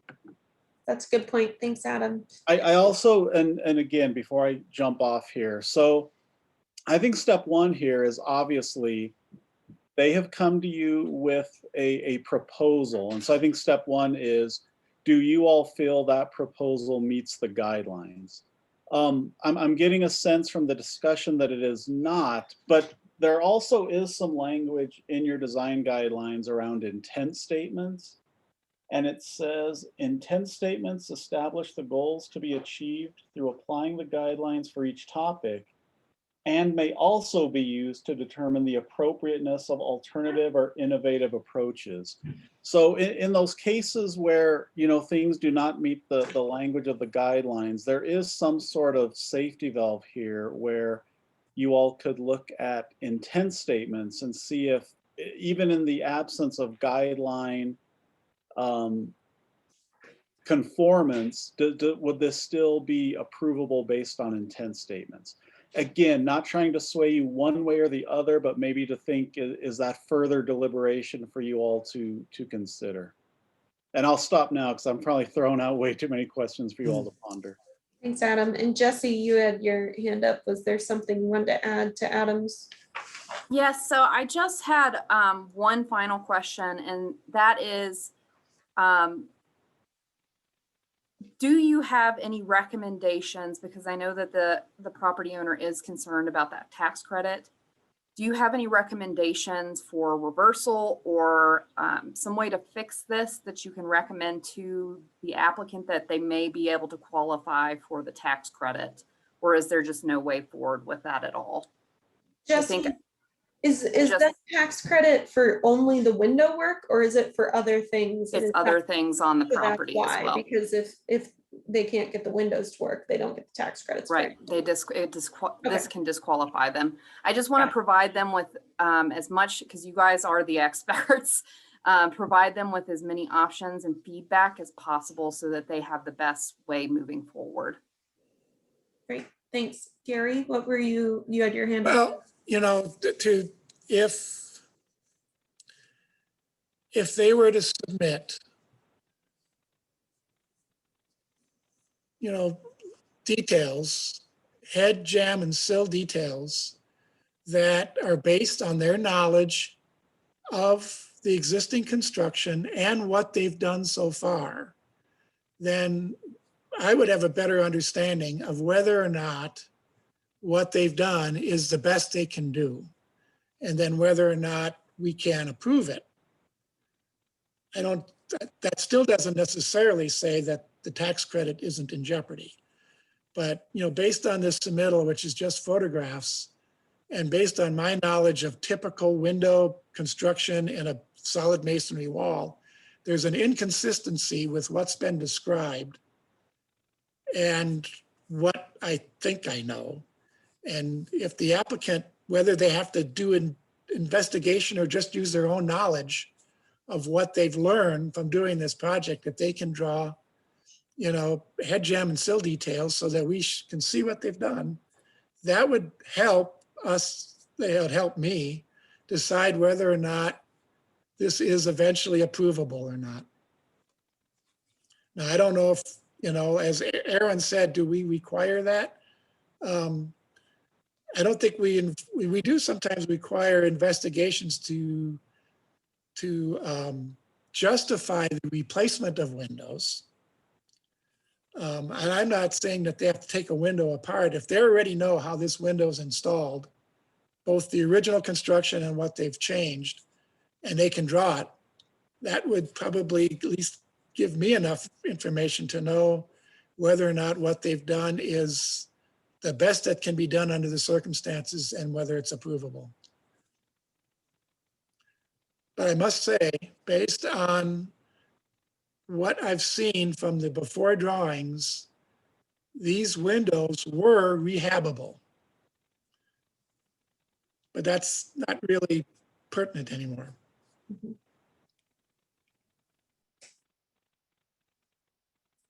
I would agree with everything you said, Gary. Does everyone else feel that way? And if that is the case, I'm wondering if maybe a continuation like Adam had mentioned, because that is an option, that might be the best approach, because then after seeing sketches or drawings of what they did, we might be able to make a better determination. Is that, you know, nodding heads if people feel like that might be the direction we're headed in, or no? I think that's probably the best way forward at this point. Okay. I see a few nodding heads. I just want to make sure we're reaching consensus and we don't, maybe we can actually go for a motion then.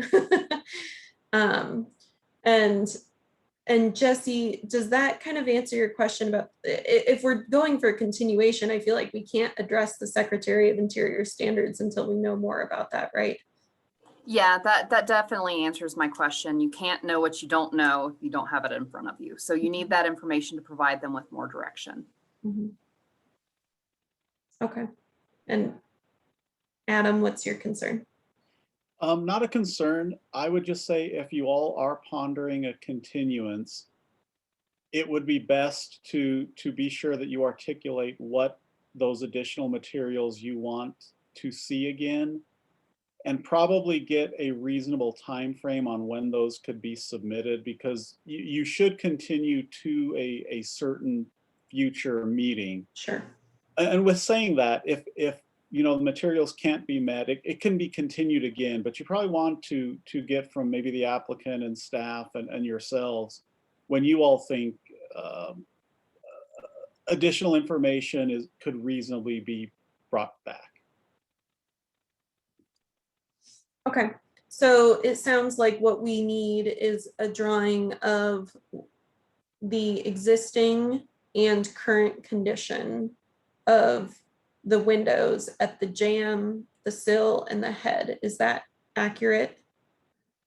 And if there are any photos during construction that show the wood, great. You know, once, if there are any other photos that were not already submitted that help reinforce the knowledge of how that window frame was existing. Is that an accurate assumption, Gary? Is that what you were thinking? Yes. Okay. So can we get the applicant back on here to see how long that would take? I'm going to move him over. Yep.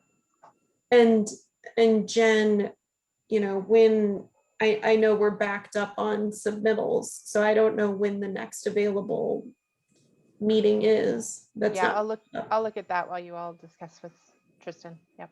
Okay. And Tristan, you can unmute yourself whenever you're ready. Yeah, hello again. First, I'll just say sorry we're here. This is not where I wanted to be, I assure you. I'm sure it's not where you wanted to be. As far as the additional materials that you're requesting, you know, we did not replace every single historic window in our home. Is it possible to get drawings of the existing historic windows that we still have that are in original construction and condition as per photos, drawing, etc., to suffice for those additional materials? And then as far as what was done, I mean, I was here when it was done. They removed a tiny piece of wood from the interior frame, put the new window in, and screwed it in. So, I mean, I'm not sure what more is going to be learned about what was actually done here. You know, obviously the coil wrapping was added to the outside, but at least for the pre-construction conditions, you know, I still have a few historic windows. I hear some of you are experts. Please get my contact. Let me get your contact information. I would love for you to come look at these and help me out here. I don't know where to go. So I think part of it was the description that your contractor had made about things, the wood being grouted in.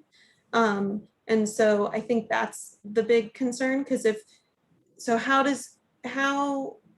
did you know that everything was grouted in if the frame hadn't been taken apart, or if any you know, it's stuff like that, because typically you're able to take apart parts of the wood that's deteriorated and replace those in kind without compromising the structure. And so I think those are the sorts of things that we're looking to see. How does that come together at the jamb and the sill?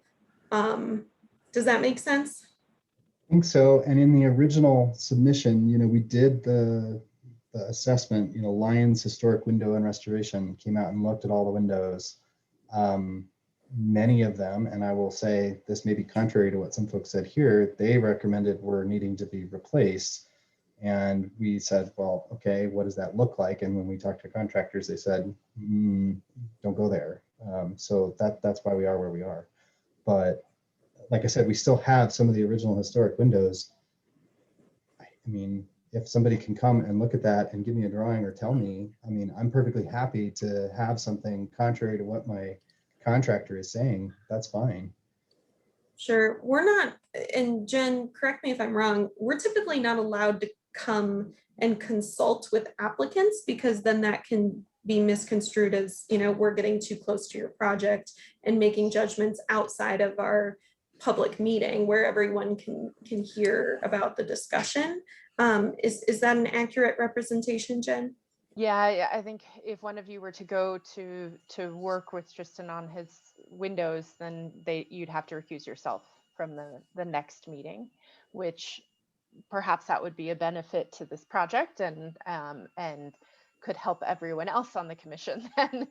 So I think it really depends on, I think it's vastly better to have someone outside of the commission help out. And maybe Tristan, since you said that Nancy Lyons did the original evaluation, maybe she's the one who would be the best person to talk to about this. Or there's another window restoration company that knows historic windows really well. His name is Phil Barlow, and we can give you that information.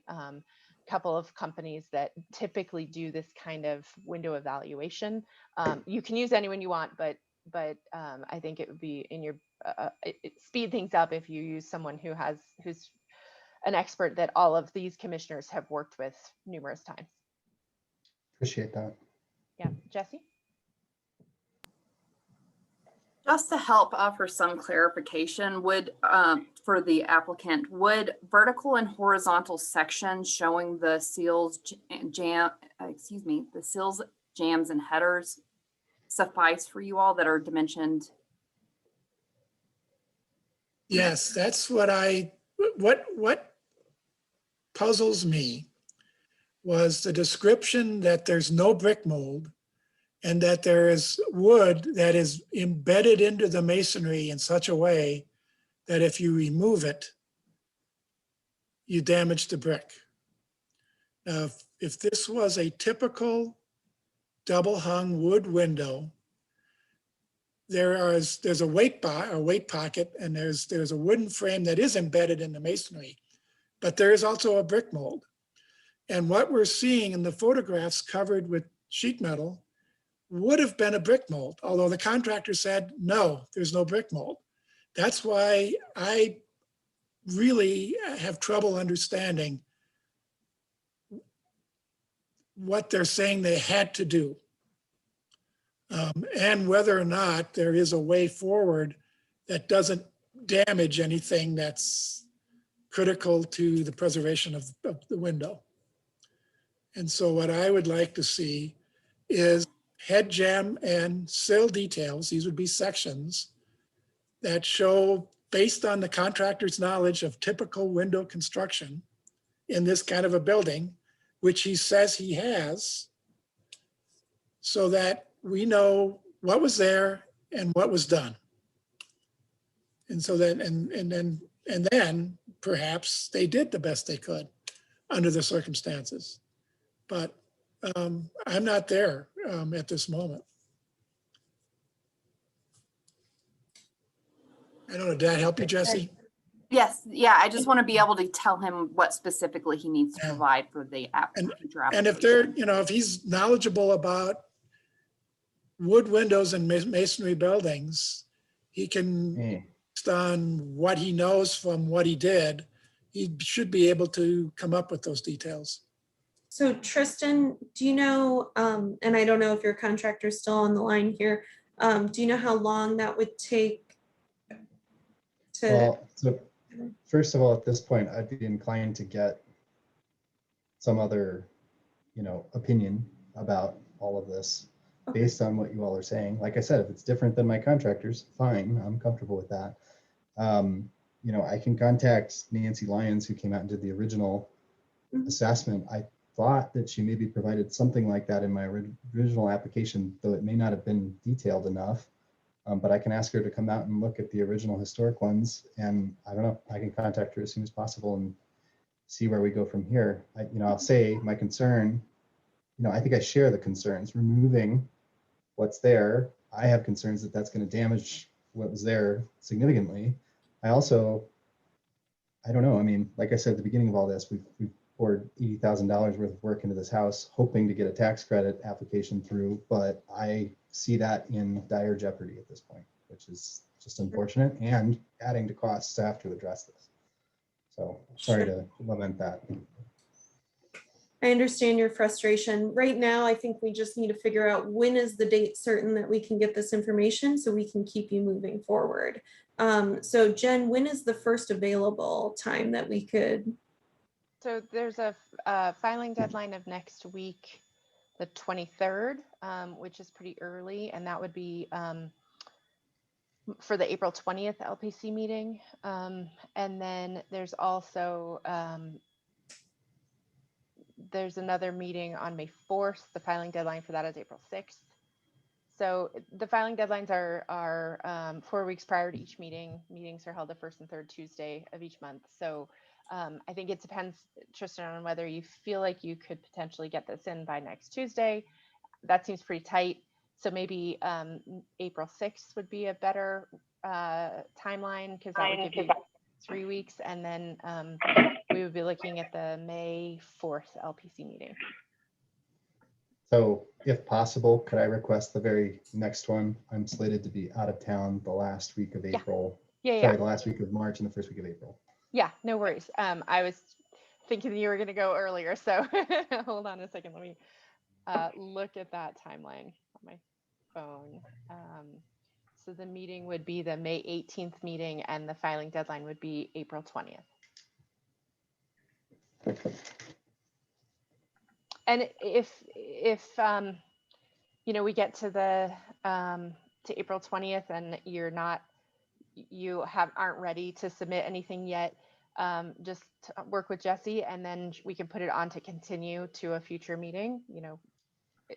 That's just to be clear of what I'm actually turning in. It's basically just an addendum to my existing application that is a drawing of the jamb, sill, and head of the existing historic windows, and then some description of what was installed, or is that in my original application and I can just pull that? I think we understand what was installed, right? Okay. So maybe the existing sections would be enough. Okay. Yeah, more information about the existing windows to round out what was done. And commissioners, shake your head no if I'm inaccurate in making that statement. Okay, so I'm going to take that as the existing condition sections is what we need. All right, so it's continuation for the May 18th LPC meeting. Great. All right, and Tristan, that'll be an April 20th filing deadline. So you can work with Jesse on that. Okay, so I know this has been a really frustrating process for everybody, but it sounds like we have a solution to make a continuation to get the existing window jamb, sill, and head details that we need to make a determination. And the filing the continuation will be till May 18th. Would someone like to make the motion?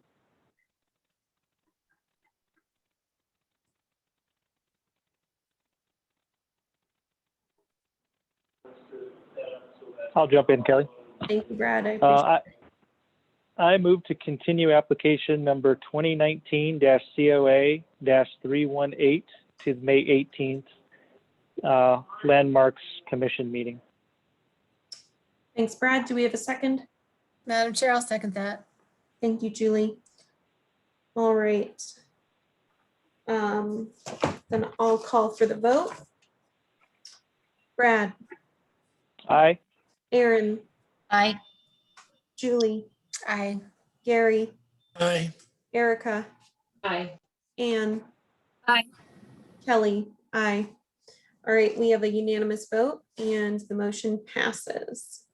And Kelly and Jen, I have another meeting in 1 minute. I didn't think we would go this late. Okay. So I need to excuse myself. Okay, thank you, Aaron. Okay. While Aaron's hopping off, is everyone good to keep going, or do we need a bathroom break since it's a long meeting? Could we take just a brief break, just a few minutes? Yeah, let's everybody run to the restroom, and as soon as everybody's back, we will reconvene because we've got a lot more to review. Thanks. Commissioners back, and I want to be respectful of everybody's time since I know all the applicants have been on the line for so long. So let's get started.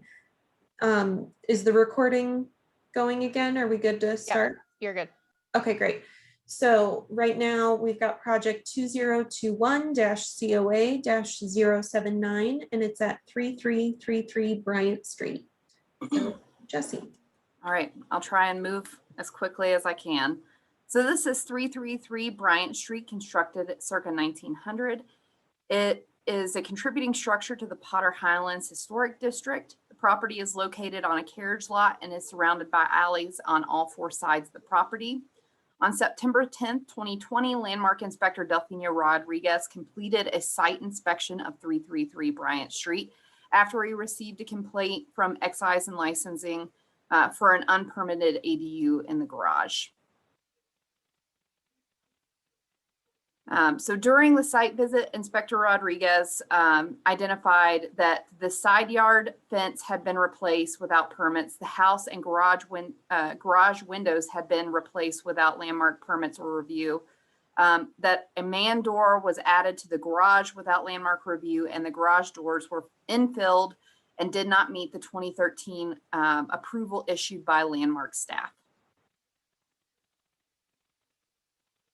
So staff received information and photos from the property owner and was able to locate a 2010 real estate image of the property. A comparison of the real estate image and the photos provided showed that the windows had been replaced on the main house. So here is that 2010 image. I did include a close-up of the square window at the front of the house, just so that you could see kind of close up and make the determination as whether or not you thought leaded glass was in that window opening. So the applicant replaced non-historic vinyl windows on the house with Fibrex windows with internal muttons. The applicant is requesting retroactive approval of the Fibrex windows.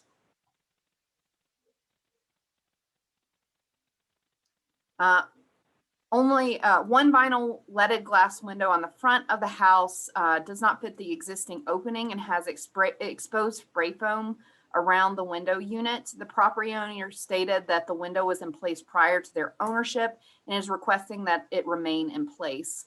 Close examination of the 2010 image shows that the leaded glass window may have been in place when the property sold to the current owners. However, the image is not clear to staff. Potter Highlands was designated in 1987, and non-compliant windows installed prior to 1987 could potentially be grandfathered in. Staff would like to note that the window replacement in a historic district does require a permit as well as landmark review. Additionally, violations remain with the property and are the responsibility of the current property owner to bring into compliance. So if the commission makes a determination that this window was installed within the period of significance, after designation of the property, then this is still considered a violation. So staff feel that the windows on the house and garage were replaced with inappropriate materials and should be replaced with wood or aluminum clad wood. that better fit the character and period of the house per guidelines 2.14 and 2.20. So an examination of the information and photos provided by the property owner and the 2010 real estate image of the property reveals several alterations that have been made to the property and the garage, or by the property owner and to the garage. A side-by-side review of current images on the garage and the 2010 image shows that the applicant installed a craftsman style fiberglass door on the east wall of the garage. The applicant is requesting retroactive approval of the fiberglass door. Staff feels that the door and on the garage does not fit the period of the structure, and that a door that better fits the character of the building should be selected. Staff are not making any recommendations as to whether or not it should be wood, aluminum clad wood, or if it could potentially be fiberglass. This is a secondary structure, so some flexibility could potentially be provided. And we defer to the commission on that final determination as to what specific material would be appropriate and if replacement of this door would be appropriate. So included in the applicant's materials was an email chain from October 2013 between the property owner and George Goss, a former Landmark staff person, discussing the replacement of the garage doors. Staff reviewed the COA approval issued by George on October 28, 2018 that stated replace 3 garage doors with Copley Coachman doors. On this slide is the approval and also what was approved for those garage doors. The COA clearly states that and highlights in yellow, any substitution or deviation from the reviewed work requires further review by Denver Landmark Preservation staff prior to work being undertaken. This note is also included in our emails that we send out when we issue the COA to the applicant.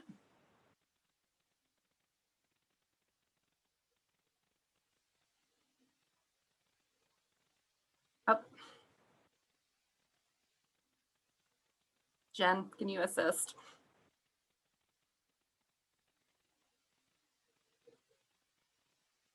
Okay. So the applicant did not install the Copley Coachman doors as outlined in the COA, and instead infilled the existing garage door openings with board and batten siding and vinyl windows with internal muntins. The applicant is requesting retroactive approval of the infill as installed.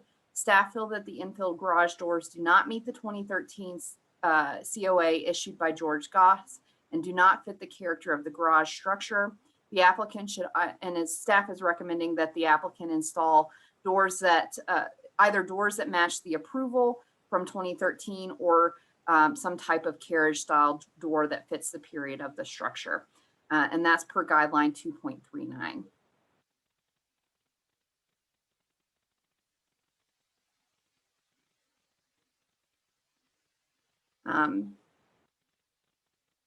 So an email dated October 14th, 2013, provided by the owner shows that the garage windows had been previously enclosed with stucco panels, and the property owner intended to, quote, remove the panels covering the original windows and replace them with white vinyl windows to match the house.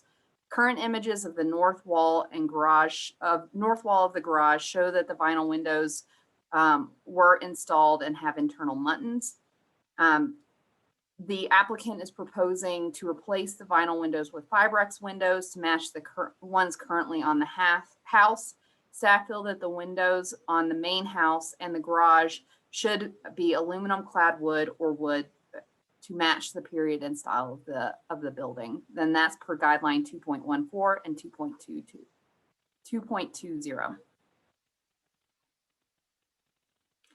So finally, Inspector Rodriguez identified that a portion of the wood fence on the property had been replaced without landmark review or permits. The applicant confirmed that in his application that a portion of the fence was taken down by a windstorm and that the damaged sections were replaced to match the existing fence. The wood fence is forward of the existing historic house and does not currently meet the landmark guidelines for fences. The applicant has provided a 2006 aerial view of the property that showed the fence was at that time forward of the house. The applicant is requesting retroactive approval of the fence in its current location. Staff feel that the fence may potentially be appropriate in its current configuration, as it was the previous condition of the fence in the 2006 image. And also this property is located on an alley and may need additional shelter from those alley views with a fence. Staff would like to note that, however, that when the new fence was installed, they may also be required to meet the current guidelines. So that determination will be left up to the commission. So staff is recommending conditional approval of the application with the following conditions: that the windows on the house, including the leaded glass windows, be replaced with wood or aluminum clad wood windows to match the period of the house; that the windows on the garage be replaced with wood or aluminum clad wood; that the garage main door be replaced with a more period appropriate door; and that the infilled garage doors meet the 2013 approval or be replaced with carriage style doors, door infill. Thanks, Jesse. Are there any questions for staff? No. When did you say that Potter Highlands was designated? 1987. Because I'm looking at the sheet in the guidelines, and it says the ordinance was 93. So is that just the delay between? Is there a difference in those dates then, I guess? So I had initially put in 2007, and then the RNO reached out to me to say that it was 1987. And we have a list of designation dates that are provided to staff, and it states that it was 1987. So I'll let Jen weigh in on that. That's a very good question. I'm not sure. Let me look into that and I'll get back to you guys. Okay. So I guess I'm just trying to understand that window that's on the front, the stained glass window. It's up to us to determine whether we think it was there before it was designated or not. Okay. And when did the applicant purchase the property? In 2013, I believe, but you can ask the applicant that when they. I'm just trying to get the timeline figured out in my head. Okay. Understood. Because I don't think they or we will know if it was installed prior to that or not. So Jesse, was the board and batten siding that's on the front, at the front porch, do we know when that was installed and whether that was approved? I know it's not even part of what you've brought up, but I'm just confused by the difference of what we're seeing from 2010 photos to today. Right. So we don't have any earlier photos of what this house looked like. This is obviously a later addition. As you can see from the 2010 images, it does look like it was a later addition, maybe 50s, 60s. But, you know, we can't pin that down. And we didn't want to just go after everything if we didn't have evidence to support it. But I guess I'm not asking about the addition itself, but the siding on the addition, which is very different. So let me go back to the 2010 image.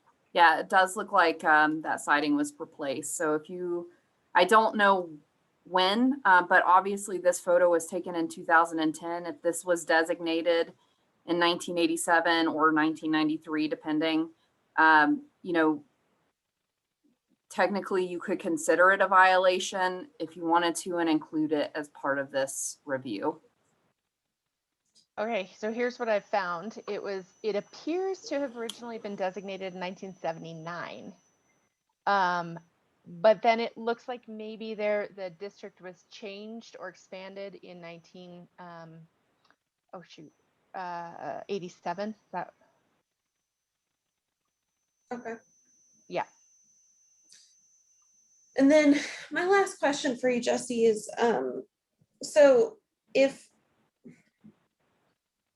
so why are we approving it with, why is your recommendation to approve with conditions? Because it seems like 4 out of 5 of the elements that were mentioned as violations are conditions to be changed? Like, wouldn't it be just a denial? If you want to make it a denial, that's certainly within your purview to do that. We recommended conditions because we felt that these were easy conditions to meet and pretty straightforward. So if you feel that there's too much complexity in the conditions as outlined, you can certainly recommend denial of the application. Okay, that makes sense. Any other questions for Jesse? No? All right, let's get the applicant's presentation here. And it looks like you've been promoted to presenter, so you can go ahead and unmute yourself when you're ready. And you have up to 10 minutes. Please start with your name and address. And I'd just like to say thank you for your patience. I know this has been a long meeting. My name is Damon Decker, and this is my wife, Marcy Steele, and we're the homeowners at 3333 Bryant Street. Great, the time is yours. Okay, well, whew, man. First, I think I just would like to clarify a few things. And I realize I get like a little emotional over this, but this is our like pride and joy, this sweet little house of ours. And we have spent blood, sweat, and tears and money and you name it to beautify it and bring it back to its original beauty. And you can tell by looking at it that before we bought it, I mean, you know, they put that addition on the front of the house. It's definitely been a long way since it's seen anything close to what it looked like in 1900. And that's our goal, really, is to get it back to that. So that being said, I'm just going to go down the list and address some of the things from the easiest to, I think, the most complex. The first thing is that stained glass window. I hate that window. I've never liked that window. It was here when we moved here. I bet it's been here since they did that addition in 1950. I know that it's hard to see in this picture that it's there. We took off the trim because it was like rotting out, and that's when they originally saw the window. But I have no connection to the window, and I am more than happy to replace it with a window that matches, let's say, the window to the, you know, as you're looking at the house to the left of it, 100%. That's been clear from day one. We just haven't gotten yes. So if we could replace it where the, you know, ugly window is with the one that matches the one that says G, I would be completely thrilled. But again, we didn't do that. And that's, you know, so that's an easy fix for me. Second on the list, I guess, although I don't see it in the final determination things or whatever, is the fence. Again, that fence has probably been there for 30 years. We did have 2 sections of it repaired and the whole thing power washed and oiled because it looked really bad. But we've never changed the fence. We've never redone the fence. You know, our neighbors tell us as long as they've been there, which is, you know, probably 30 plus years, the fence has always been there. So, you know, it's not my favorite fence, but at this point, you know, it's always come up to the front of the property, and it does hide the, should we say, ugliness next door across the alley, because we are surrounded on alley on 4 sides. And so, you know, we'd like to keep it the way it is, just because, you know, it, like I said, it blocks some of the ugliness. When you're looking at alley, every window that you look out, it's nice to have a fence there. So at any rate, the other thing, the garage doors, I think there's some confusion about some of the other things that were not permitted. For instance, I don't know when that picture that they say they found from August of 2010, I don't know when that picture was taken, but it was not like that when we bought the house in 2010. So maybe somebody posted that picture in 2010, but the picture is not from 2010. So, you know, it's hard to speak to some of the things that keep getting brought up, but at any rate, I think the next big thing is I'm trying to move fast because that last one took so dang long, is the closed off garage doors. I think there was just, well, clearly there was just some miscommunication about it, because Right here, all we were doing is re-siding the garage doors that had been closed off. And when this came up with Landmark, and they said, you know, it's fine that they don't work and that they're not a garage door. And I have the whole email thread, as you know, you were made aware of, but it's fine that they're closed off and they're not a working garage door.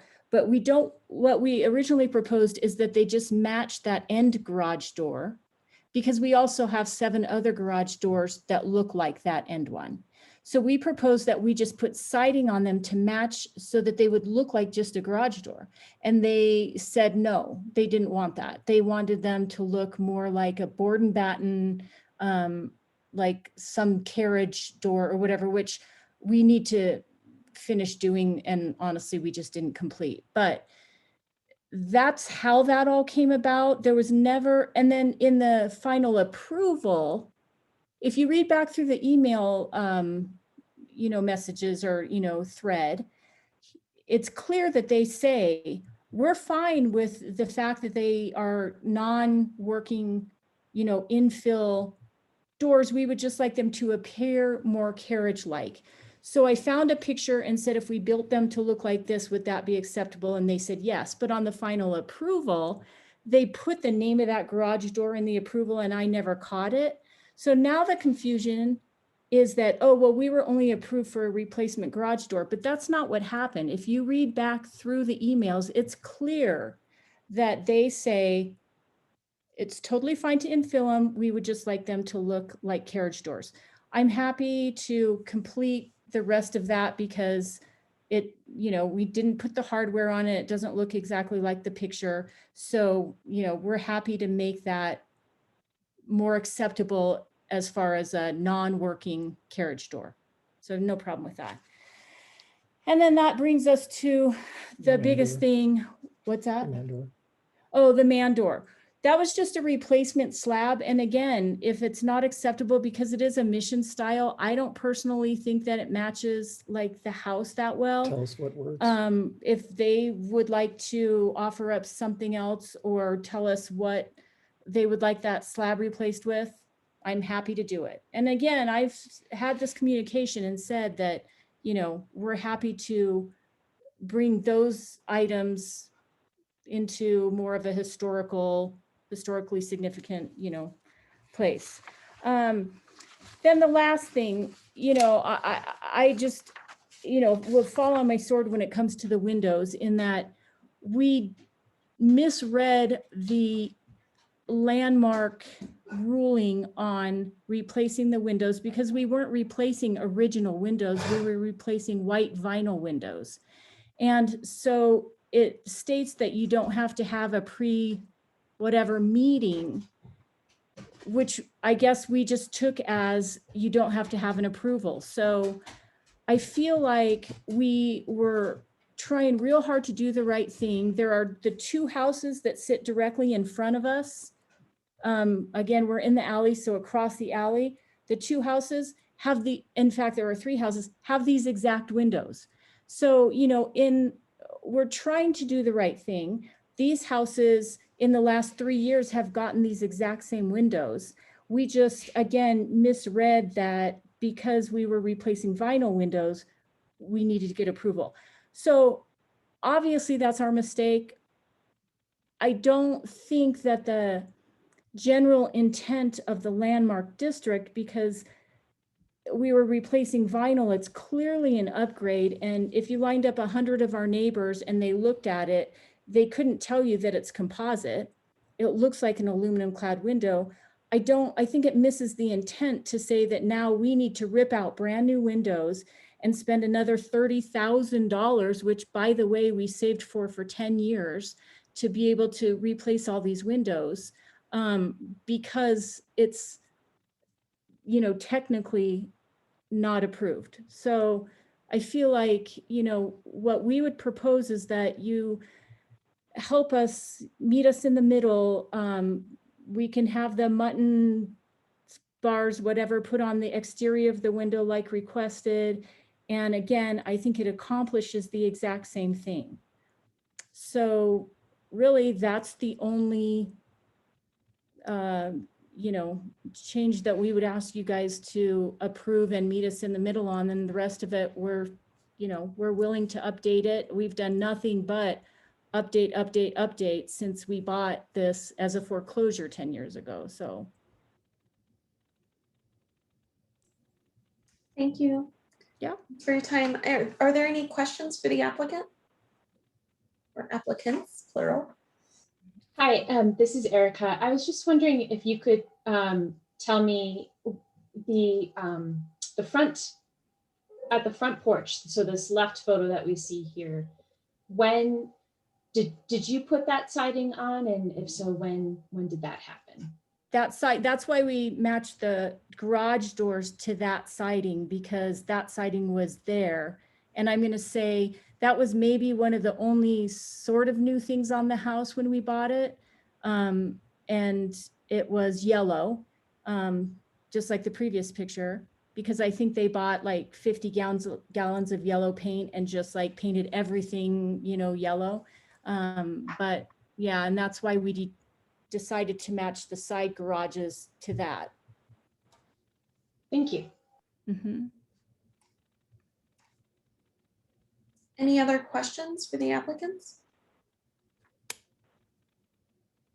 No. All right. Thank you. Oh, Jesse, did you have a question for them, or you have some recap? Just whenever you get to recap. Oh, okay. I don't know if you've asked for public comment yet. Not yet. So great. Thank you for your time. And are there any public comments on this project? Can I say one more thing that was in my note? And again, this was part of how we chose to do the windows. If you're brief, I think you had some time left over, right, Jen? Okay. It says, if all historic windows have been removed, an alternate material that closely matches the original in appearance, such as composite fiberglass, may be acceptable. So I see that this is in the, you know, the historic guidelines, that since we're not removing any original windows, which clearly we were not, that composite fiberglass would be acceptable. That's in section 2.2. Yes, that is correct. And we'll talk about that more in deliberation. Unfortunately, fiberglass is different than vinyl composite. They're not vinyl. They're not fiberglass. Wait, what? They're Fibrex. Sorry, Which has sorry. PVC content. Composite. Long day. I misread something. Thank you. So yes, we will continue to discuss that in deliberation. All right. Thank you.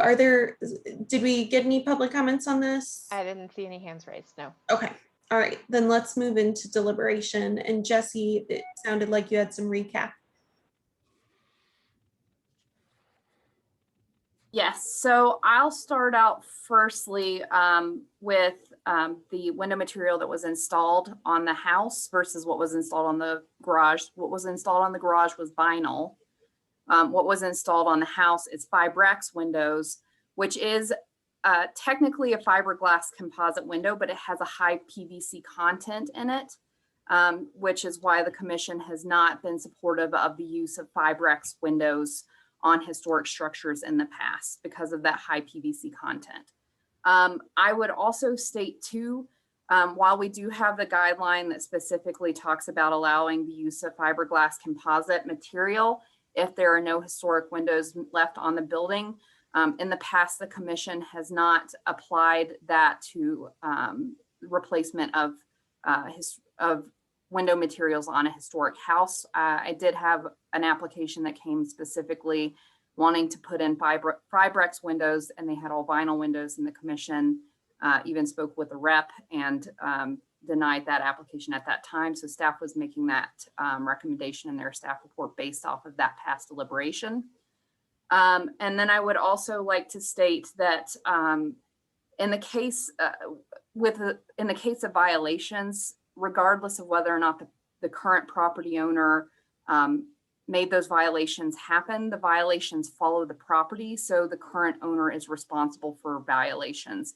So the commission would need to determine whether or not any of this work was done prior to designation in 1979 with revisions in 1987. So that would be something that you would need to make a determination of.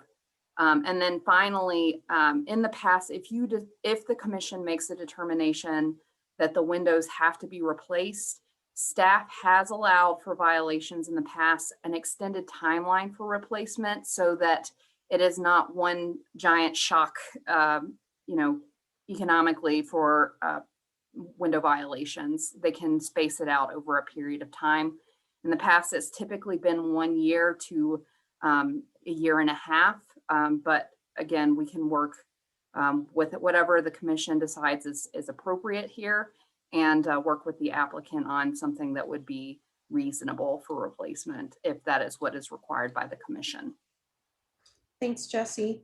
And correct me if I'm wrong, but I do seem to recall that I can't remember us approving Vibrex windows on historic structures, but I think we have on infill and possibly non-contributing. That is correct. Is that accurate? Okay. And I was also wondering, the applicant mentioned that there are 2 homes adjacent to them that have the same windows. Do you have any record of those homes having window replacements that were approved? So I don't know the addresses for these properties. Landmark does not go out and intentionally look for violations. Sure. They are reported to us typically or found by our inspector when final permits are called in or final inspections are called in. Mm-hmm. So those are the 2 main ways that can happen. If the current applicants wish to file a complaint, we will, of course, follow up on that, follow through and see if there were any past approvals, but we don't necessarily go out unless a complaint is filed. Okay. And then the last question I have is the applicant mentioned that those photos that were stated as real estate photos in 2010, that they were not the condition when they purchased it in 2010 and likely could have been something that was posted in 2010 but was predated that time. Did you pull that from a listing, or I'm just wondering where we got those from? So whenever you look at real estate photos, they will have, if it's no longer listed, they will at least have an image of the front of the house still there. And in the description below the picture, it listed it out as August 18th, 2010. Okay. Okay, I was just curious about that. And any other questions for staff before we discuss? I would also state too that even if this photograph predated 2010, it still could potentially have been taken within the period of designation. So it does not necessarily prove one way or the other. I was just curious. Okay. All right, let's deliberate. What was everybody's thoughts on this?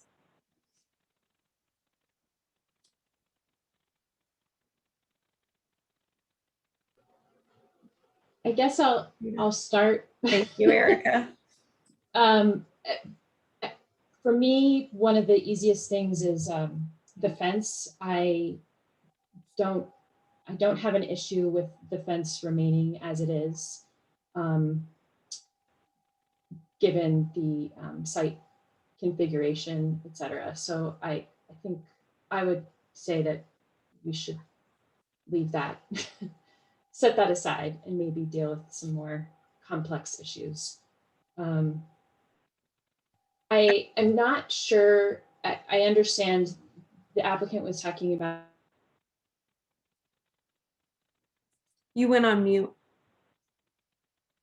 It's because I switched to my other screen, I'm sorry, to look at some things while I was talking. So the infill panels on the garage, I'm not sure if, I don't think adding hardware, unfortunately, is going to make them look like what had been approved in 2013. So I have some concerns about that. And I do think, so anyways. Okay. I'm going to stop talking. Well, why don't we go through these? I'm trying to figure out how can we be most effective in this. So let's kind of break this out item by item. And that way we can just hopefully get through these and not, and do it a little bit more efficiently. So you brought up the fence. I would agree with you. I think staff agreed with you. They have alleys on all sides of them. They were matching what was there, and it seems like an appropriate location to bring a higher height to the front.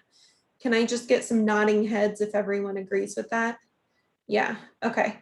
I didn't see Gary, but I assume you agree, Gary. Okay, cool. So let's not talk about the fence as you suggested, Erica. So let's talk about those garage doors next, since you brought that up. So it sounds like an unfortunate mix-up between George at the time that he worked at Landmark and the applicants, but what ended up happening is they have a COA that says, you know, they'll look like a carriage door, whether it is a carriage door or not. And Erica, I tend to agree with you. I think board and batten vertical siding, you know, with some vinyl windows, even if they smack hardware on there, that's not going to look like a carriage door. So I think given the explanation that the applicant had, I'd be fine with if it was something fixed but looked like a carriage door. But what's there now doesn't meet the approval. And you know, I think we need to remember when we look at violations, we have to look at them as if they were submitted to us without having been constructed. Would we approve it? That's how we're told to review these. And I think that we likely wouldn't have approved this since that's an atypical condition for historic garages. Does everyone agree with that? Any other discussion? Gary, yeah. You're on mute. I was unmuted and then I muted myself. If the windows were removed, and maybe this, if the windows were removed and the board and batten patterns remain, is there sort of a feeling that that's close enough to looking like a carriage door that would work? I mean, that's just, that's kind of where I'm thinking. It's that it's the irregular pattern of windows, whether they're vinyl or something else, that makes these doors not even remotely look like carriage garage doors. But if there weren't any windows, would they look enough like carriage style doors to be acceptable? Or do the modifications have to be even more significant than that in order to get there? Whether we talk about it now or later, that's just a question that I have. Yeah, let's talk about it now. I don't want to dominate the conversation. What do you think?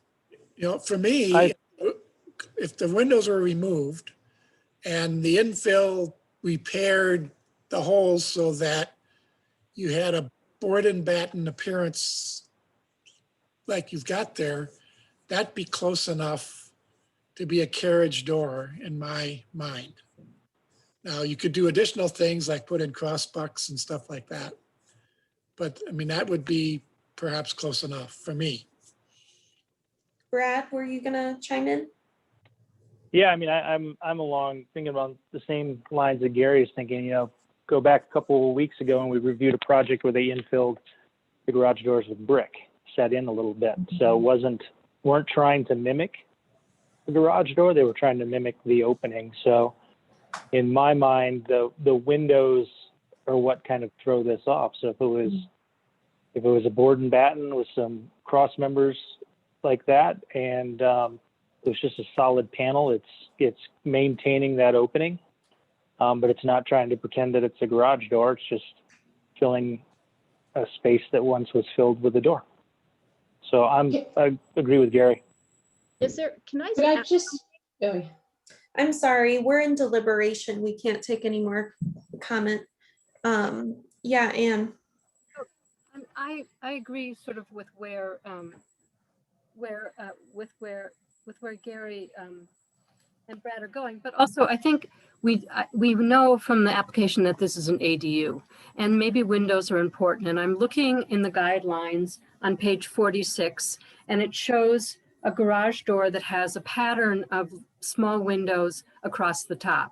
So I think one of the issues is just the way the windows are inset. I think if you looked at the picture on page 46 and duplicated something like that, that would give the applicant the opportunity to still get some light into there, and still make it look, actually, the picture looks remarkably like this, looked like a carriage door. And I would find that acceptable.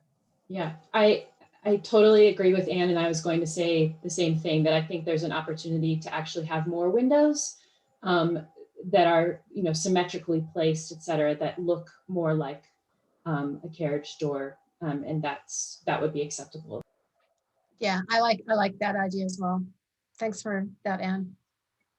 And I agree. That would have been the other thing I would have said, that if each one of those doors had 3 windows across the top, symmetrically placed, then it would even look more like a carriage room door, a carriage door.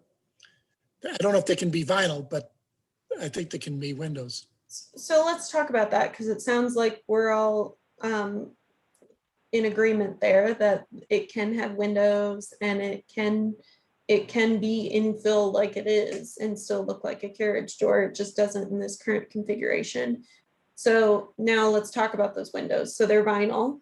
We don't typically approve, well, I shouldn't say typically. I don't think in my years on the commission we've ever approved a vinyl window on infill or historic homes. So I think I would struggle with approving retroactively a vinyl window, and I know it's painful for the applicants, but we can't. I worry about making a precedent because I've never seen us do that. What do you guys think about that? Are you in agreement? Yes. Yeah, unfortunately, yeah. Okay. Then I think we have enough discussion to give them direction on the garage doors. So let's, Jesse, tell me if that's not accurate. What material? Oh, for the garage door? It's a secondary structure, so the commission may be able to give some flexibility on the material that goes there. I think we're saying structure. I think we're saying the material that it is acceptable, right? To appear like on the windows.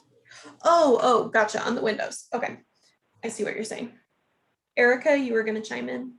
Yeah, I was just going to say, for the staff report, which I agree with on this, the garage with either wood or aluminum clad wood would be the preference. So far my experience on the commission, I'm not sure what else would be acceptable on a secondary structure. So I'm open to other ideas. We have allowed fiberglass composite on secondary structures, particularly new secondary structures or at modern rear additions. But it has to be low PVC, no PVC content. Okay. Do commissioners think that is acceptable? Okay, I'm seeing nodding heads. All right, so let's move on from the garage and let's go to the window. Well, let's hit the other door on the garage. So there's the man door on the other side. And the condition in the staff report says that the garage man door be replaced with a period appropriate door. Does everyone agree with that?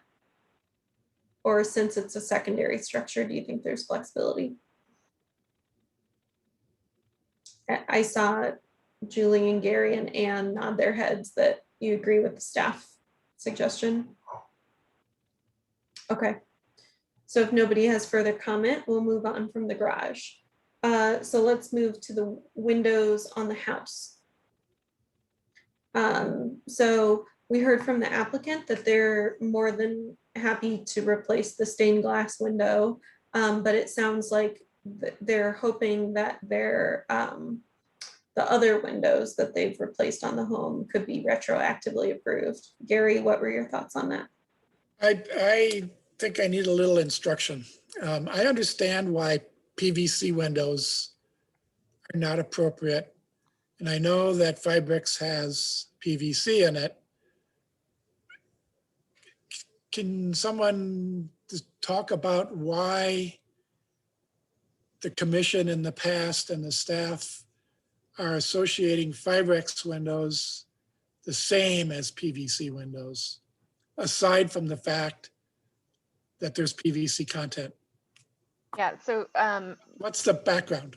so Fibrix windows are vinyl windows that contain wood pulp that so it's extruded material, but they are vinyl windows, and that's why we have not, the commission has in the past said they don't allow them.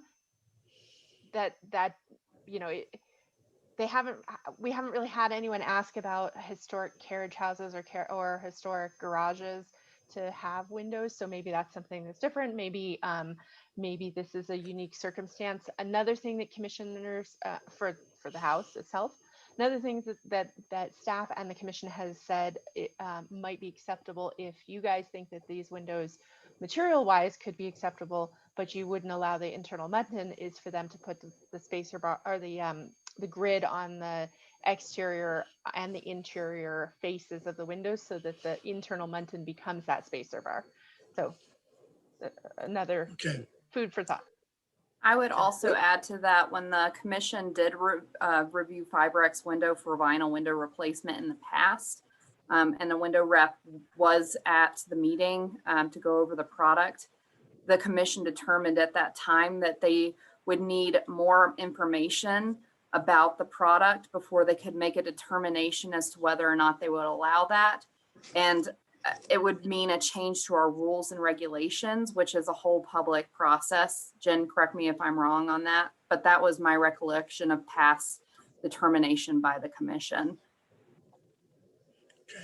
I mean, I'm not disputing that vinyl windows are inappropriate, but we've gone to we've got PVC, and then there's Fibrix, and then fiberglass is acceptable.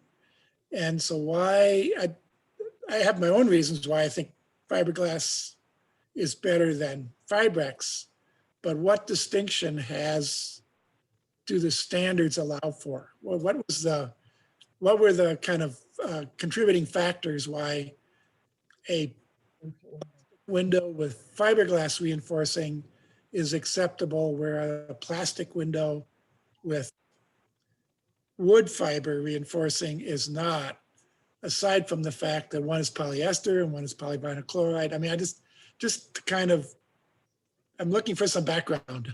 Yeah, and I don't think we current staff have that background information. Okay. It's my understanding in talking with someone about the fact that vinyl windows can't be repaired, and I said, oh, and fiberglass windows can't be repaired. Right. And they said, no, they can be repaired. So oh, really? maybe that's it. I would also say to that past deliberation that I recall, the commission did determine that an alternative material may be appropriate, but again, that would mean a change to the rules and regulation, which would mean public hearing process or a public buy-in process and community meeting process, as well as commission research into the material. And the commission determined that they didn't have the ability to make that determination at that time for fiberglass composite or Fibrix windows. Sure. Okay, thank you. So given that background, Gary, what are your thoughts?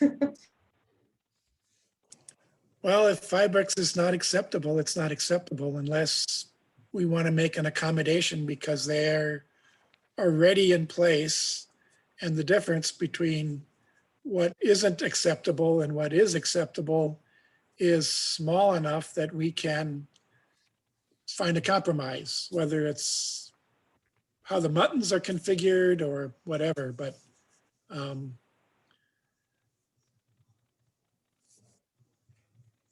if it's not acceptable, it's not acceptable. I'd like to hear what other people think. Other than the standard is the standard.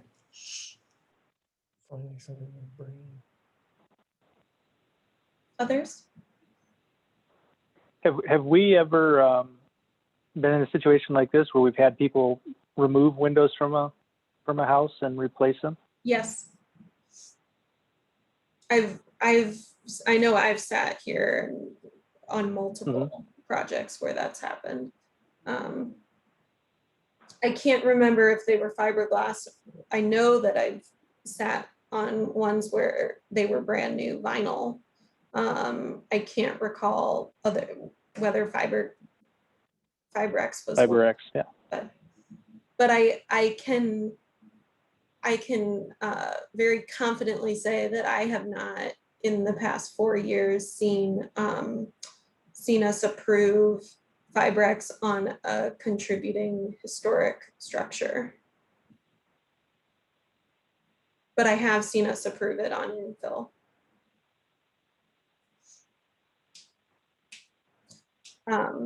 So it pains me to say, but just for that reason, I don't think I can see approving it, and it's awful. I really feel for the applicant because I wish that had been caught before they put the windows in, because that's awful. But I just worry about a precedent. The only thing that I could see that's really unique about this property is it is completely surrounded by alleys. So there is zero view from the public streets. So that's the one thing that kind of gives me pause on this home, is that, you know, I haven't seen that before. You know, normally we say, oh, well, there's more leniency in a rear of a structure or something like that. I still haven't seen us approve a different material of windows, though, even on the rear of a property or a secondary structure. So I think my gut is telling me that I would follow the staff recommendation there. But for what it's worth, I do bring that up, that they are surrounded by alleys. So this is a really unique property. Any other thoughts on the windows? Gary and I have chimed in. Got 4 other people. Just that I agree with you. I hate the situation. But you know, we asked for certain materials and high quality materials on the original structures. I wish we knew when that little addition was put on, because that's kind of bothering me a little bit. But in regards to the integrity of the building, but I'm with you. It sucks. Again, here we are. It totally sucks. So it sounds like we all have very sad faces on that. So I assume everyone's in the same understanding on that component. So those were all of the elements that are in the staff report. Now, Erica, you had brought up the addition, and Julie, you just referenced it. I'm more inclined, since we don't know the date of it, to just leave it as is, but I just bring it up in case you wanted to discuss it. Oh, I wasn't suggesting they remove it or anything like that. Sure. It was just me thinking out loud, and I shouldn't have done it. Sorry about that. No, it's fine. I just wanted to make sure that. I agree with Julie. I wouldn't be surprised if the addition was predated the district itself. It's just the siding, but I don't want to go there. I think we've got enough to deal with, and that's minor compared to everything else. So we'll just leave it.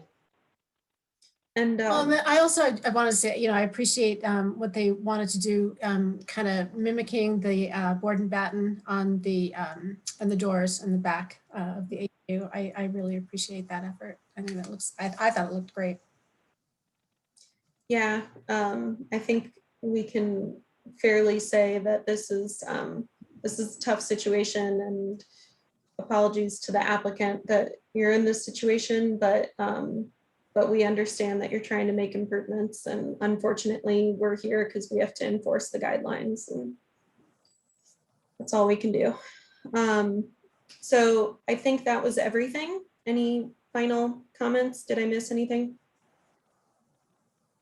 All right, then who's going to make the motion?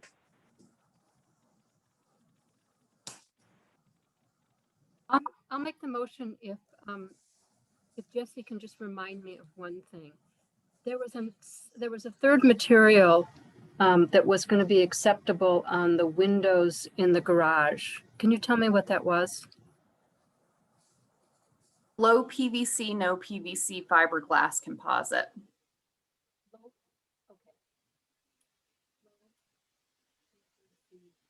Low PVC, high PVC? Low PVC or no PVC. Oh, no, okay.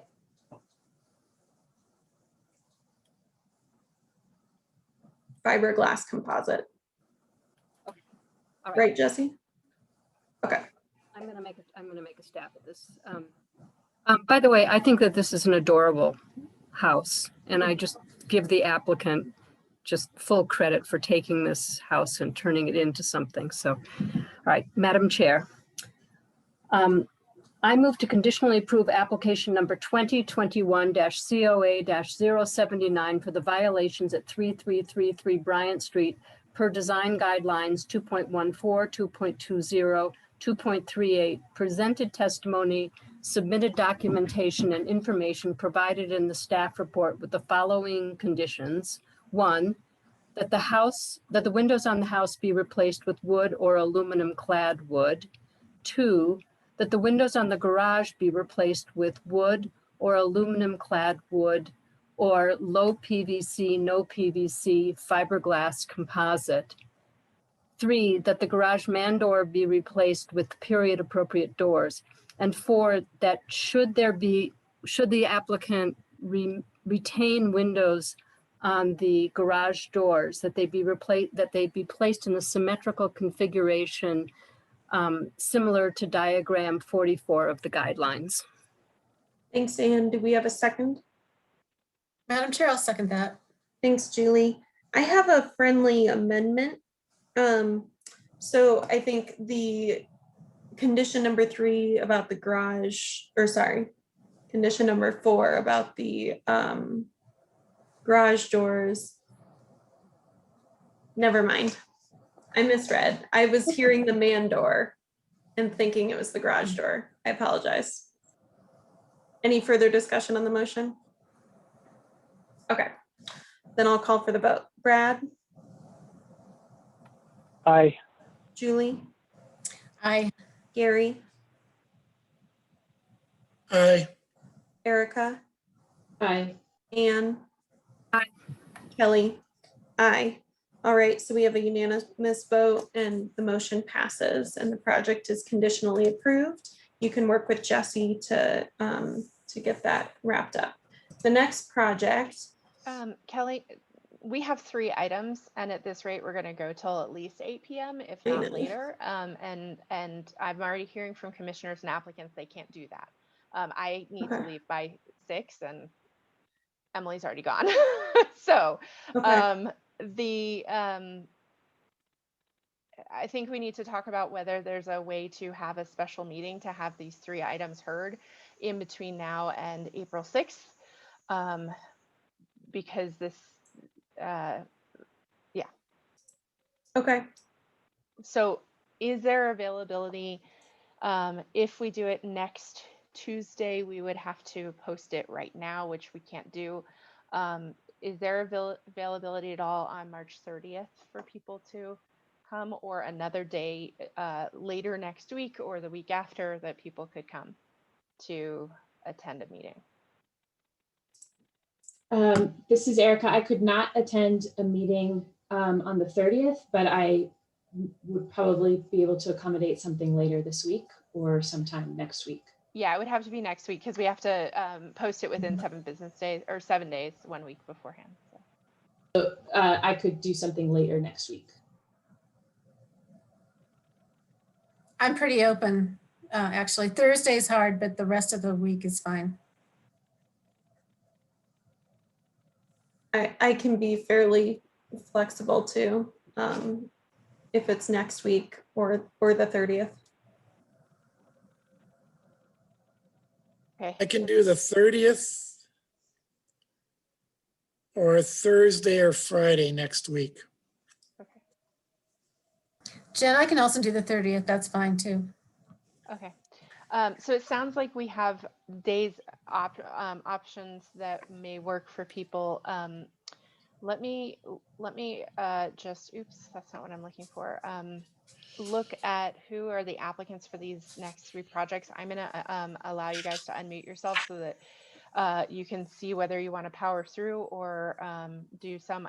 It's my understanding that the last applicant has already said that they cannot stay any later. So let me allow you to unmute yourself. Let's see, I'm trying to go through one at a time. It's going to take me a couple minutes.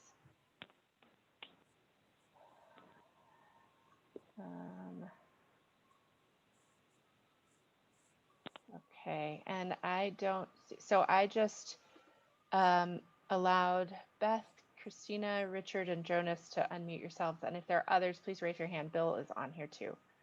I'm assuming you're an applicant. Okay, and Trisha, thank you.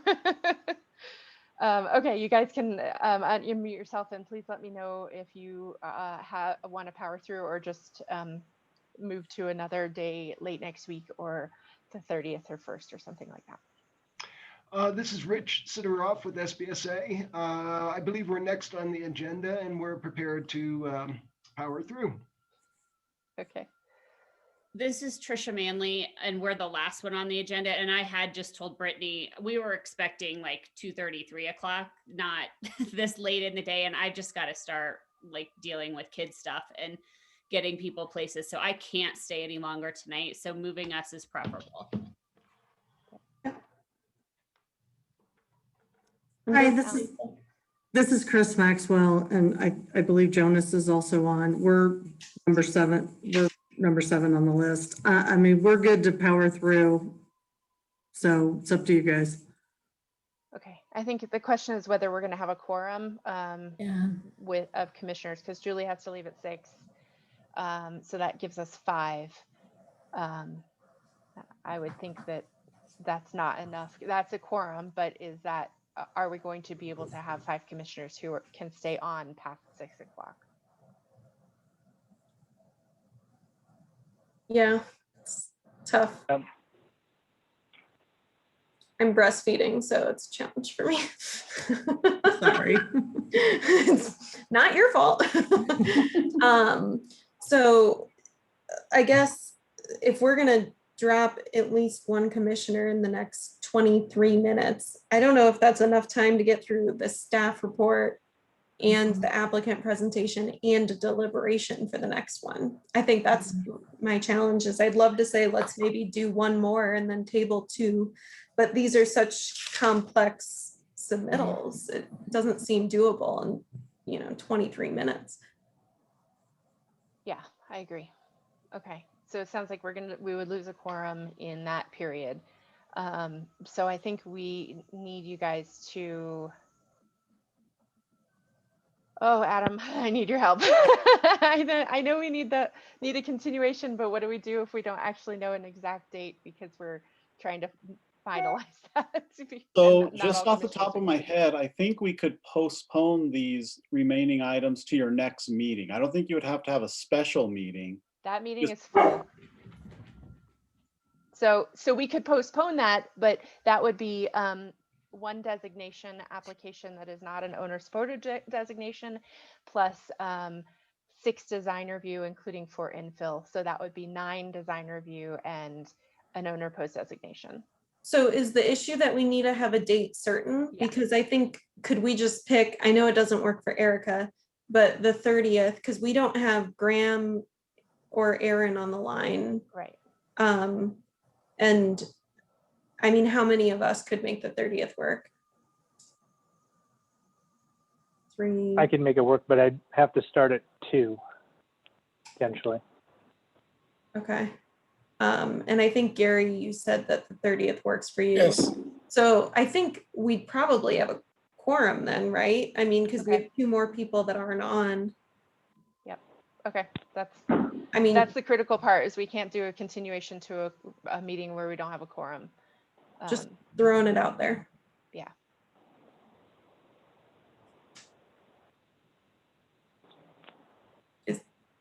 That works for me. This is Chris Maxwell. Okay. Yeah, thank you. I'm sorry that, Yeah. that this meeting has gone much longer than anyone anticipated. I'm sorry we're chatty. These have been really tough projects to review that require people to pay a lot of money to undo what they've done. It's a challenge. Okay. Jonas, does the 30th work for you? Yeah, 30th is great. Okay. And Rich, can you do the 30th? 33 Gilpin Group. I can. Yes. Okay. Okay. So Is that everybody? Trisha, we didn't hear from you, Trisha. Would that work for you? That should be fine. Okay. All right. So if you guys could move these items to continue them to the 30th, that would be great. You need a motion for that? Yeah. So What first time? of all, I think you guys need to make a motion to actually set the next meeting. That would be considered a special meeting. So that would be the first motion you need to take. And Jesse asked what time. Are we going with 1 or 2? Brad said he wasn't available till 2. It's fine. 2. Is that okay, Jen? Yeah. Yeah. Okay. If we have a quorum, we have a quorum, you know? Okay. Then let's do it. Who's going to make the motion? Madam Chair, I'll try. I move to schedule a special meeting of the commissioners March 30th at 2 p.m. Thanks, Julie. Do we have a second? Thanks, Gary. All right. I'll call for a vote. Brad? Aye. Julie? Aye. Gary? Aye. Erica? Aye. Anne? Aye. Kelly? Aye. Okay. And now, so we have to have a second motion to move these to the special meeting? Okay. I can try the motion. Am I using the language continue or move? I would say you want to postpone the 3 matters that are still on the agenda to the special meeting you guys just set. So I move to postpone the applications number 2021-COA-086, 2018 Welton Street, and 2021-COA-077, 433 Gilpin Street. And lastly, number 2021-COA-085, 1203 East 3rd Avenue to the Commission's special meeting on March 30th, beginning at 2 p.m. Thanks, Eric. You have a second, Gary? All right. Okay, I'll call for the vote. Brad? Aye. Julie? Aye. Gary? Aye. Erica? Aye. Anne? Aye. Kelly? Aye. All right. So the motion passes. Yeah. And thank you to those of you who waited this long. I'm sorry that the meeting went so late. Yeah. Sincerest apologies. Thank you so much. We'll see you on the 30th. All right. Thank you. All right. I'll close the meeting. Thanks, everyone. Thanks, Kelly.